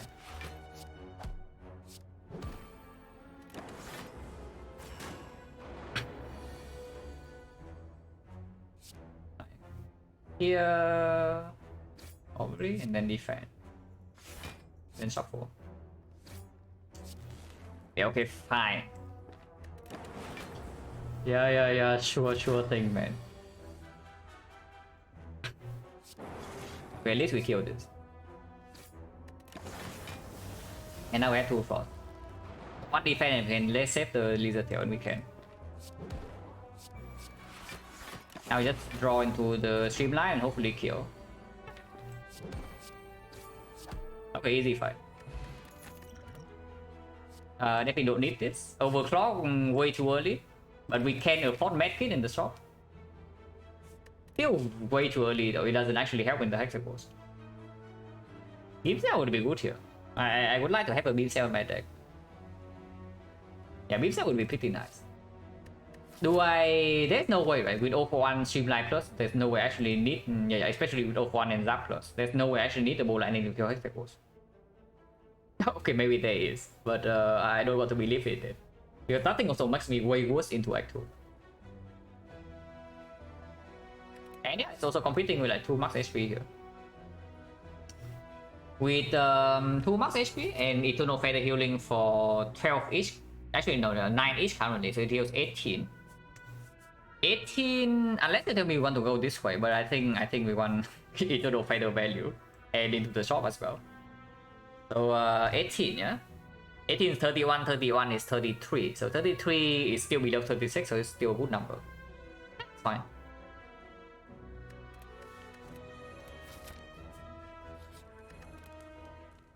Oh, go ahead and upgrade. Oh, 0 cost. Can you upgrade dual cast, but I don't even think I care too much about pulling back the dual cast with 041.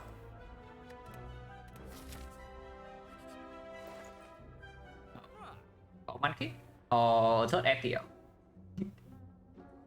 Oh, I want this team barrier like very badly.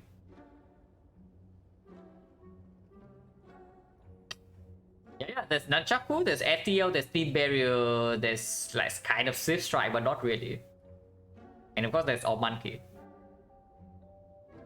We are probably not All Monkey, at least not yet.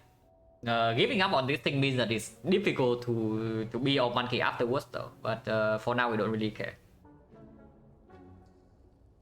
3 ATS might be too many, is it? Is it really? Nunchaku, yeah, Nunchaku is good. But I have a feeling that I need this thing in my deck for early act 2. And also, it's just good with this. And like 3 FTLs, yeah. All of them are pulled back with 0 for 1, so any ninja relics we see after this, like Kunai Shuriken, Ornamental Fan is good. Unfortunately, also, we already see this. That's slightly sad. But, Blood also speaks for the 0 cost.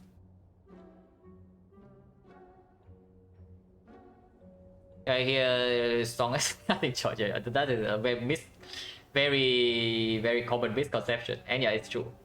Silent wise, we do have 100% win rate with it, but it's 8 runs, and I only pick it after I die in Act 1 beforehand, so I had 2 options. But the plus also strict for Nunchaku? Yeah, kind of.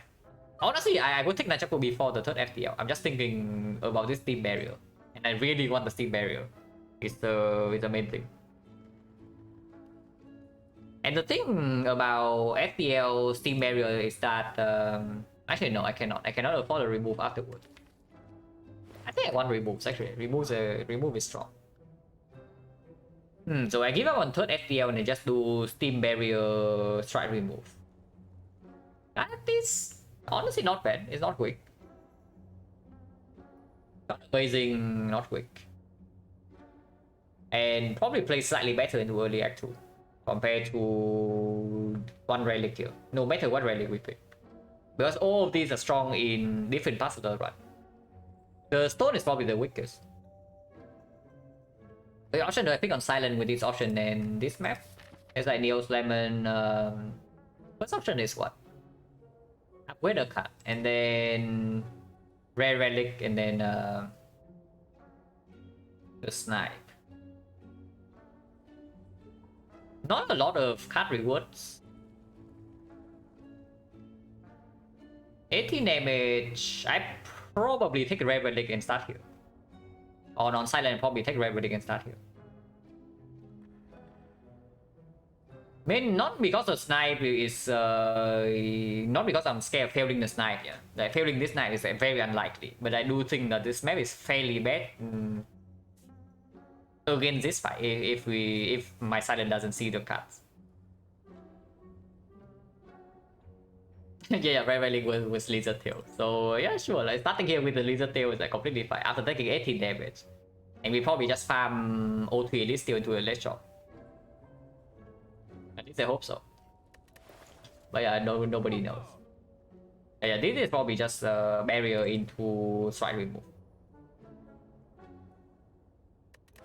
That seems fine to me.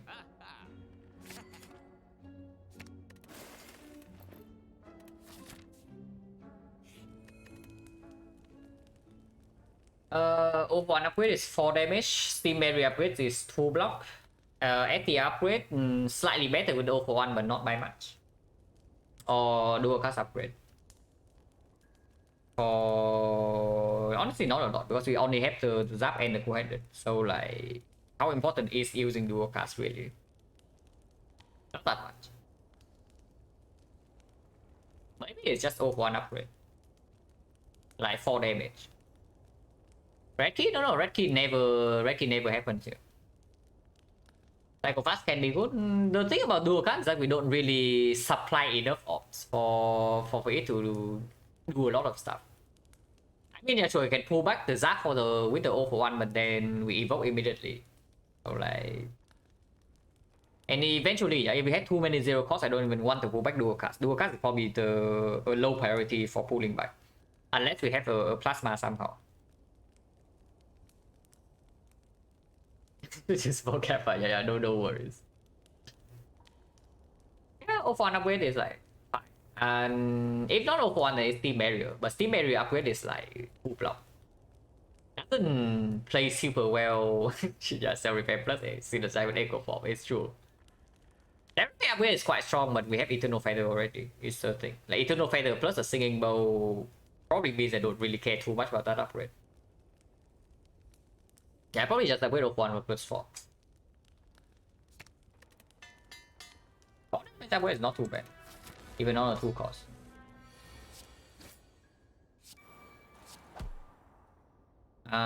This side goes long, so honestly, this is not even positive.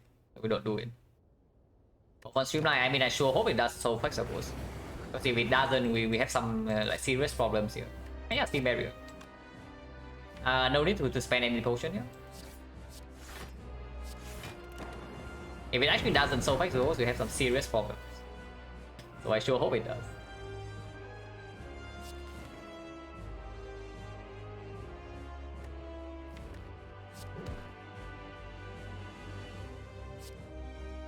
Double immediately to get all the zero cost out, which is very good. I don't think I actually want force because if I draw into Streamline right now, I cannot get to 0, and that's extremely bad. Team Barrier into Rebound, so trading 1 HP? No, trading just basically 1 block on this for like 9 damage. I don't actually think damage is a massive issue now. I keep my Steam Barrier up.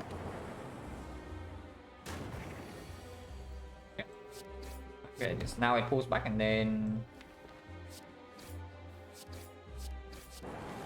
have my block this turn.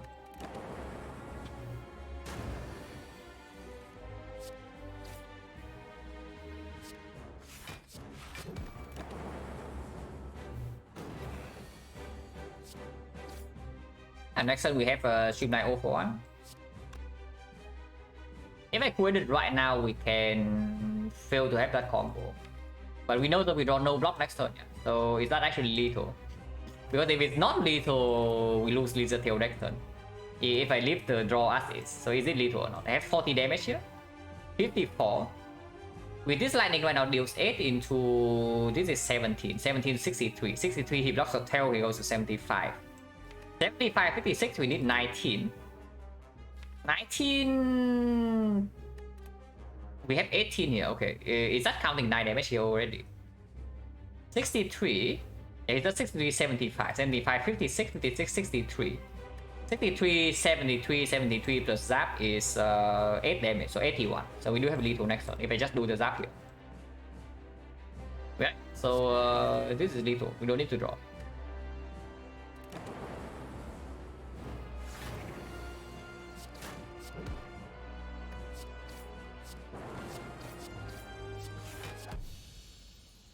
Not even Hammer Strike.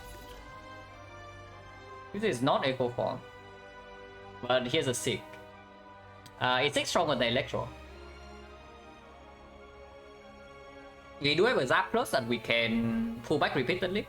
And our quote-unquote AoE damage right now is basically killing 1 by 1, yeah. And our damage actually is not super high before Streamline 0.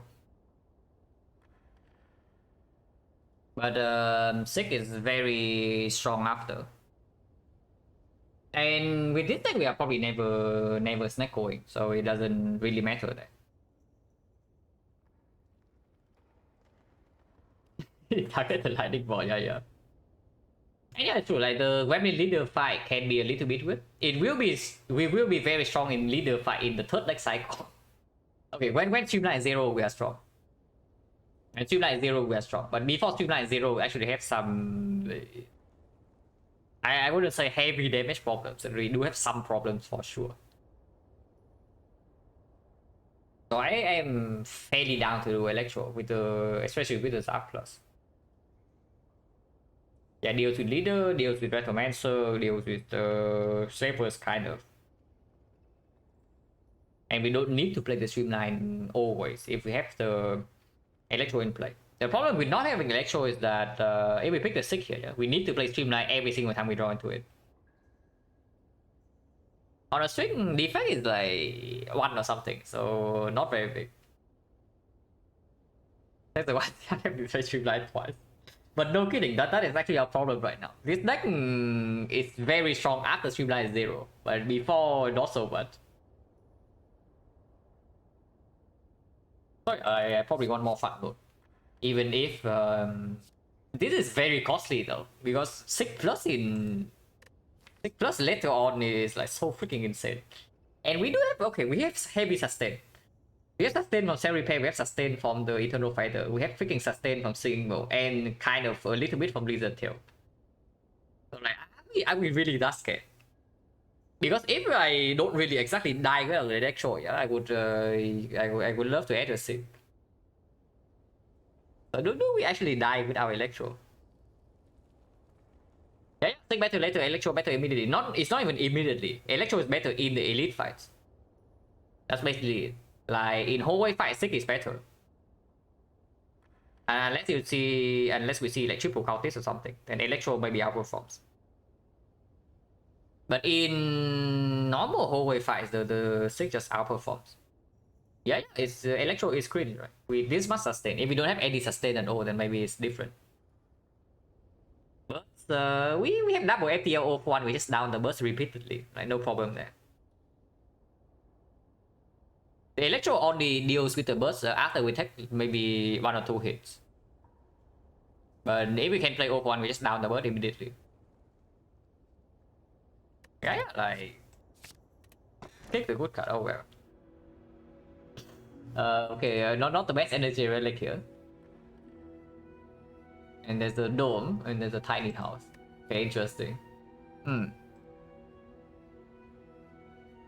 Tiny house is 50 gold. The potion gets wasted. The upgrade probably also gets wasted. Oh yeah, it's dome, I guess. And hope for the best. Yeah, which laser tail relic do I want to get? This one probably is more dangerous than the rest. This one kills me like beyond the laser tail. But sure, it's probably Doom. Yeah, Automaton Electro would be kind of good here, but not that amazing. Wait, there's still 0 for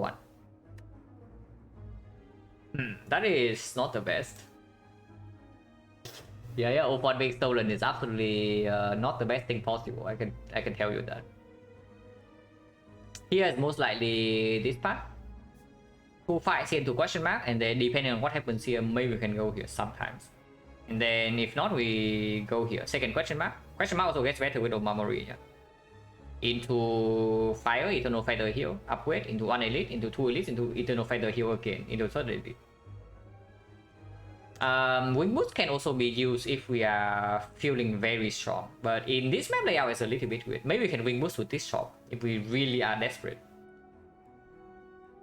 Because earlier on, if we use the wing boost, it's like taking elite before the fire and then skipping on fire into the 2nd elite. That is a little bit fishy. So we can also just save the wing boost for Act 3. Because if we don't use it, like right here, there's not even a... Yeah, there's not even any note. Okay, if we jump here, we get a late shot, and we also get a late question mark over like 2 advanced hallways. But it costs 2 jumps. It costs 2 jumps just to get these 2 notes. It's not even plus 180. So that is extremely fishy, but I guess we'll see. Yeah, here's a bird. Oh god. Okay, I already forgot that we have the dome. And then I was happy that we see the burst, but maybe now I'm not so happy. Okay, which one do we down? I think we can down one of them. But which one do we down? Okay, surely the middle one is attacking.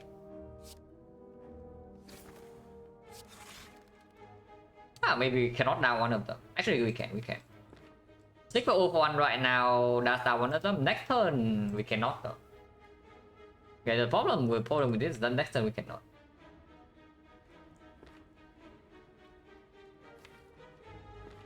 Maybe I should just seek for the zap and then draw the 0 for 1 naturally next turn. Just block this turn.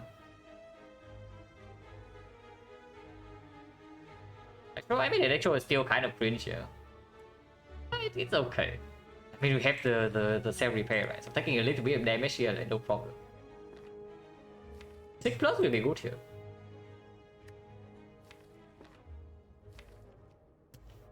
But yeah, what do I seek for? Seek for Zap, and they just play defense, self repair, strike, steam barrier, block for 13. That seems fine. If we don't draw into 0 for 1 next turn, it's going to be weird though. But we still have enough attacks to maybe down one of them if we break on the Electro.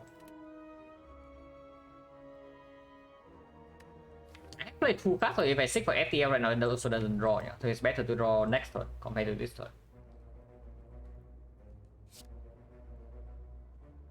It's probably fine. Do zap.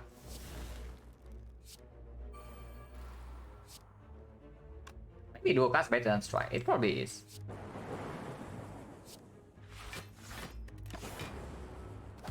Okay. Okay, so this guy needs to die and we do draw into off one. No need to rebound off one. We just down this and then move on. But we can rebound the FTL.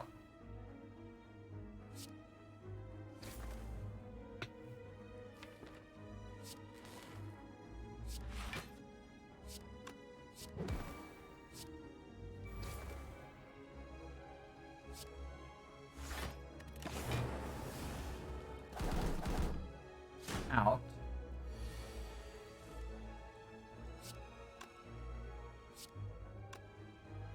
That's dealing 4 damage. And we have no idea what these things are doing. This guy cannot multi-hit. So it's either scooping or buffing. This guy can do whatever. So probably still do this.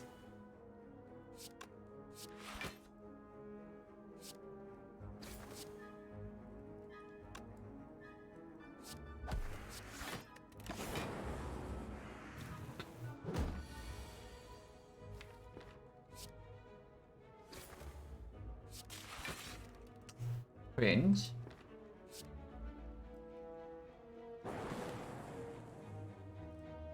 This guy is not attacking right now, so we can just double block because this guy is either dealing 12 or 15, so we full block regardless.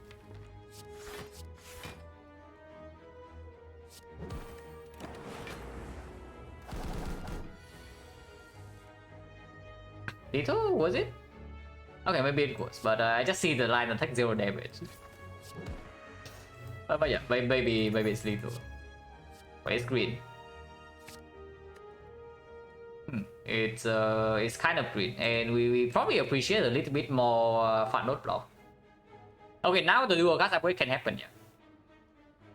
Now the dual cast upgrade can happen.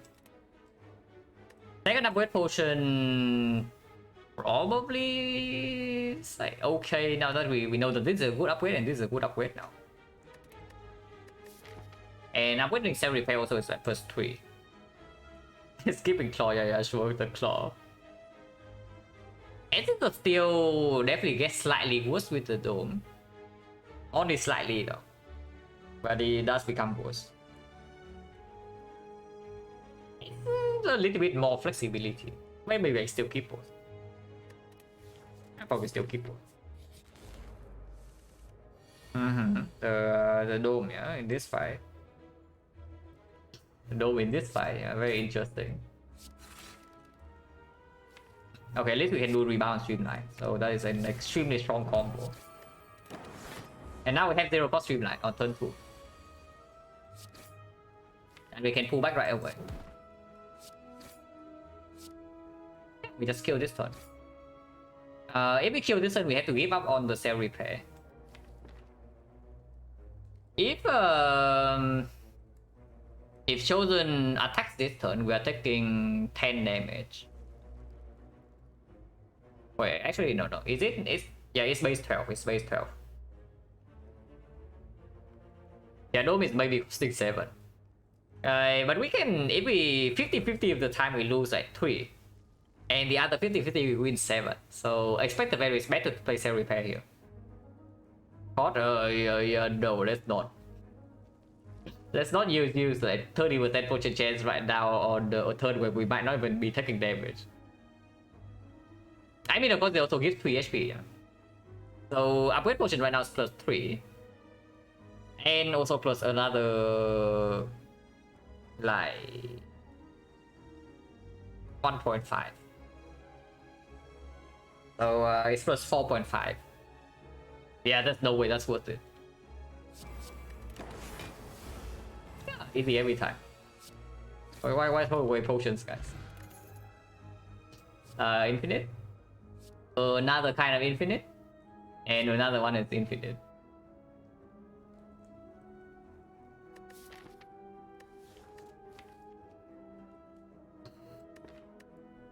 Without hologram, the recycle doesn't really matter as much.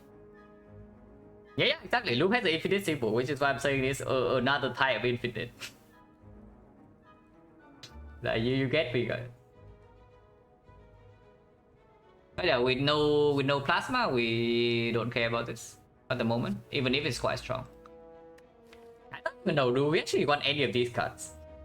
I have a feeling that they are all bets. Like, because the loop doesn't get upgraded at all and we have no focus.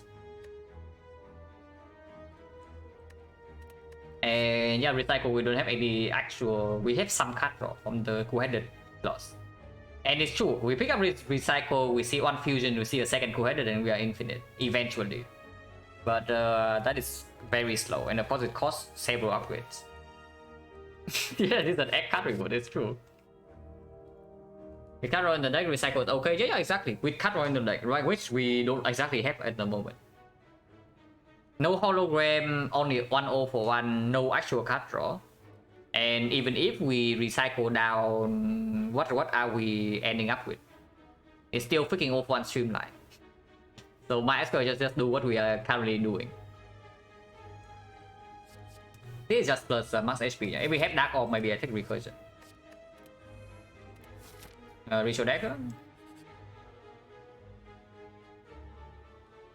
Or Monkey. Beam Cell? Skim? I mean, yeah, it's probably the Skim. It's probably the Skim. Now, the problem, okay, the problem with the Skim is that it doesn't solve our output problem later on, yeah, but GA, no, it's never GA over Skim, like absolutely no chance. Like zero chance here. I think the strongest to weakest in this deck is like in this library is like Skim the strongest, and then it's probably Beam Cell. And after Beam Cell is probably different because we do have Glacier Plus and Coded Plus already. So we have Frost Field, we can cycle them with the Zap 0/1, and we can even upgrade the dual cast to continuously dual cast the Frost. That is a lot of block. I don't say yeah exactly, but we do have upgrades for it. Like we have one upgrade right here, and afterwards we have another upgrade here. So we do have upgrades for whatever card we pick here. But yeah, it's just a Skim, yeah. With 4 energy, with a dome and card draw, very strong with 0/1. Okay, no need to go to the shop. We don't have enough gold to do it. So we go here. Oh, interesting. What is this guy doing?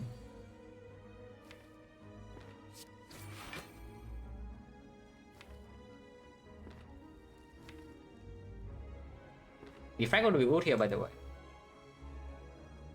Hey, maybe potion time? Potion chain is 40% now. But we do heal 12 HP and we heal another 7 here. So if we are missing 19, maybe we can lose up to 30 damage in HP in this fight. So for now we don't need to do anything.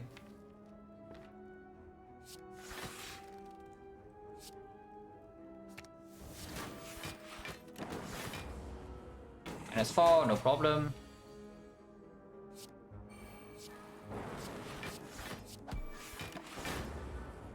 -10, okay, a little bit of a problem, but we lose. It's still only -1.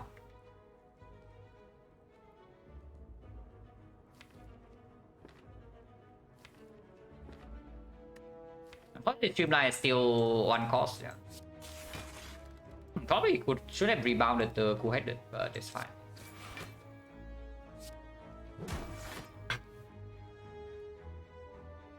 And definitely should have rebounded the cool-headed. Maybe just have a kill next turn.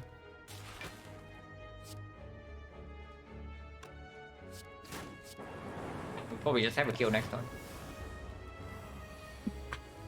If we don't have a kill next turn, we just have full block.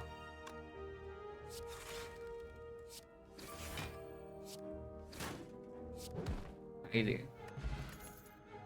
Oh, here's a beam cell, and here's a turbo. Turbo without Skim now, and with the 0/1. or beam cell to massively increase our damage output. Also demands an upgrade though. The problem with the beam cell is that it demands an upgrade eventually. I mean, we have like 6 upgrade right now, yeah, and then scheme upgrade, and if we have the beam cell, we don't need to upgrade the dual cast. Turbo is very strong. Yeah, I also want to have the turbo, because turbo also allow us to do. After we upgrade the SIG, we can always SIG for like scheme turbo. That is a strong turn, and first deck cycle we can 0-1 back the turbo, and then go like absolutely nuts.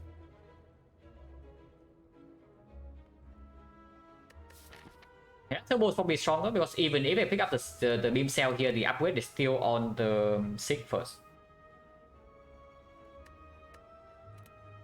The turbo is probably just stronger. We should have. Not quite, but we can use Omamori. So let's use Omamori. Okay, fine. He doesn't really he doesn't want to review the what he gave us until here. Right. Okay. Wait a second.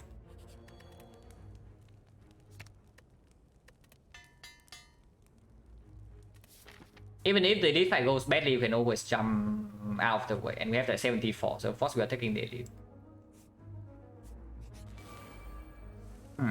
This fight with the dome, yeah, interesting. But our third one hand is decent.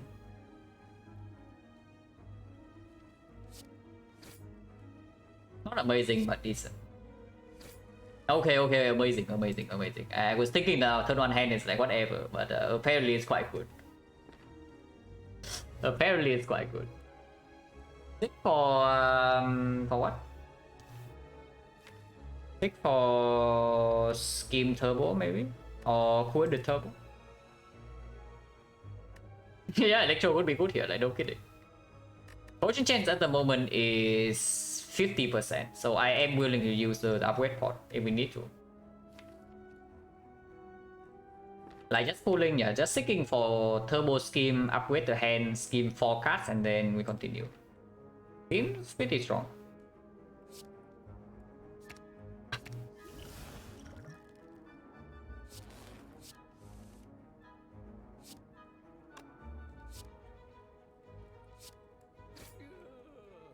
Unfortunately, no hologram in the deck, so we cannot get Streamline to be 0 cost. And yeah, I want the scheme upgraded instead of whatever the scheme draws, yeah. So I definitely use the upgrade pot first. Okay, what is she doing, guys? I mean, it doesn't matter, we are never playing this turbo here. If she attacks, we take 5. Please attack. Okay, she doesn't. If she attacks this turn, we're taking 33.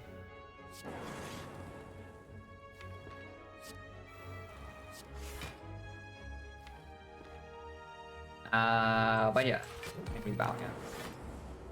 Oh god. The longer she delays the attack, the more problems we have, yeah, I'm just saying. But sure, Streamline can go here. Then can dual cast. Later into dual cast basically blocks a lot, but I want to have a chance to kill this. Okay, finally she attacks. So this turn she cannot attack. And we can deal a lot of damage here. Not that much.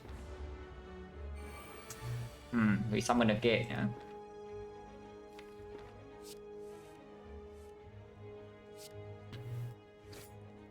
Turbo is very good. Maybe not that good, but we do have a Streamline potential next turn.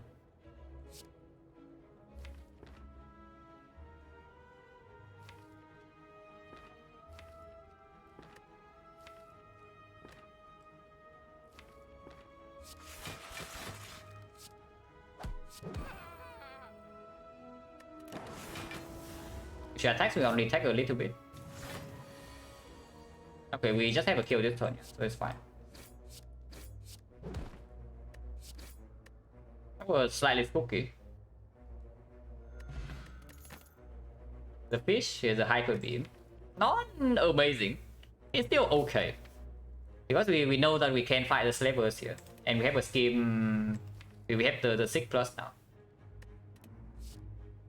But it does make our block very good in the automaton fight.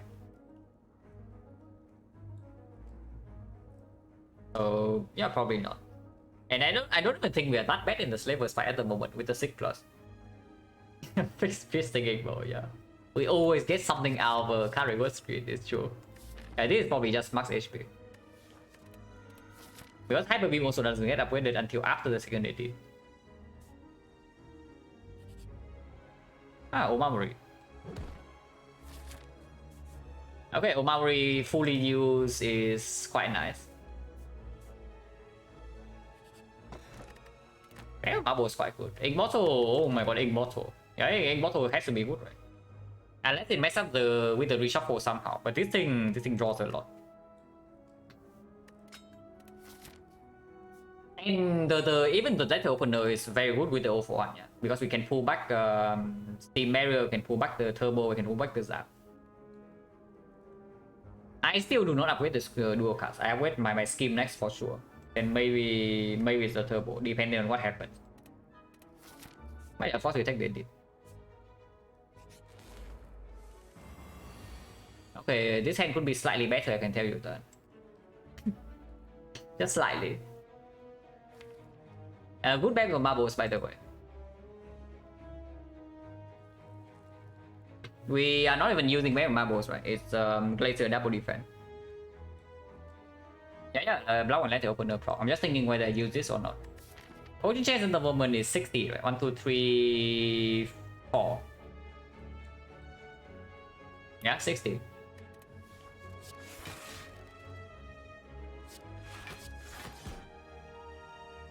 So it will get full value this turn, and it will not. It will only lose one charge.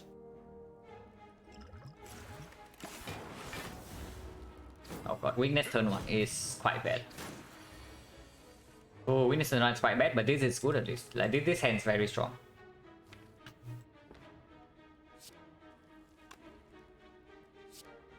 This hand is very strong. I think for honestly like Turbo Rebound. Turbo Rebound, and I can do Turbo Rebound Streamline into drawing something into Streamline again. So is that enough energy? I need to do. I have 6 energy, yeah, and then I do Rebound Streamline, which is 3, and then I do Skim. So that is 4. That's 1 energy short. To play double Streamline this turn. Yeah, but Streamline is not enough energy. I cannot draw into it immediately. Actually, no. Immortal works, right? 6 right now is 5, and then do Turbo is 6, Rebound is 7, Streamline is 8. That's not quite enough. Yeah. Just slightly off. Slightly off. Maybe I was too. No. Even yeah, I cannot keep FTL for draw. Like no way, because I have to sick 1 card, and then I have to rebound 2 cards, and then streamline 3 cards, and then FTL also doesn't even draw. For FTL, if I stick for FTL, I no longer have rebound and turbo, so the thing doesn't even work. So yeah, like you have the immortal, but now you don't have energy, or you don't have the rebound, so it doesn't work in the first place. Probably, I guess we don't need to actually rebound the streamline, and we just do 6 for the. I mean, I can rebound streamline, but it doesn't need to happen this turn. It's what I mean. Not pull back turbo, I can, but I cannot do rebound streamline into 0 for 1. You see what the problem is, right? No. But then immortal will draw. But I can. Okay, so what I cannot do this turn is I cannot get streamline to 0 and then play the 0 for 1. That is what I want to do, but we cannot do that. But we can settle for the next best thing is that we play the 0 for 1, and then we just get streamline down to 0, and then second cycle we are stronger. But triple streamline cannot happen. this turn. It is what I want to do. We cannot do that, so we probably settle for like double streamline. It's still good. So has to be stick for turbo rebound, yeah.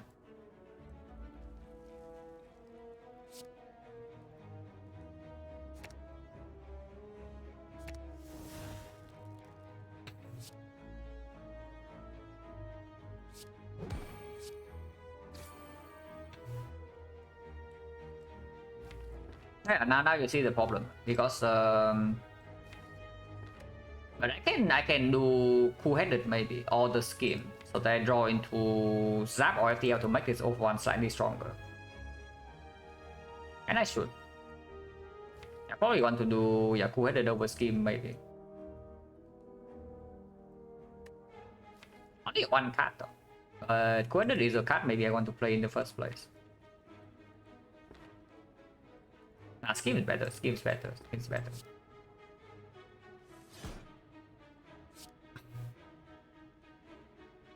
And yeah, here you see the problem. If I play O1 first, we don't pull back the streamline. If I don't play the O1 first, we cannot play the streamline here.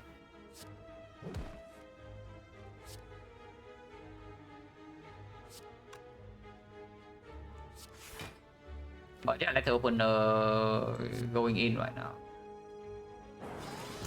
We hit the wrong one, but whatever, doesn't matter. Still a very strong turn.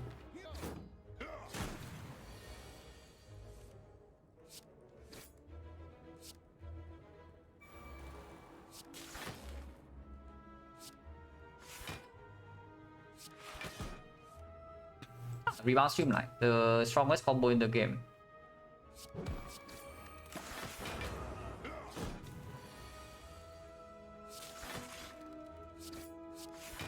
We are chilling here.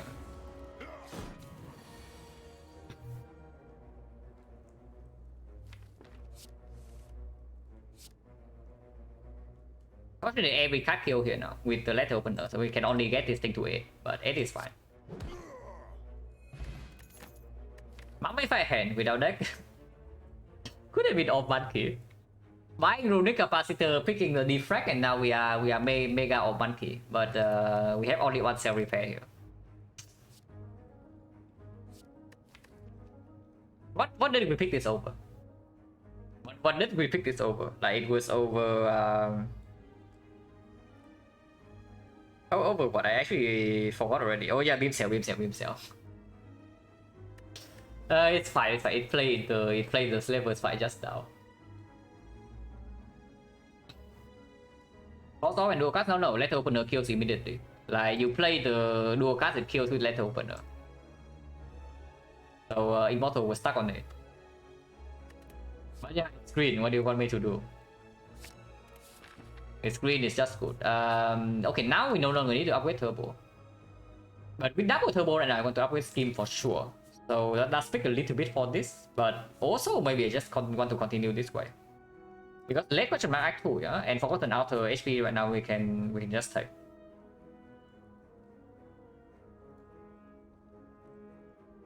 And yeah, upgrade can also just happen here. But if we make the scheme upgrade right now, when we get to Automaton, there's nothing to do. Upgrade wise, like, yeah, sure, can upgrade dual cast, but who cares about that? Yeah, late question mark Act 2, yeah? Okay, fine, whatever. Yeah, sure. Draw first in case I draw exactly into rebound, and I want to rebound streamline instead. What do you know, guys? Yeah, what do you know?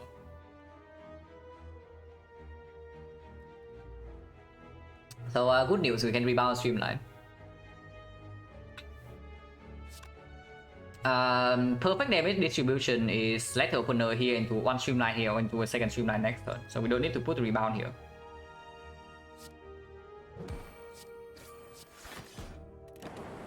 Okay, fine, lightning wants this guy to die, I guess. But we should be able to almost kill here. At the very least, it's very close. This way we don't actually need to The problem with seeking for like turbo scheme or whatever is that we also get days, so we don't really guarantee to draw into the FPL. But it still needs to be sick for turbo guarantee. I wonder what the second card is though. Probably is still skip. Probably is still skip.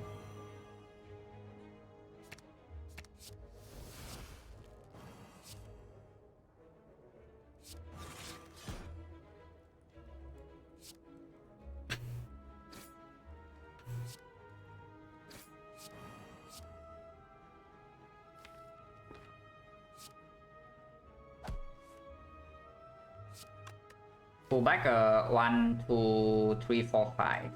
So can just play it right now.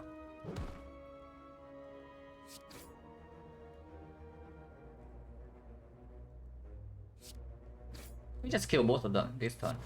So that's good.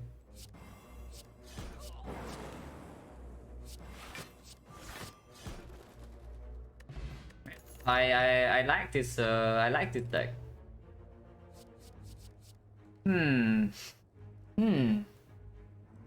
Interesting. But now we have -1 upgrade, so this hologram gets slightly weaker.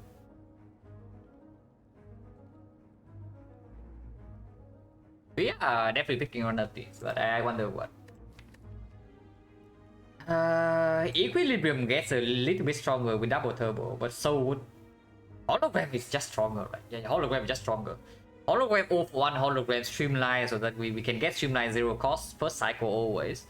And of course hologram skim into the 0-1 all the broken stuff. Equilibrium is just a stronger fat load block card basically. Hologram is way better. Equi attack every time. You really take Equi over hologram in this spot? Really? Blue, yeah, sure, blue. Is that common? But I think I would pick maybe like 3 holograms in this deck. The major selling point for me is actually just like hologram the scheme. It's the biggest part. But I mean, we all know what kind of deck Mer would have by this point. Yeah, just saying. So maybe with that kind of deck, like the EQ is slightly stronger.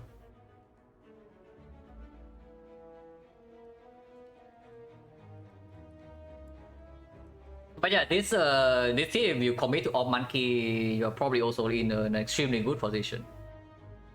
Right now we are strong, yeah, but we have not figured out how to block yet, and that will eventually become like a big problem.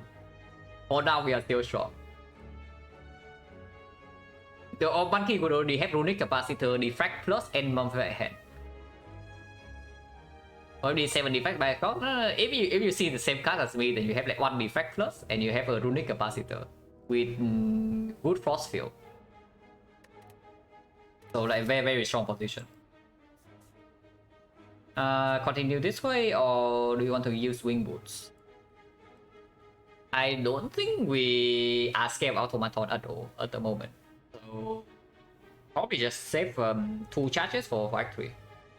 Because figuring out how to block also like potentially kunai, like maybe, is a thing that can bail us out. And relics also play a lot more with the 0-1. Like kunai, tungsten rod, maybe tori or whatever. Like spending the boost to just farm elite in Act 3 is probably just good. We are probably fast enough to not never care about giant head. Nemesis with the dome is slightly weird, but probably okay. We have enough sustain. Deck Lady Retromancer, we let her open as long as we don't break turn 1, it should be fine. If we break turn 1, it's going to be slightly dangerous. But if we don't break turn 1, we are completely fine there. We just kill her in like maybe 2 turns. Yeah, there's no reason to actually jump here and jump back into this elite. Spend 2 charge on 0 elite is... yeah, it's not a thing. Unless you tell me this is always Colosseum. Now if this is always Colosseum, maybe I do that. Spend gold here, run into Colosseum, and then yeah, we chill. But probably not. we just go this way because whole wave fights also get a little bit more value than usual with the bow and the fish.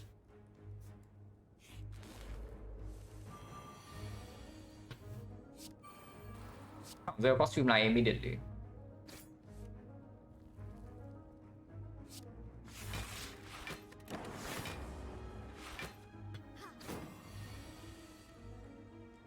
Now we can hologram the streamline, and we can rebound the streamline.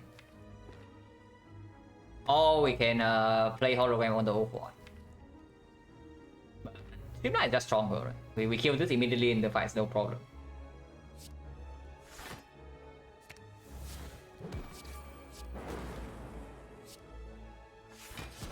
It only costs 0, so we can just kill this now.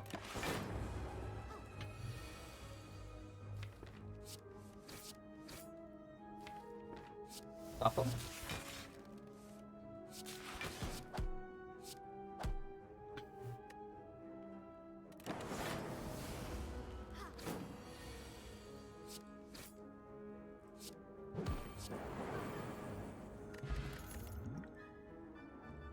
Infinite. This does not get upgraded yet. Like first upgrade definitely goes on either hologram or scheme, and second upgrade goes on the other one. So this co-edit is not upgraded at all, and we have no focus. Not a huge fan because with Glacier Plus and co-edit, even if we pivot back to our 1 key later on, we have enough frost fuel already. Like no need to pick around the co-edit in this spot. And of course it's competing with 2 max HP. Overclock, without medkit, not too interested. At least overclock minus. Overclock plus I could pick. But minus, not interested, and it does not get upgraded until way later. Also, every single max HP, every time we click Singing Bow, we gain 3 HP and not 2. Because of the Lizard Tail. Die.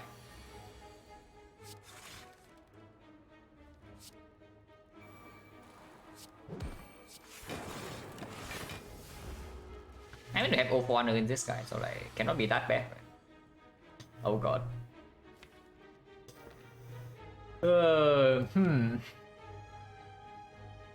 Okay, maybe it can be that bad. Now we can seek for the Turbo Plus and be energy neutral and have a Turbo Plus in the discard pile for the 0-1 later. Which is honestly pretty good. Like we can just do 6 for the 0-1, 6 for the Turbo Plus, or even the Turbo Minus plus the Zap or FDL or something, and then play the Glacier full block this turn. It's probably fine.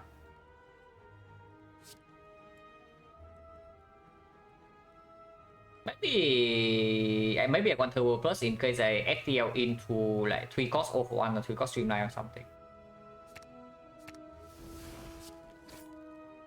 It is fine. Don't need to play Turbo at all.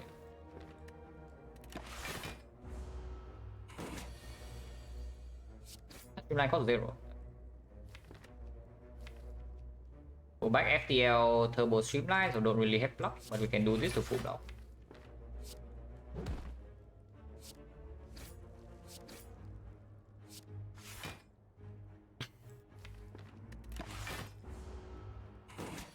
So this turn is always debuffing, streamline 0 cost, okay. And this guy is quite bad at his job. And I also did the wrong order, but no punish here. Yeah, there is no punish here.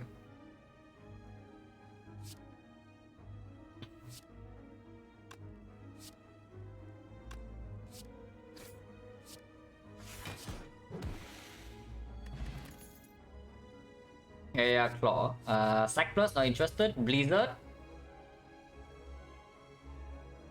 Not really, right? I mean, it solves a problem that we don't really have. At least not at the moment. And again, it's up against plus 2 max HP. Okay, we fight all 3 elites in this act. And we had defect run Claw's main damage. At the moment, no. And it's like extremely rare. I need to transform into Claw very early on for that to happen. Actually, no. Off stream, like way before I do this defect thing. I had a run where I have infinite with 0 damage in the deck with 1 claw. But that was basically an infinite deck. And I killed the heart with like 1 claw because the rest of my deck does not deal damage. There was no zap. So that was my claw run. Scheme first and then we see. That's pretty bad.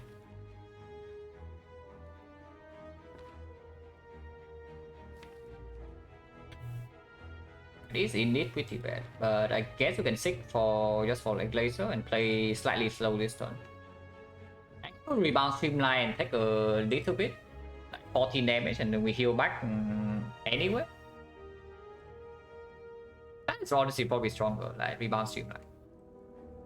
Didn't face time either with that run.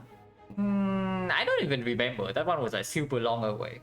It's still super long ago. I just remember that I was infinite in the hard fight with only the claw. But I don't exactly remember what happened for the rest of the one. That was when it was like very new to the effect, so maybe I actually did not fight time either and the deck was bad. But doesn't matter. Yeah, just do rebound streamline. Maybe a second for 24, whatever, it doesn't matter. Otherwise, we set up a strong position for next turn.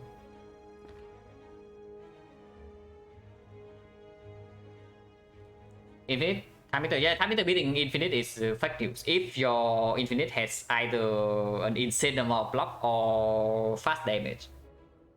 Claw infinite is not exactly good with either thing. Okay, maybe you can block a lot with coordinate and whatnot. Do I play chess or any chess likes? Not. I mean, I know the rules and I play in high school, but right now, no.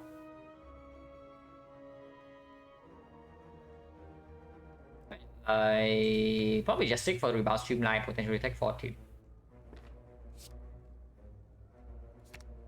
But that is still how we are dealing damage in this fight. Taking 40. Problem already knew that. Yeah, exactly. Look at this turn.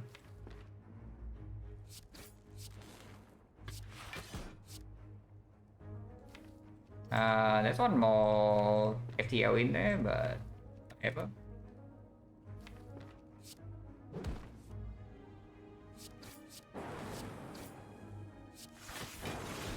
Unfortunately, next turn we shuffle. So the Immortal betrays us a little bit, but it's still good. I thought this fight, but why though? Yeah, but why? This is only 24.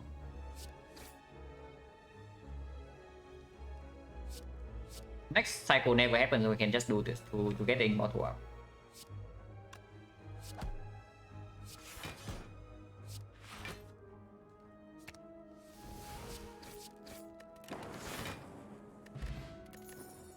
Or monkey? Not all monkey.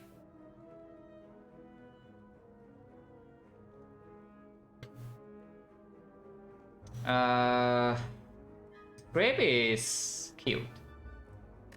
That is all it is. It's cute. I mean, it's probably also quite good, but on the end we have a second hologram.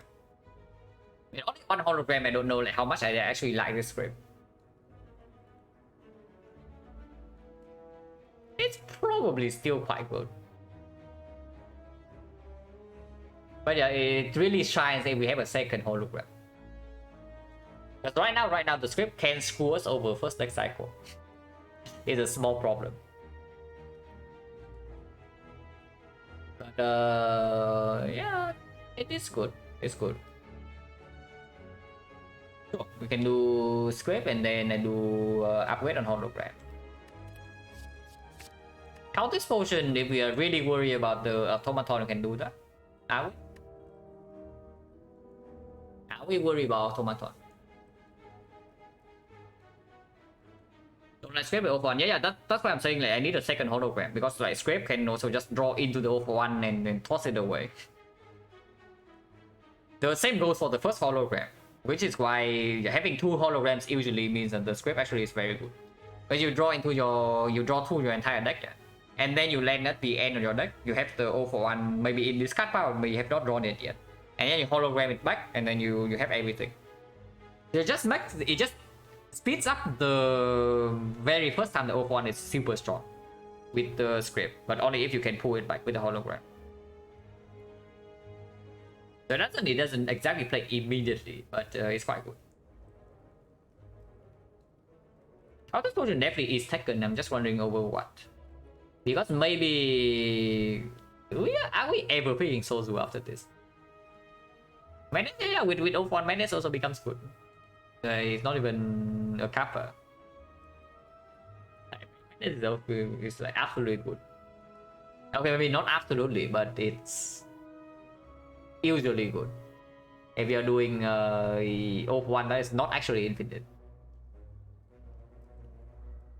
If you are not like fast enough to win every single fight in the run already and have enough output, the Menace will be good. We are never picking Sozu, yeah. So saving this fairy just because of Sozu potential is not even a thing. And Fire Pod is still somewhat useful in the automaton fight if we need to burst down the one that is stealing our 0 for 1.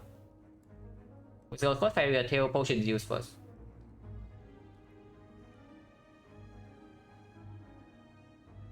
We are full HP into the automaton fight, and we have a lot of sustain into Act 3 still. Yeah, we just toss fairy and then take the cultist, right? I'm wondering where do we actually need the cultist in the automaton fight though, because if we don't actually need the cultist, maybe I save the cultist spot for the time eater. This deck is one of the decks that actually have a serious problem against Time Eater, yeah. And then Cultist Spot can actually deal with that fight, especially because we also have the freaking Dome. Yeah, we have Dome and we have a deck that is better against Time Eater, so Cultist Spot is here to potentially freaking save our day. Yeah, I do think sometimes we do need 5 pot against Automaton. If we draw Streamline turn 1 and they steal 0-1 for example, then Fire Pot will perform for sure. This definitely is hologram upgrade first. And then scheme upgrade after, yeah.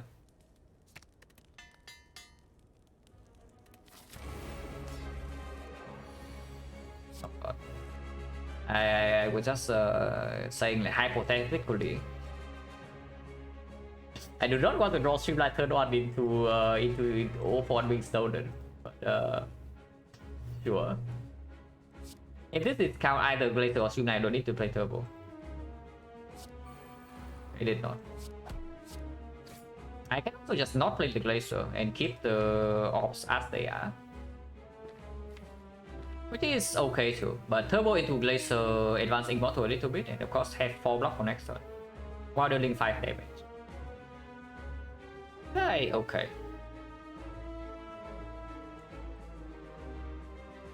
Putting Dark Orb in front means that next time I play Zap and Evoke immediately though. So not amazing. Oh yeah, now that I have the virus, the recursion also maybe can be picked up. But I don't even know. Because we already have the Streamline plus as our damage output. So is recurring the Dark Orb really what we want to do?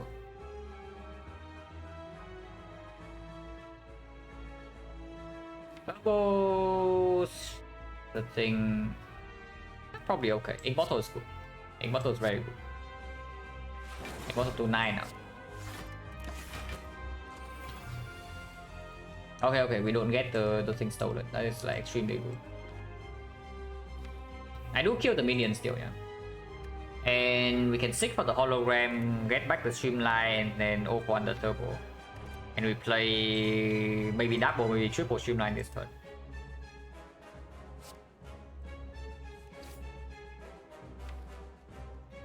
Yeah, sure. I can evoke the Dark right away. I never do a casting this.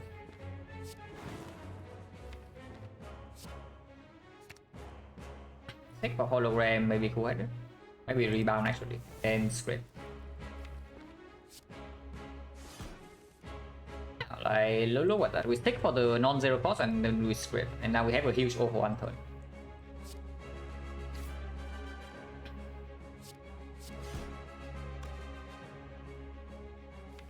Now I can hologram the O1, but I think I still want to hologram the streamline.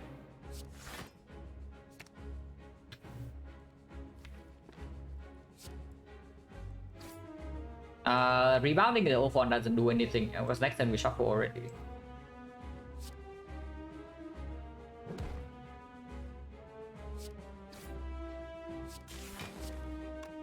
But I can rebound the FTL.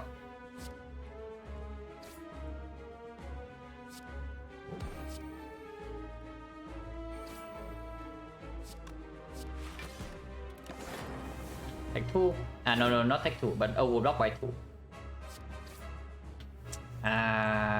Not a huge fan of this, but that's fine. We can afford to be a little bit slower this turn.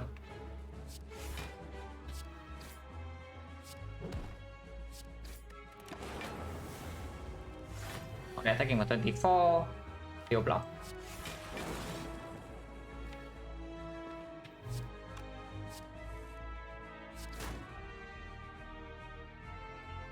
I don't actually want voice in the... Yeah, we are full blocking anyway, so this is just good. Hyper beam even have to... Even if we have to face tank, we don't really die. So that's like no problem there.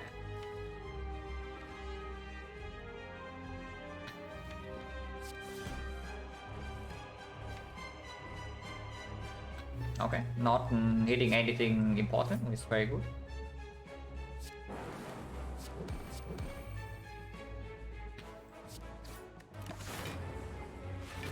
Hyper beam turn. Missing all of these is a little bit... And no turbo here.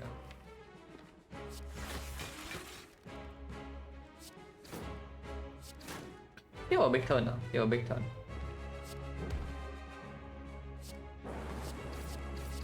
Attacking 34, no problem.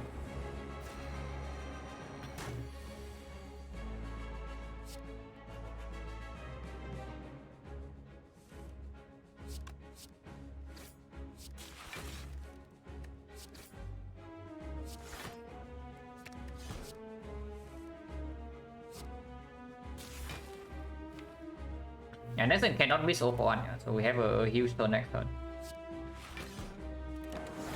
And just kill.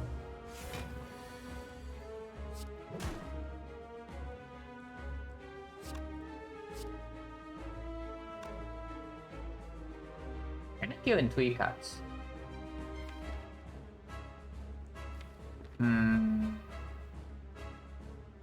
14, 34. I don't know, I cannot. It's on off.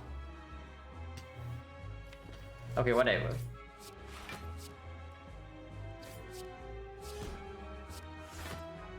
It's 5 anyway. 5 is okay. Choice by.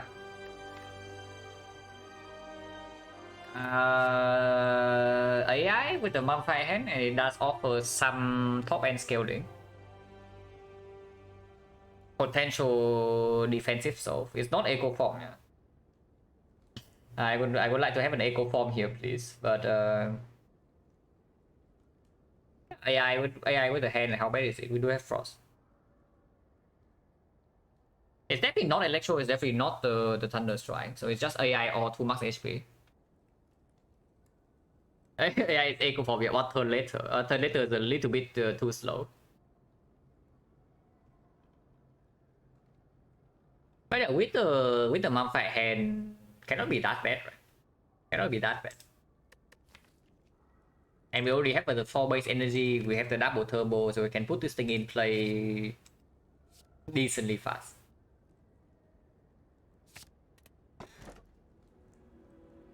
We already used some of Memory. I want the bell though.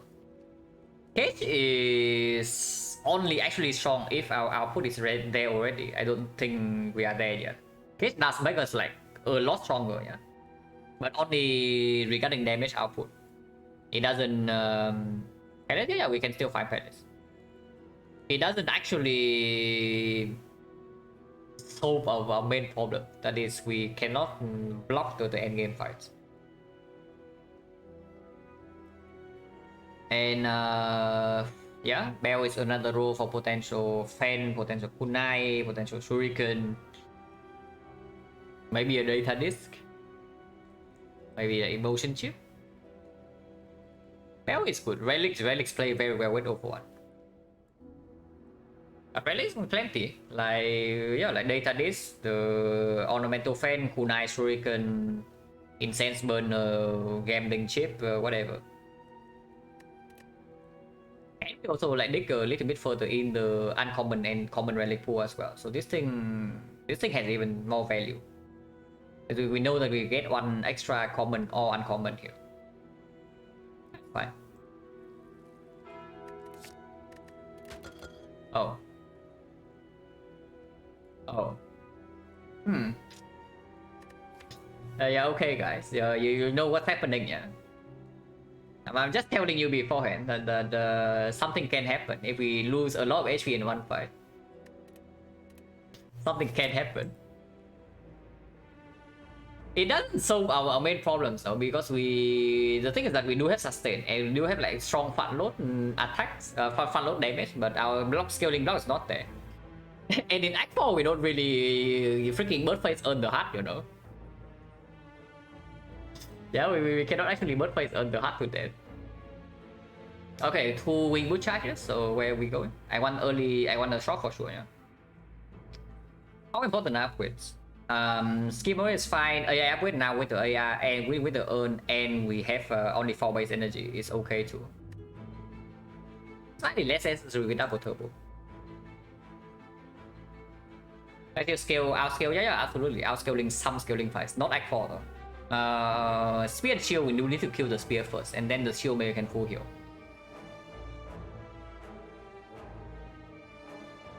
Okay, where are we going? Like upgrades, not compulsory, but not bad either. I do want this shop for sure, yeah. And we want edit still, so maybe this way. 3 fights into elite number 1, into shop into elite number 2. Still have 2 charges. So now I can go here, get the fire, fight the third elite, jump number 1, jump on number 2. So we get 5 elites in this side, with a shop in the middle and 1 upgrade.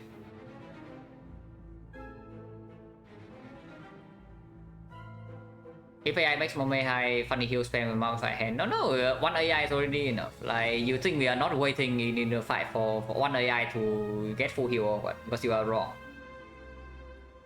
We will stay in 1 fight for full heal if we did to.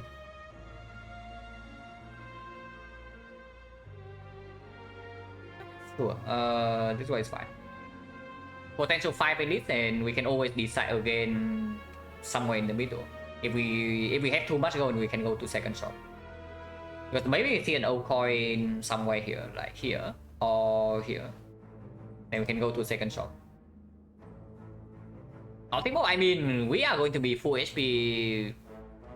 Okay, I should not say that, but I do think we are full HP fairly often with our sustain and our decent front load. Unless our deck is worse than I thought, way worse than I thought, and we take like damage every single fight. But I do have a feeling that we are not that weak at the moment, at least for now. The hard outscale, regardless power generated. No. The hard eventually deals more than 1000 damage, and you just die there. So you cannot stay there forever with the creative AI. Elite Gauntlet? I mean, I don't know. Like, are we actually that better than the Elite? I mean, I guess we'll see. But regardless, we'll always start here. I've got this fight with the dome. This fight with the dome. Okay, maybe healing with AI starts earlier than I expected, because we can take like some insane damage in this fight, depending on the attack pattern. But yeah, definitely have to start with this. And I don't play the AI. I need to get to my actually good stuff.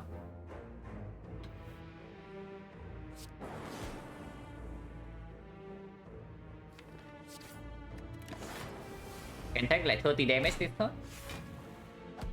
Okay, not quite 30, but that's quite a lot.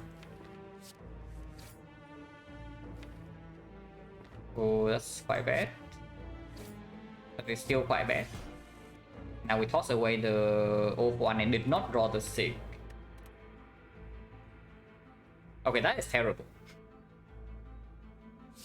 That's actually terrible, yeah. But it's fine. Next turn we have the Sig.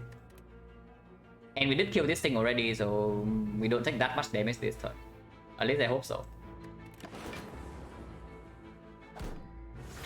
Okay, we take 0.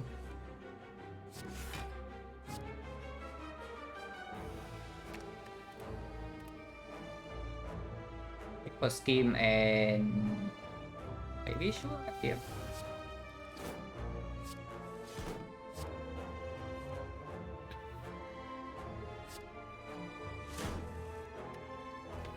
Okay, O1 is in the discard pile, but we can pull it back.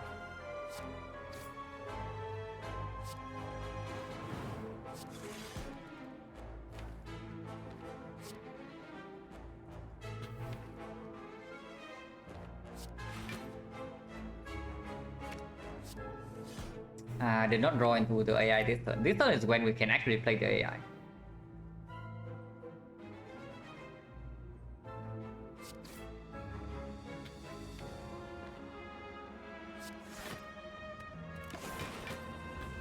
Guy comes back. Oh, this guy attack this turn.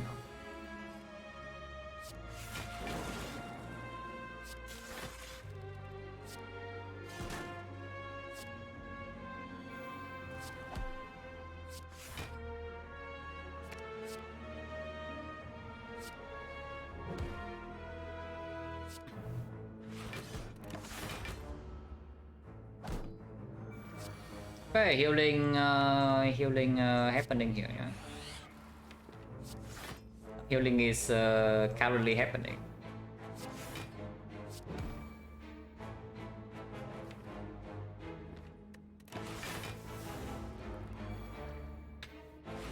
This guy attacks now. Storm is not very good.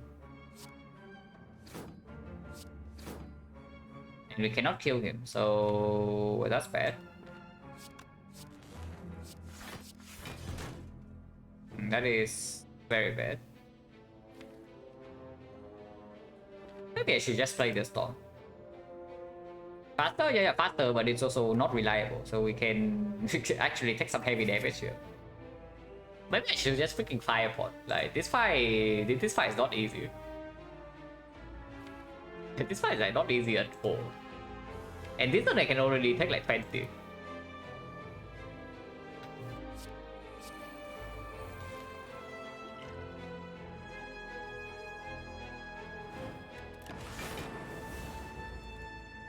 I think we can still go even with this.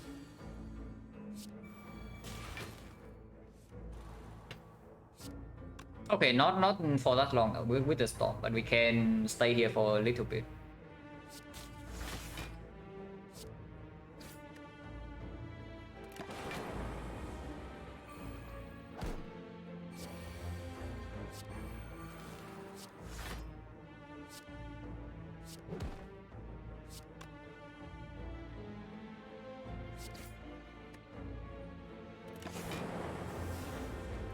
Buffer protects on this hit even if this guy attacks.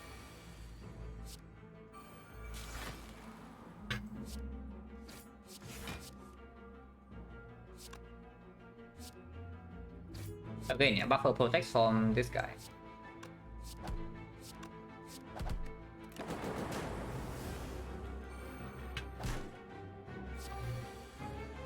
Okay, now we leave. And we are effectively full HP anyway.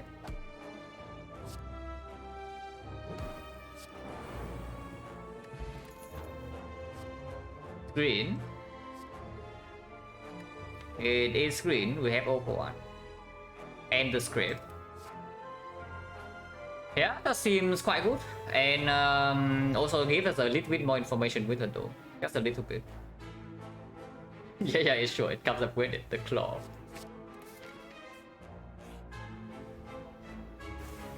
Okay, lots of strike. That's very good. Dan could have scored us over completely, I'm just saying. But for once, he didn't ask for a woodcut.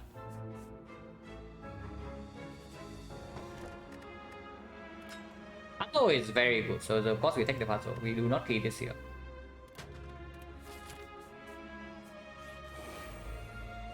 I'd say that and the next one is like kunai or something, but still puzzle is extremely strong.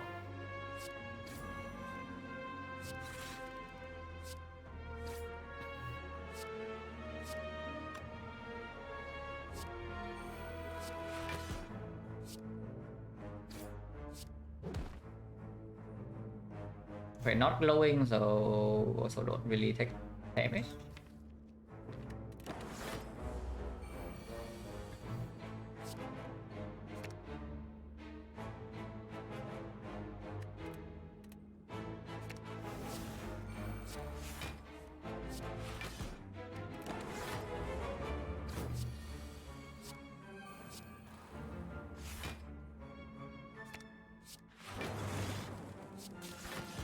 Okay. Okay, did not mean to do that. Another one, recursion is also here, yeah. But what about second streamline? Apparently that is our best damage card. So do we want a second one? It is green, but probably not, right? With the AI now. And also we have the dark off for basically the second streamline is only good against the heart. And I sure hope that by the time we get to the heart, we have something else to do than streamline. And yeah, of course, we also need to get both streamlines down to 0, which doesn't happen very quickly. And then first cycle, one of them, at least one of them is a brick. Because in Dark or Time Eater, we only have this against Time Eater. If we even need to, because like creative AI also solves that fight. Eventually. Hopefully, maybe. We do have weakness still though. So we can stay in the Time Eater fight for quite a while. And yeah, of course, it's also competing with max HP.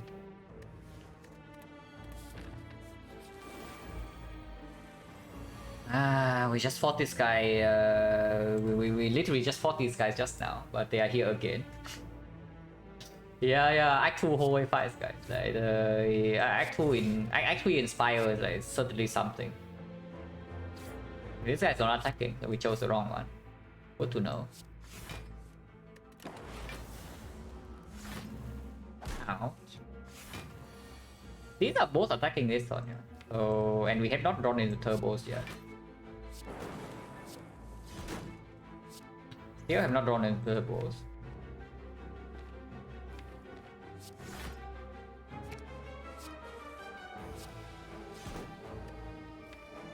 One, two, three, 4, 5, 6. It is 6 cards. 6 is a little bit difficult.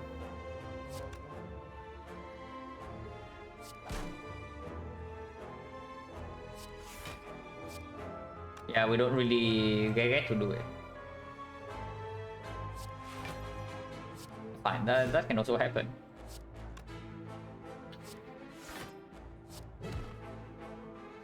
Okay, now we are talking. Now we are talking. Actually, that was wrong.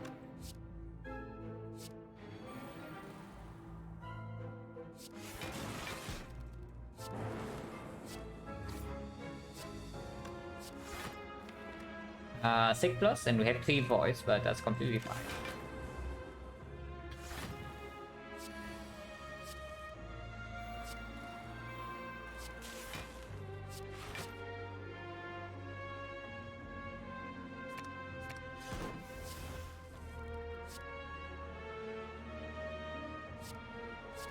Maybe that was not the best idea.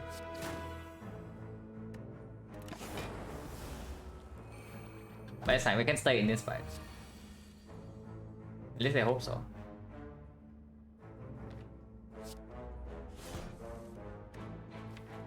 Interesting. So script grew 0. Ouch. Oh god. Interesting.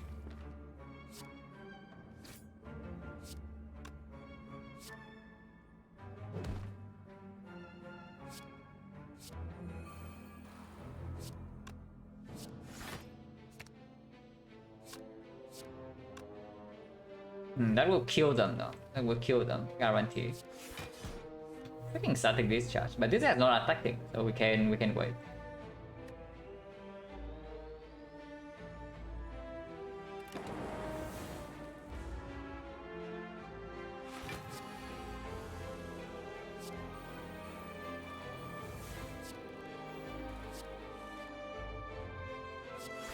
Now he attacks for sure.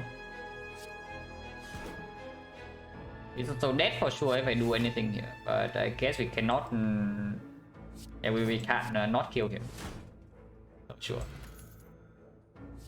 Loop. Minus. There's also a reprogram. Reprogram doesn't exactly work well with the creative AI. Loop... with both of these get slightly better for sure. And makes the focus potion totally quite decent. Edition next laster, yeah, sure. Doesn't get really upgraded unless we skip on elite. And I still want the scheme upgrade. I still want maybe the AI upgrade. It's okay though. If you actually lead back towards Orc Monkey, we should add this card. With only one hologram, it's not reprogram's time. Like it improves the damage output, but damage is not what we have a problem with at the moment. And of course in map and bird phase earn we pick up like any hit things. Okay, Nemesis with the dome, easy peasy. But we have actually have the boot. We have the boot. Interesting.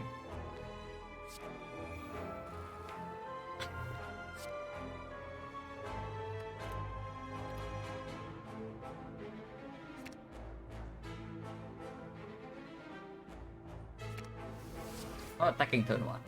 Oh, he's quite good.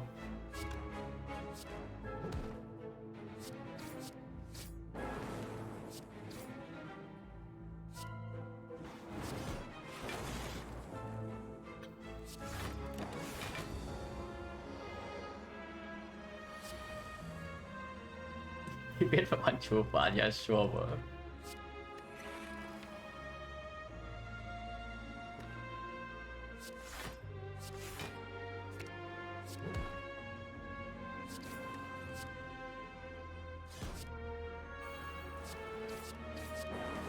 The boat is going in. I take 12 here. We do not.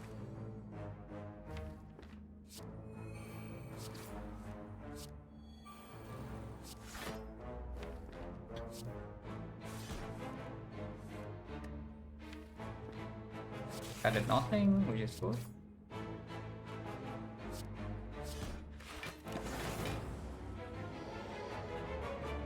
One attack only kill. Easy fight. River Pillow probably not very useful, but this is okay. Machine learning kind of okay. Amplify with the critical AI is again cute, but not exactly what we want to do. Machine learning is like this decent. It's better than skip, but is it better than 2 HP? Amplify is very optimistic, I would say that. Yeah, Amplify is extremely optimistic. But it does open up a line when we do Sick into Amplify AI, for example. And maybe that is a way we scale in endgame fights. It's true. That amplifying the creative AI can lead to good things. But it does break out draws, yeah. It definitely does break out draws. And we have not added any draw after leaving Act 2. This is all like top end scaling here. So it's weird. Honestly, yeah, before the amplifier, I'd probably just take the machine learning. Because machine learning at least is draw in long fights, which are the fights we will have problems with. That's fine. Yeah, of course we go to shop with 500 gold. It's not his things, but there's a Horn Fleet here. There's a duplication potion for our creative AI. There's a Doom and Gloom Plus for potential Retromancer. But there's nothing here. Remove AI Doom and Gloom, we have 30 gold, and then I farm 4 more elites plus no, plus nothing. So it's just 4 elites and on question mark. So like 40 gold, 120. 400, 480. 33 and then 153. Which is not enough to buy a relic and act for, unless the question mark gives us gold. But it's enough to buy anything else. Either any card. Not always rare card, but usually yes. And any uncommon, any common, any potion. Madness is like okay. Not amazing though, with only one hologram. There are a lot of things that will be strong here with a second hologram, but we don't have one. Is the big problem. Are we scared Retromancer? Because if we are not, then buying this Looming Loom is a complete waste. It doesn't play anywhere else. Honestly, I don't think we are that scared Retromancer. Yeah, if that is so, then I should just take a strike remove into buying conflict. And then we move on.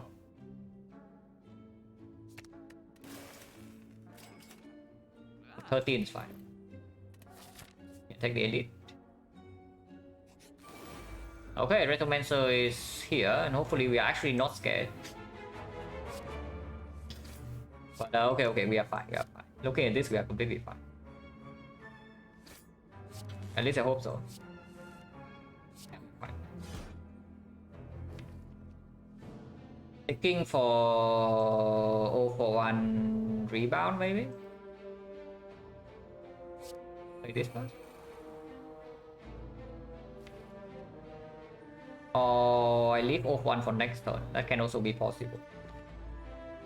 I just seek for like rebound. Maybe I need 2 more energy. I think maybe even rebound loop. 1 card, 2 card rebound, 3 card streamline, 4 cards lure cards, 5 cards loop, so I do draw into the bottle into the streamline immediately. And next turn, Scrape is actually very bad in the deck though, if that's the case, and we have no more draw. But 0-1 is better next turn compared to this turn. I mean, I can also take Sentinel Puzzle this turn, but oh, maybe I should do that. Maybe I should actually do that, taking Sentinel Puzzle. We don't actually need to kill this guy, right? No need to. And random lightning damage does not actually kill him. Actually, let's do that. But I just rebound and then sure can do loop.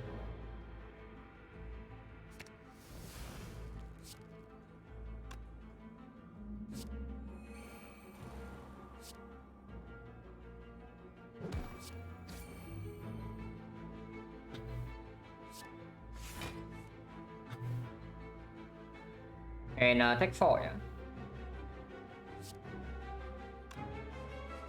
Dual cast, if it hits this twice, we don't have puzzle. But honestly, if I have puzzle, it's not even compulsory. Defending means that we don't take damage.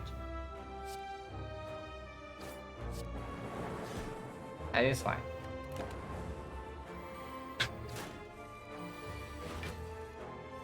Easier.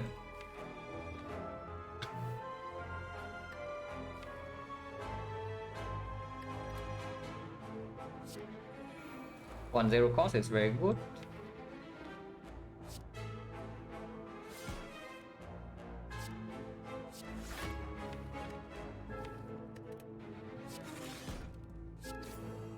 He's attacking, not that we care. We can pull back. Wait, freaking immortal.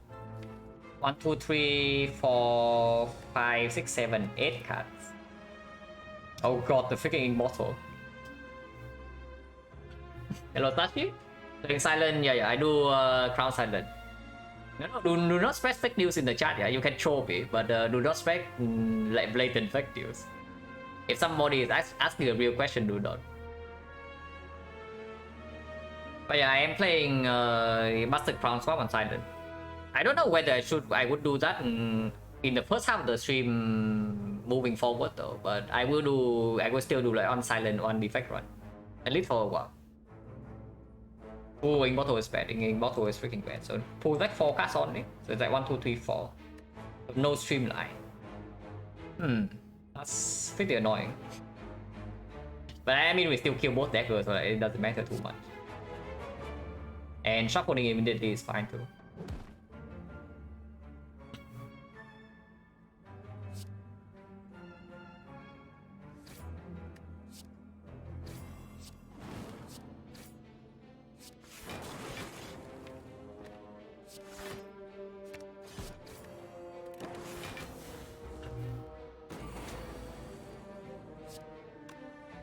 Yeah, now we even have machine learning.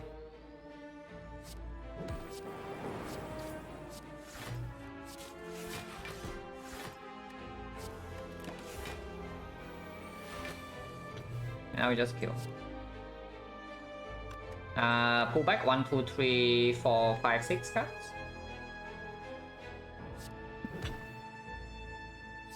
Wait a second. It's fine, it's fine, it's fine. No problem.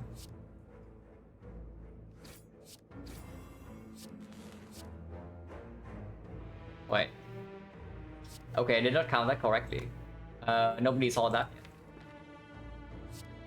Literally, nobody saw what happened. Unavoidable, unavoidable. Retromancer was a very bad fight, and we cannot set up Immortal, right? It's impossible. Okay, it's green. I mean, we do have a little bit too much to set up, yeah, but you cannot tell me to turn down a green card. Like, come on, guys, let's not.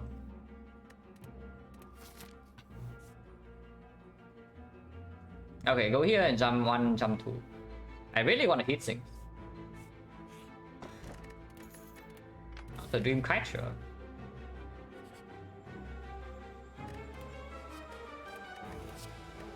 Still finesse. Impatience is very good, right? Impatience is extremely good with even with the off one. Like, I mean, impatience off one sounds awkward on paper, but in this deck it definitely plays. 6 bucks. What do you mean 6 bucks HP? We have off one in here. You got 6 bucks HP in this event. Really no. Phantom Steel is a lot of damage. Very useful in any fight. Does not time meter or the HUD. So we probably still take it. Finesse, it's kind of okay, not amazing for the HUD. For other fights, it's like okay. We have a defect plus now. Panic button is still very, very good. So we can just take the panic button. Take the flash of steel. And here I take the impatience. Could have taken the trip as well, but don't think we struggle with damage that much. With the defect plus and the AI now.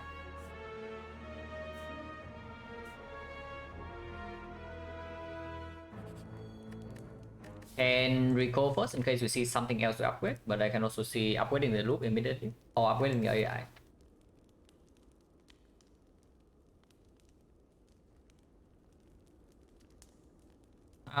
Loop upgrade cannot be bad now that we have the defect plus. And it definitely does help in, for example, the Nemesis fight.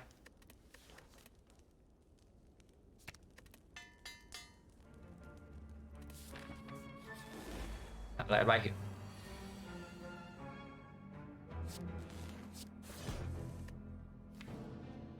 Okay, this goes out defect plus. But this time we can pull it back.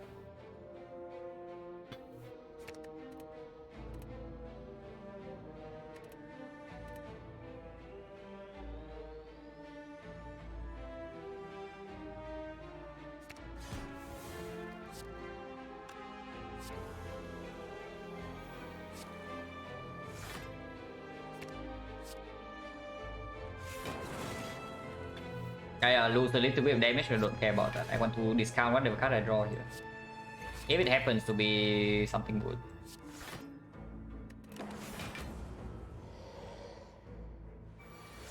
Complete this turn.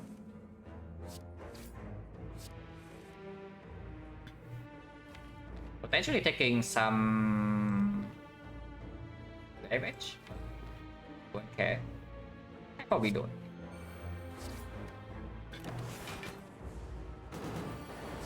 Even if I take some damage, there is like cosmetic. He doesn't attack, so he's very smart.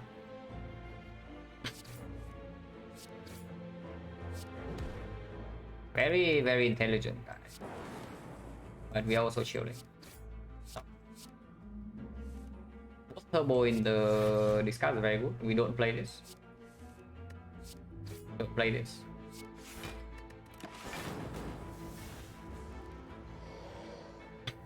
Taking Calling Bell, Recency, Bias, Variance. It's probably just variance. My evaluation of this thing is still the same. I don't think of it as better or worse or anything, but I know that it plays slightly better with Overwatch. And it will be picked over Garbage.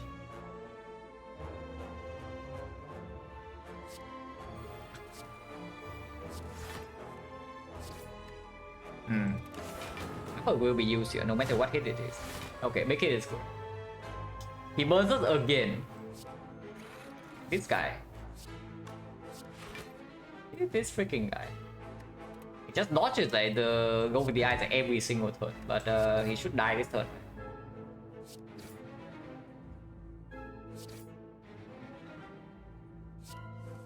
He does die this turn.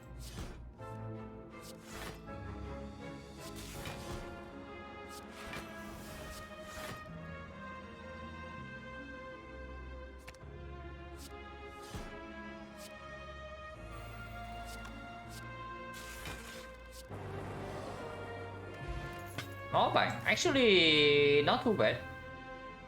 It's like 1, 2, 3, 4, 5. Okay, 47, 1. So it goes to 51, 52, 53. 52 is fire, 53 is short, 54. No. 55 is the edit, 56 is the hard. So 54 is the short. So 8 props, 96 gold. Could be worse, could be better. It's green. Interesting. Not that amazing at the moment, but they're still good. I want more draw over that if I can choose. But it's still very good. I think I want to keep the Ancient Pot. I probably have all bulky stuff against Time Eater. Maybe Cultist Potion is not even necessary. So I can throw it away. But this Blood Potion also isn't worth much. So we probably can still keep this around. Yeah, jump number 1.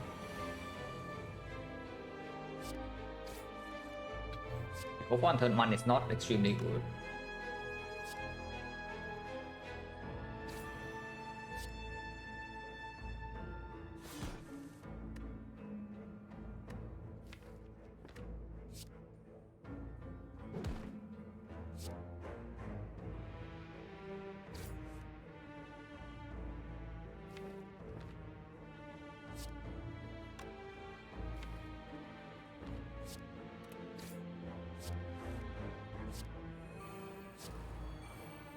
That's fine.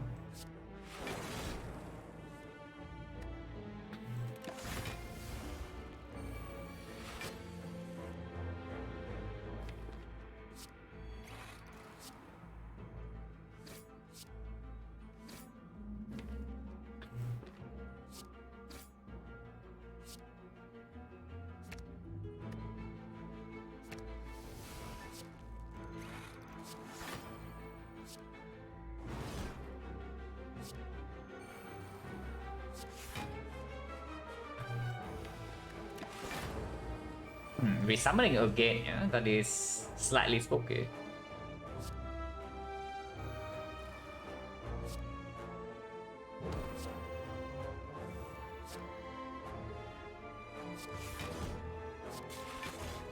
But we do draw a lot this turn.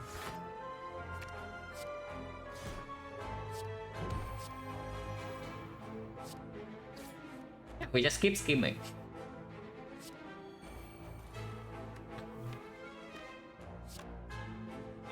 Never actually playing the script here, so just do this.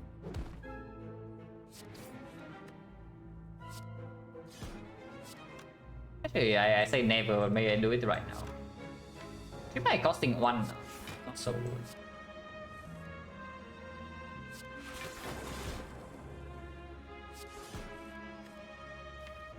It did not run to streamline. It's good. A decent turn.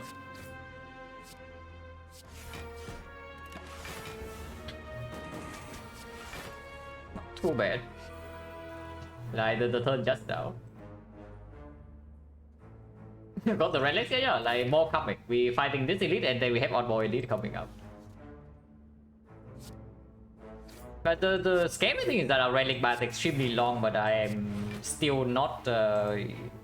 We are actually not that strong. I mean, we are strong, but we are not completely overpowered. Like looking at this turn makes you think we are actually insanely overpowered, yeah. But you see, like we have not actually killed Retromancer, and now we have 4 voids in the draw pile. So something like X4 Elite can be slightly good, just slightly. We are very close to being strong. What I would say.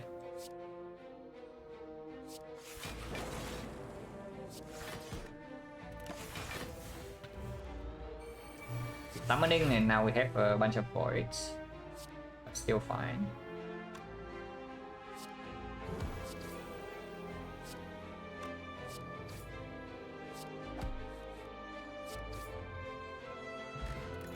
Skill is okay. Yeah, I know. Beam cell plus. Beam cell plus, but no. No beam cell plus here. Yeah, but the beam cell. But yeah, screw the beam cell. We have a sig now. A second sig. And yeah, bronze scale is okay. It's not terrible in the heart. Can you please sign to BTTP? Okay, I can probably actually do it like right now.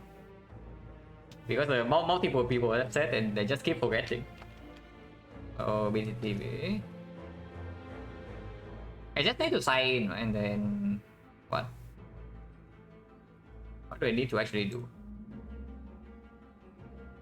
Okay, whatever. Remind me after the run. Yeah. Remind me after the run. To what to do? But yeah, liquid bronze versus the. This thing is way stronger in X4 elites if we actually carry it around. Conflict. Okay, I'm in the BTTP website and it says I'm already signed in, and it says download for Chrome or something. And what do I do? But I'm already logged in.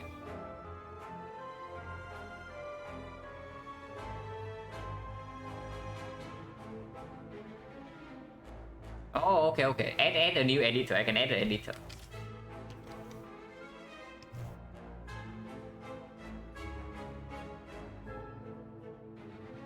Okay, that works, right? I just added new as the BTTV editor, so you should be able to do whatever, like add whatever emote you want.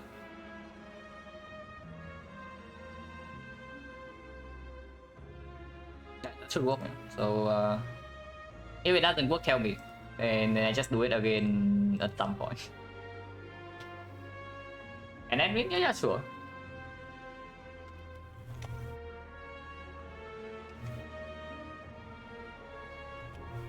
Okay, maybe I can have a redeem for BTTV editor if you want to. Wait. You are. The username is not found, so maybe you need to connect to BTTV to be an editor or something. It was when I add you, Duran, like the thing just doesn't work. It like glows up in red, so it's basically telling me that it's not working.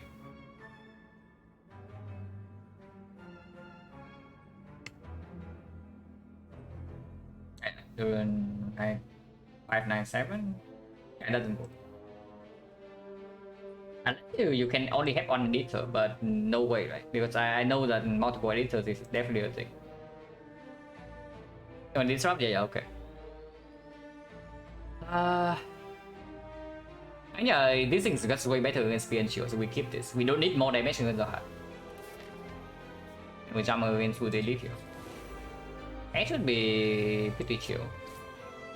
At least I hope so.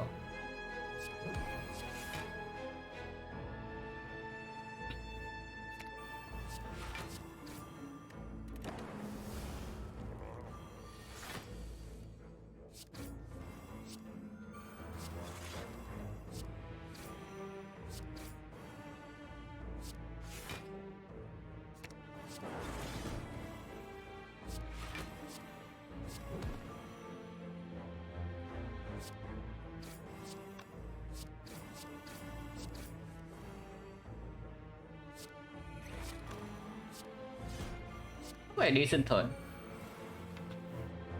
Even with both 6 bottom deck, we still kind of go off on turn 2, so that's good. Better than the yeah, sure. I can add you, but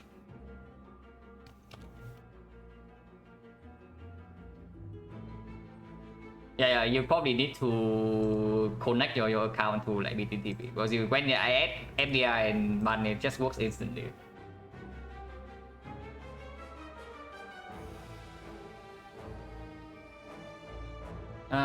What are we doing here? Sure.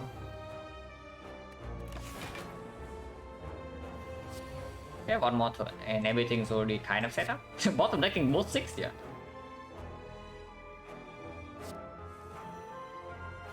I did bottom deck both 6.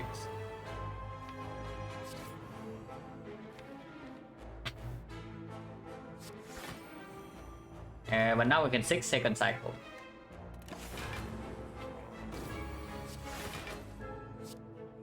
Wait. Okay, scrape what out back. Scrape what out back. No problem.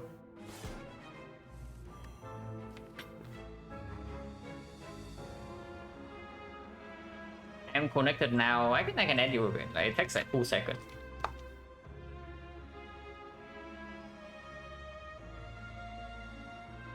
Wait, it still doesn't work. Okay, whatever. After the run, and we deal with this. But 041 was pulled with the script. It's fine.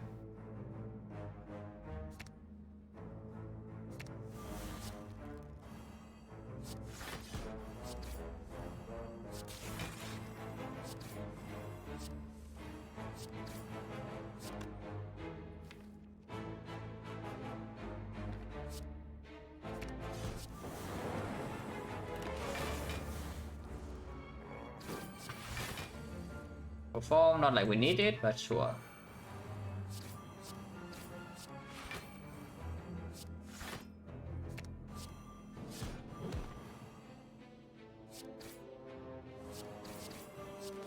I don't even care too much about Immortal. I think we just kill.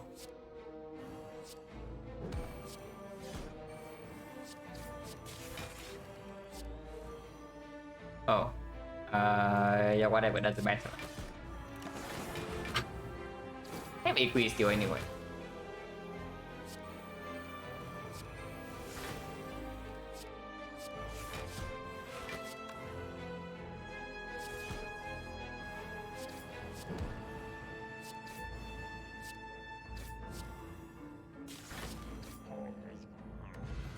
Potion Bell is actually okay because we can buy Potion Knight for sure.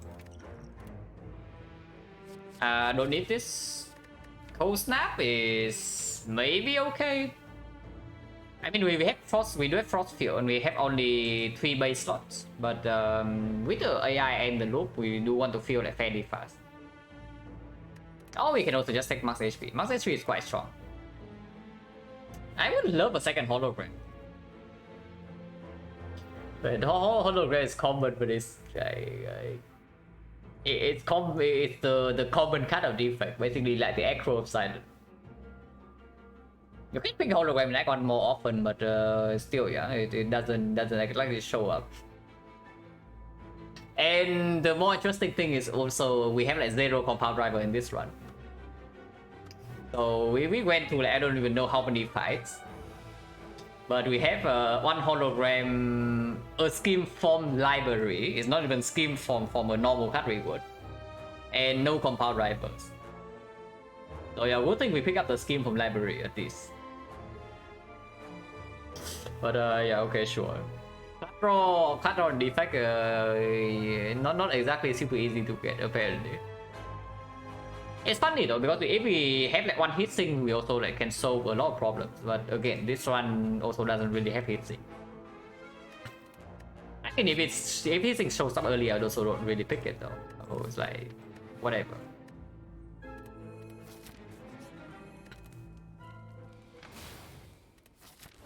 To get through boss gauntlet without using any potion, but we'll see.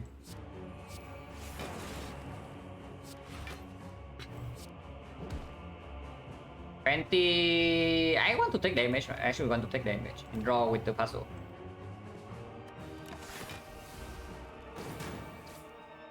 This turn we don't take damage, and after these things are set up, we don't take damage again.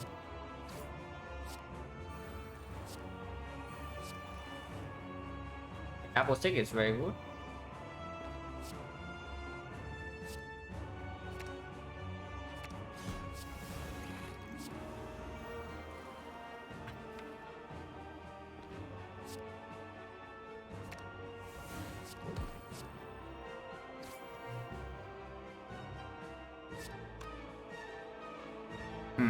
Did not think that's cool. Okay, whatever, doesn't matter. I just do this anyway.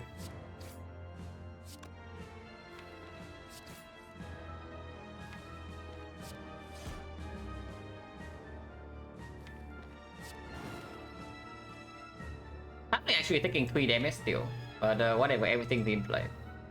And I don't even care about reshuffling, and I don't want another void in my redraw. Cosmetic damage, we heal 2 every turn with this. Okay, 4 every turn now.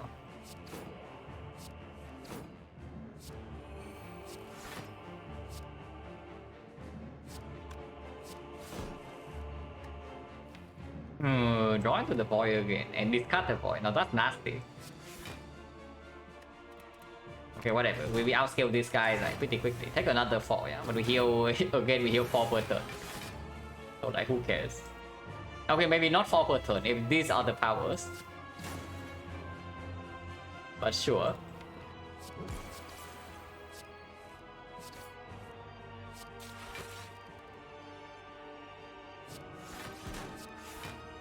Only 3 take a bit more damage, doesn't matter. We heal 7. And of course, any power can play.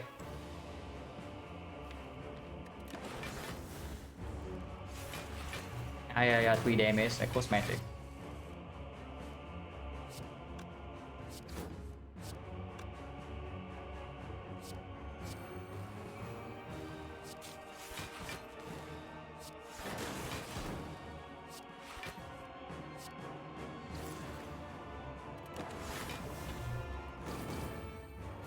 I don't really care about shipping artifact here at all.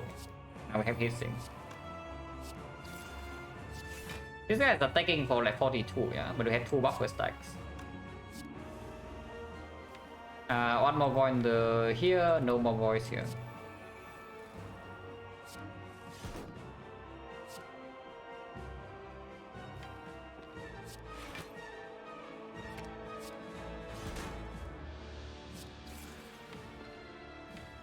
One, two, three, four, five, six, seven, 8.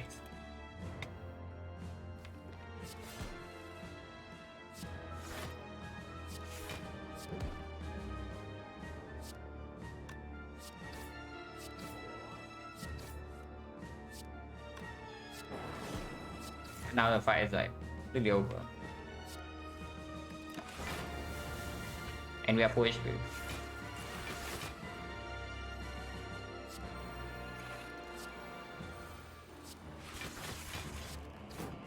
It's only 42 damage. We're taking 0. And of course they have 2 buffer stacks.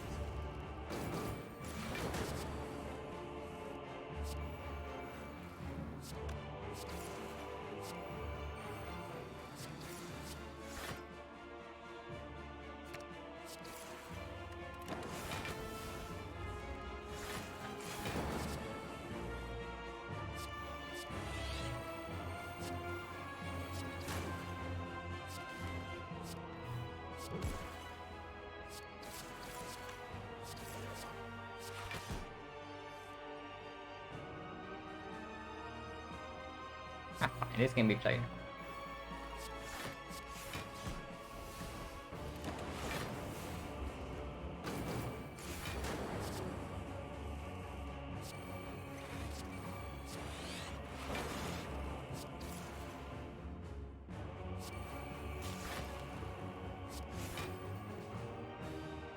The 8-14.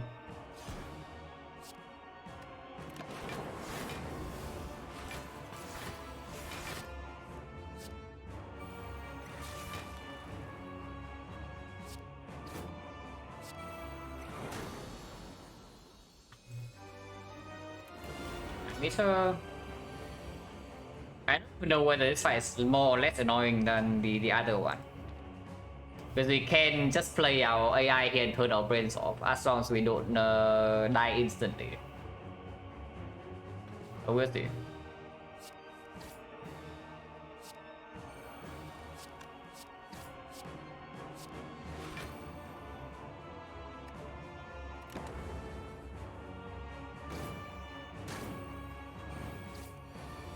Oh no, on average, AI to run's nice.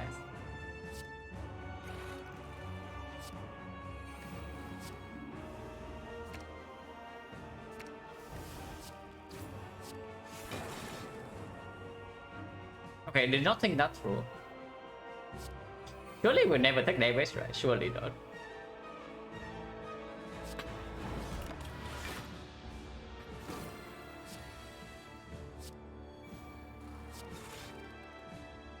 Even if we take damage, like who really cares?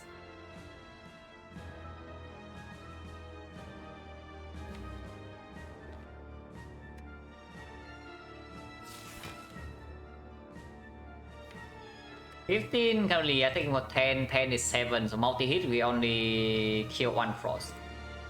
It's fine.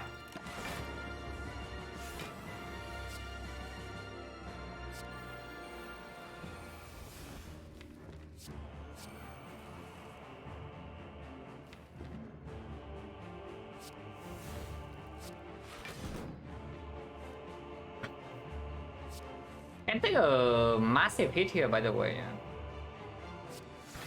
We can take a massive hit here. We don't really die or anything, but it will hurt. But we have a full heal nightfall, so damage is cosmetic.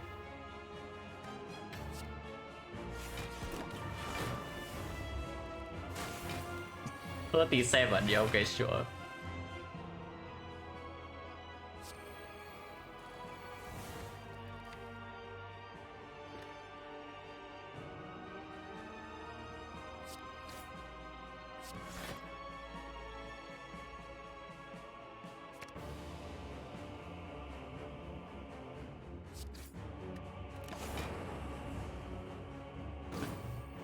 And lose one buffer stack, no problem.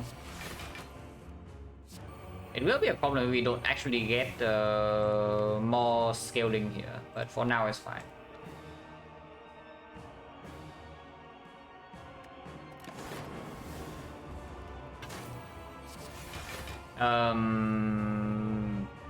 Interesting.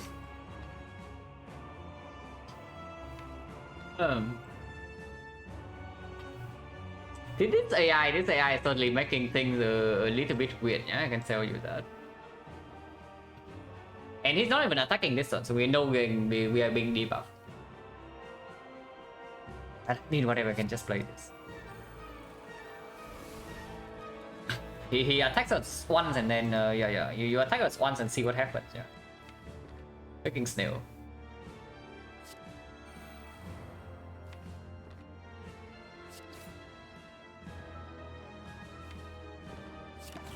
Yeah, to loop the frost.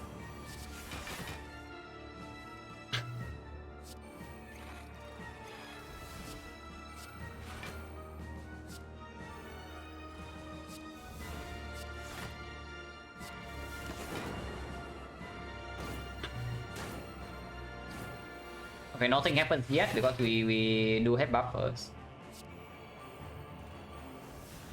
I don't need a single capacitor yet. I don't need one defrag, which is definitely a slight low roll, but whatever. Doesn't matter too much.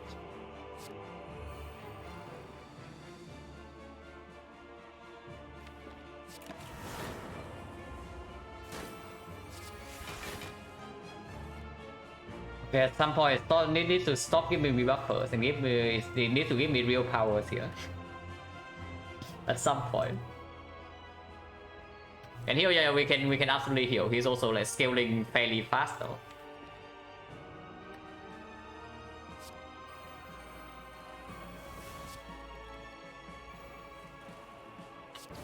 Not attacking this turn.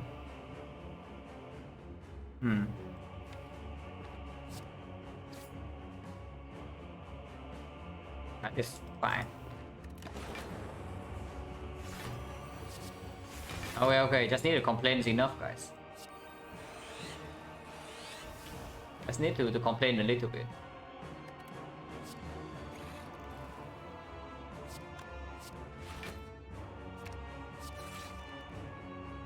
Oh, Glacier is pretty sad. It's fine.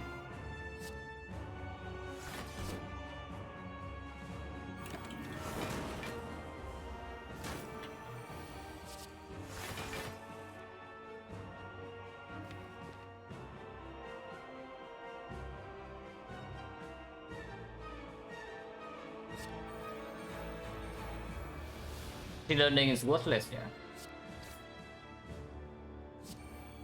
Apple right now is fine.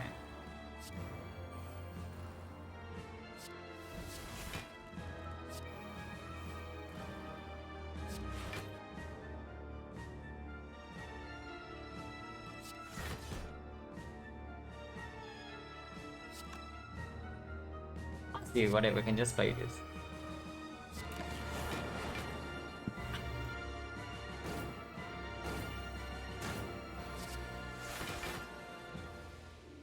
Guys, doing it this turn, not like we care.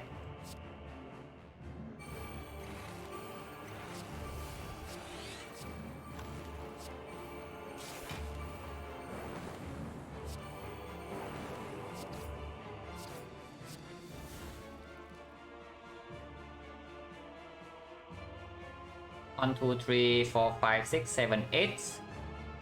Wait. Okay, that double defense doesn't kill him. Double defense doesn't kill him. But that backed up the immortal for next side.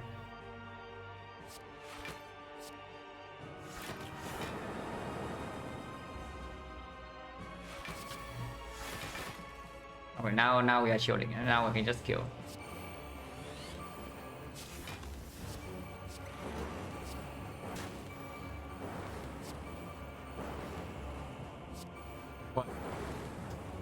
Oh my god.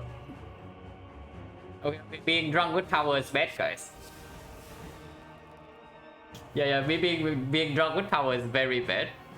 Because now I can only play 3 more cards before he dies to this crap. But yeah, very unavoidable. Like, force error here.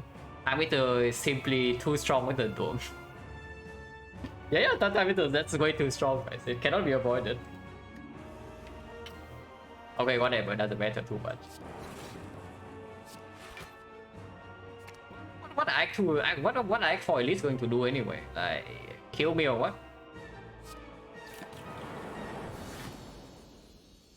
Surely they cannot kill me.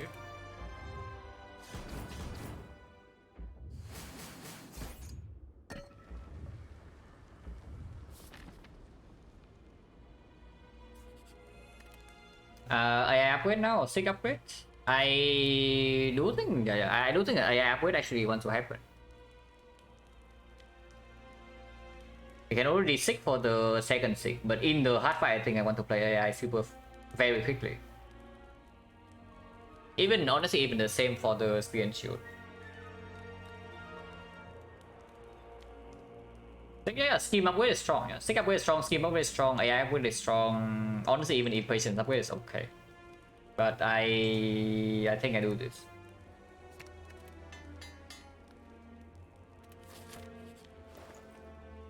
Okay, all monkey. Do this first, yeah. Aggregate is interesting. With double turbo, it's definitely slightly worse than usual because it's A20H minus, but we can do this first.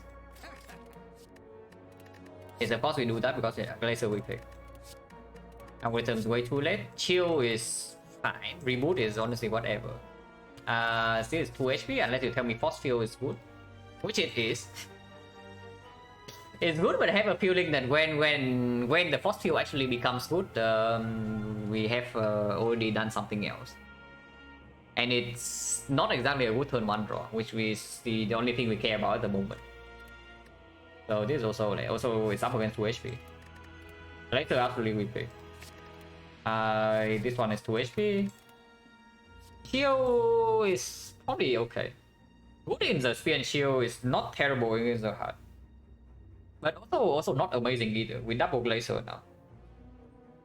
Also, yeah, in this already with 5 card rewards, there's not a single hologram. There's not a single compound driver, and of course there's not a single scheme. So no scheme, no compound driver, no hologram, no hit thing.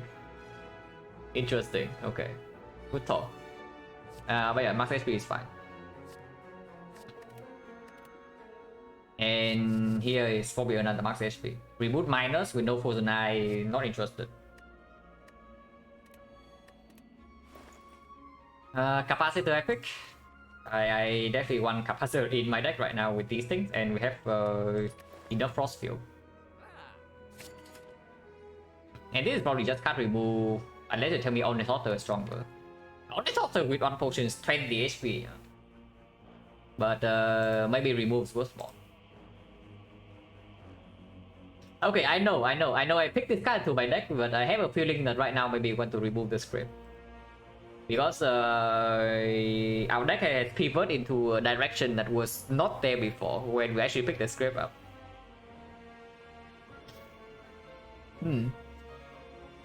Yeah, I know that I added this card to my deck, but now I just want to play my powers. And this thing discarding powers and discarding voice from the turbo is extremely bad in the second deck cycle. Yeah. Probably script can go, and then we buy probably drop potion. That should work. Oh yeah, we'll buy script.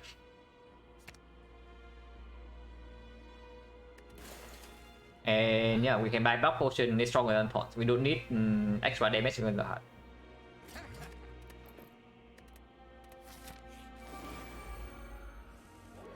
Okay, 6 on turn 1, normal 6, or not 6 plus. Immortal would be good here. But this is okay though. This is okay.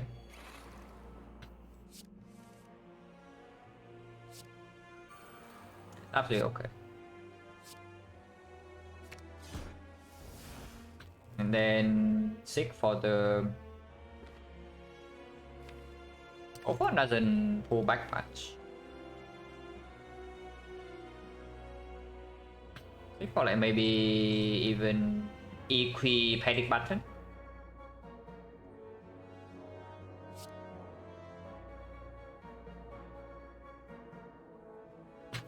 We can heal up in this fight if we don't take an insane amount of damage. Turn 3, okay, panic button turn 2 means turn 3 we have some problems though. Maybe Flash of Steel. Now Flash of Steel is just self-cycle. Okay, hologram actually has to happen. Hologram has to happen. With the turbo plus already... With the turbo minus already in the discard pile. I have no idea how much damage I'm facing this turn, and I think maybe I want to take puzzle if I don't play equip.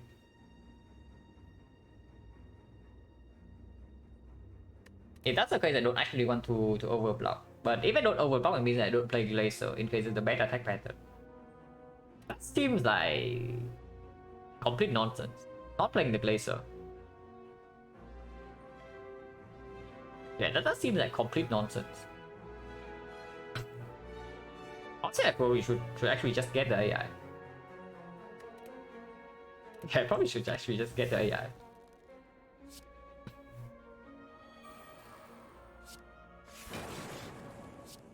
And now I play the AI again, yeah. By AI I mean the Glacier. Full block this turn no matter what. Okay, that's a pattern, but we do block for a lot this turn. And first power is hitting, so that's very good.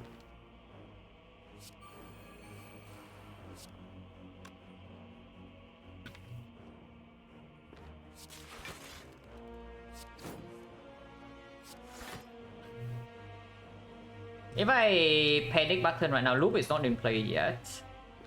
So currently we are blocking already for 41, 51, so I'm facing like 14 damage. That is nothing. Yeah, that is actually just nothing. So I should just take this hit. Oh yeah, I completely forgot about this potion.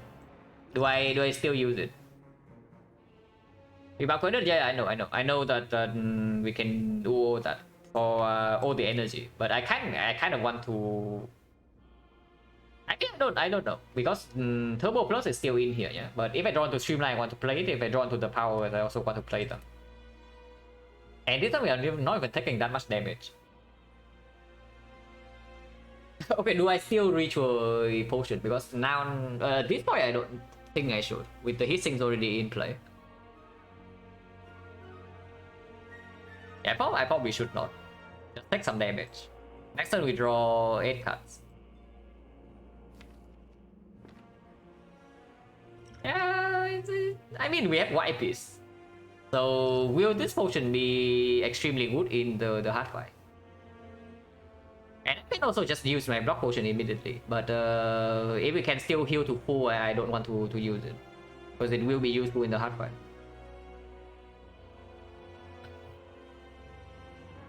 Carry? No, creative AI needs to be very... If it's like as slow as it is in the time meter fight, it will not carry anything. And maybe that is when I want my cultist potion still. Because there's probably no reason to even use a potion here. If it does it so, then let's not potion. Yeah, that's it. Like, as long as I don't straight up die, we are full HP.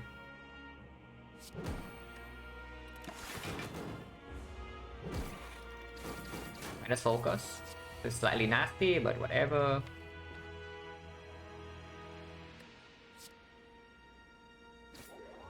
He is burn striking turn 3. But Turbo Plus is in here.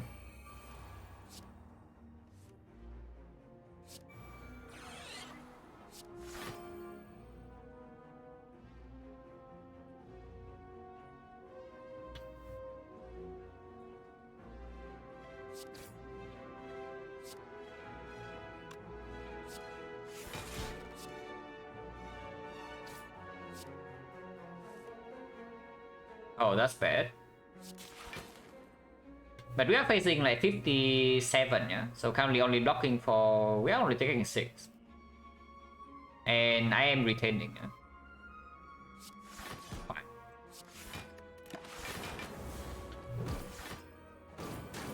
It's actually only 5.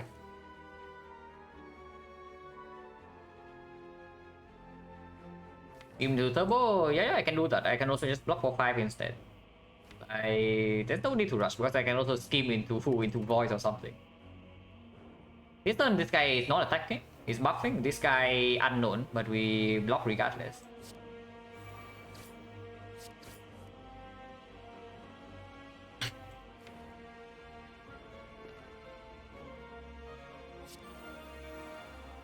What am I playing Electro?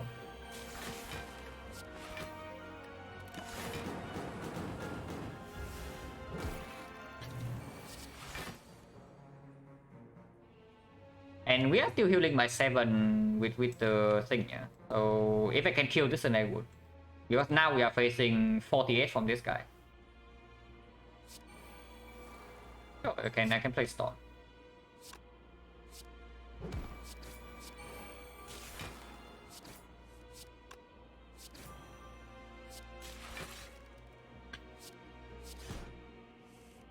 Missing like 2 HP, actually we're missing 0. If we kill right now, we have perfect HP. So I would like to.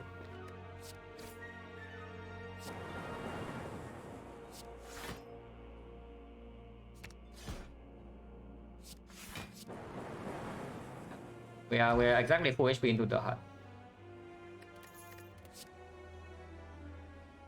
Don't need this. Yeah, blood vial. Don't need this, so max HP. Redstone, sure. 5 dexterity is honestly whatever. We don't care at all. Yeah, we don't care at all about 5 dexterity, so I don't even think, yeah, we don't pick this. And I just block vulnerable, use cultist, guarantee damage output, never a problem. And then these 2 covers for block.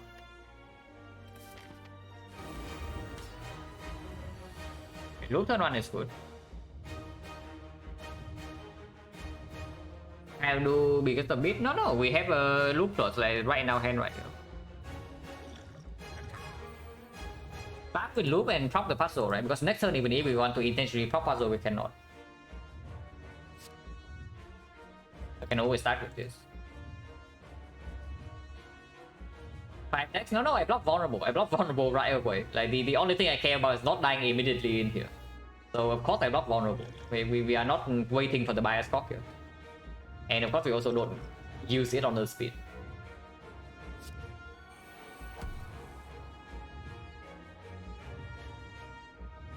I don't actually want to equi this hand, right? So let's not.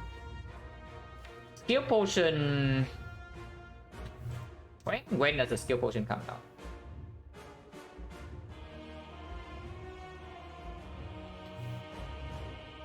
Because yeah, turn 2 we have the turn 2 we already have the horn kit and we are not vulnerable, so I don't really see why we would use panic button turn 2. And if we don't panic button turn 2, there's no reason to equi right now. Hurt scales very fast. Hurt doesn't scale very fast. If you say that Hurt scales very fast, it means your deck is slow. And I don't think that we are actually that slow. What game to set up? Yeah, sure, okay, fine. Technically true, yes. That's convenient. Okay, that's good then. And so I guess they just do Ancient Pot and turn then. Turn 1 AI is excellent.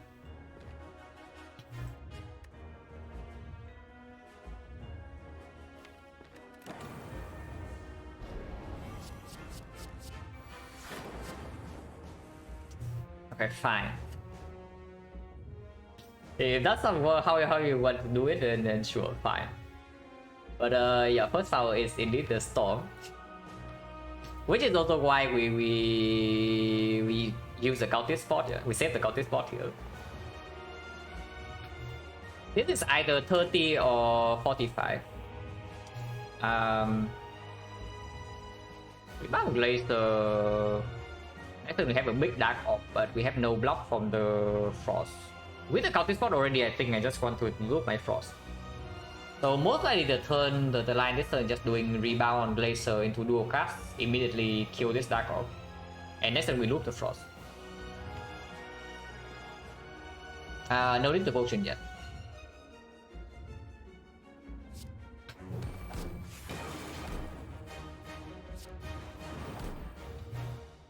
Okay, if I potion right now, we are blocking for at the minimum 11. But AI in play already, I can also just heal up. No need, there's no need. Yeah, there's no need. Okay, so this is the 30 hit. And yeah, second power starting discharge, yeah, so storm into discharge, amazing. AI carrying the fight as always. Maybe this one is... Defect actually doesn't have any skill that strips artifact, right? Okay, so this character is quite bad apparently. But maybe it can give me some block. Or in the second cycle.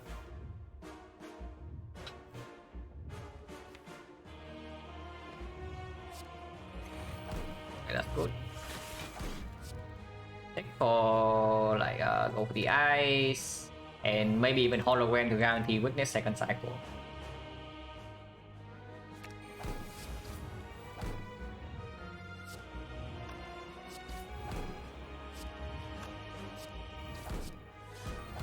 Wait, that's good. It's only 1 times 15, so we are full blocking this hit right now. Okay, not quite. We take 1 damage, but whatever. 1 is done.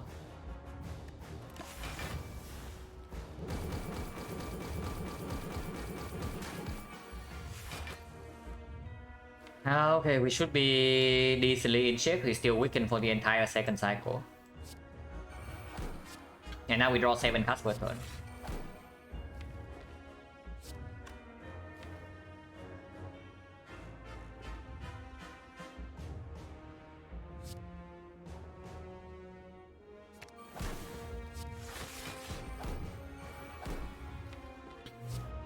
Sure, connect on lightning. Don't want to shuffle out the laser, yeah. Okay, so AI still hasn't done anything. Good to know.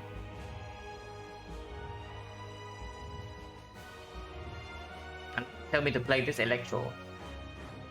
Maybe it's okay. We do draw 7 cards, so we do draw back into a Blazer quickly. And at most we are facing like 45 damage this turn.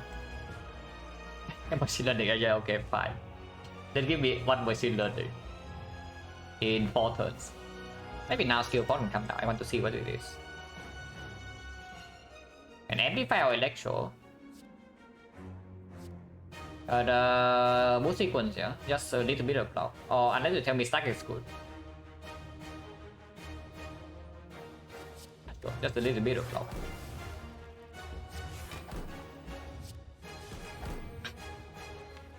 Honestly, yeah, sure, it can be played. Not mine too much.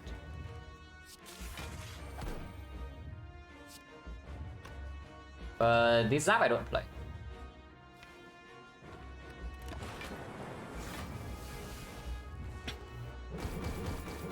$45, so next turn is only 35. Okay, fine, sure, whatever. Understood.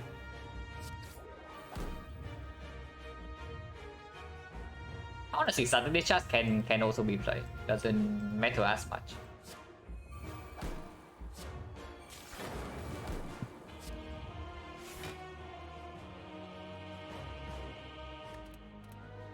Let's deal some damage.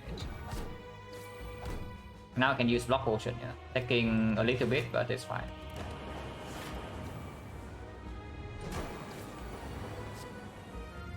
Yeah, sure, Storm. I guess we play our Storms. I guess we play Storms then. It's fine. Could be worse.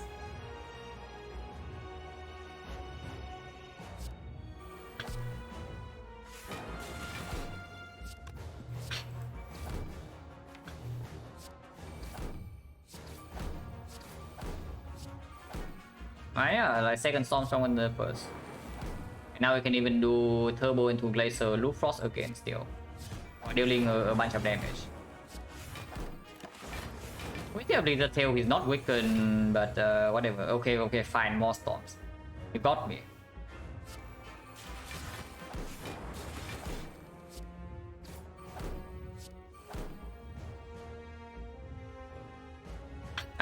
This can be 90 damage.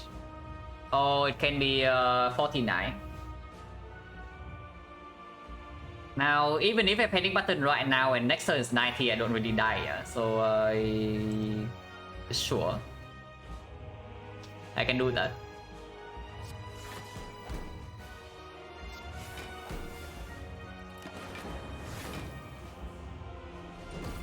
Okay, now it's 90. But we are fine. We are fine.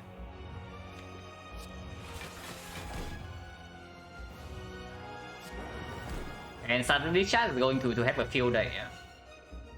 You laugh at the AI, you laugh at the this chat, you laugh at the storms, but look at what's happening here. Yeah. Okay, not that we okay. Finally, echo form when the fight is already over. Very interesting here. But we just killed next turn. yeah, echo form GG indeed.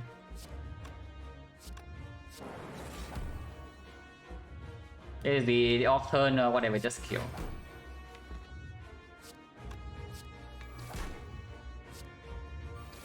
Yeah, sure, can attack.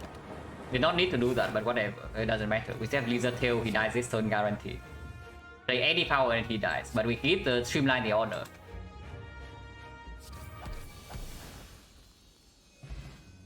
Yeah, carry the hard fight, guys, by the way. It actually carry us. It carries so freaking hard here. AI is actually like so freaking sad. I would say the 2 AI is probably reliable. Like duplication potion on AI can be relied on, but a single AI, if you rely on it to scale your block, probably going to be disappointed. yeah, hard carry by sudden discharge. Not silent, no streamline, yeah, sure.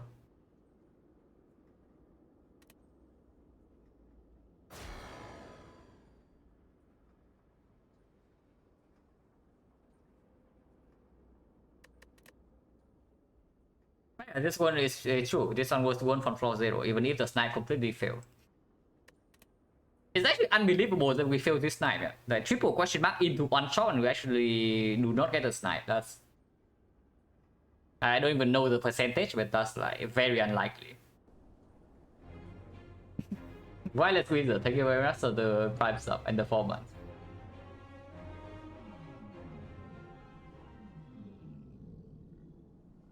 It's a 10%, yeah, 10%. So like 10% here into 28% here. So it's like we need to hit 20%. It's 2.8%. So the chance that we actually succeed in this snipe is 97.2%. Supposed to be 10. No, like correlated to the randomness is correlated. At least I learned it that way. Like it's correlated, so it actually doesn't change the actual chance of this being a fight or not. It's decided when the seed is rolled, and the chance is still 10%. It's kind of like that. Like so basically what happens is that the thing the shrine before is actually just a tail, and not it's not that the shrine here means that this is suddenly becomes a fight. But it is the other way around. This thing rolls a fight and then it goes back, kind of. Not exactly, because everything happens at the same time. Because it is, so this thing is not a consequence of this, basically. The chance is still the same. Like so 2.8% that we failed this night, and it happened. But we killed Nom in 3 turns anyway, so like whatever, who cares? Okay, I care a little bit because I did use Scabbler's Brew, but yeah, who cares? Oh yeah, I figured out this thing, yeah. BTTV. Okay, maybe it took it took a little bit.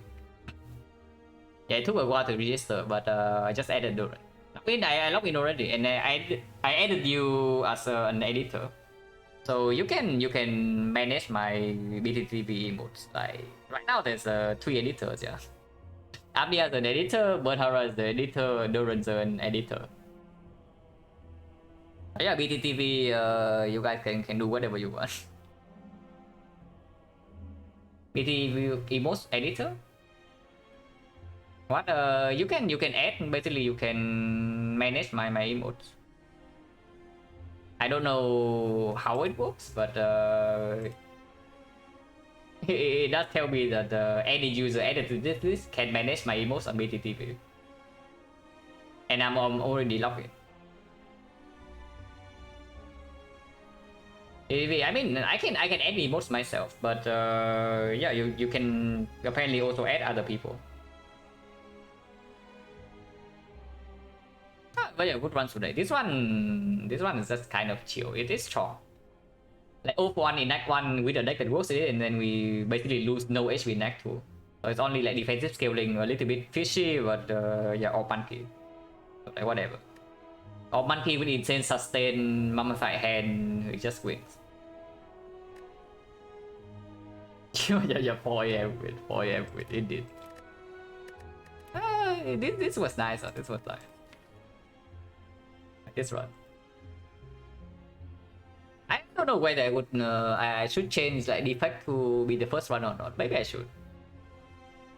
I'm kind of used to just doing like silent into defect.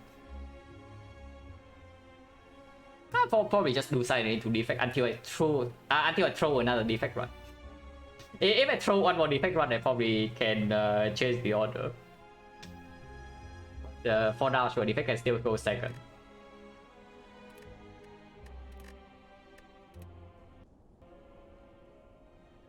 Effect deserves to be the first run. Interesting. Oh yeah, that's definitely it for me. So I'll send you guys somewhere.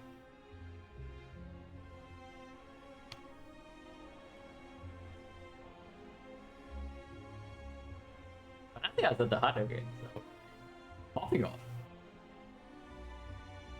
But I think on the 6th trick and is the other heart again.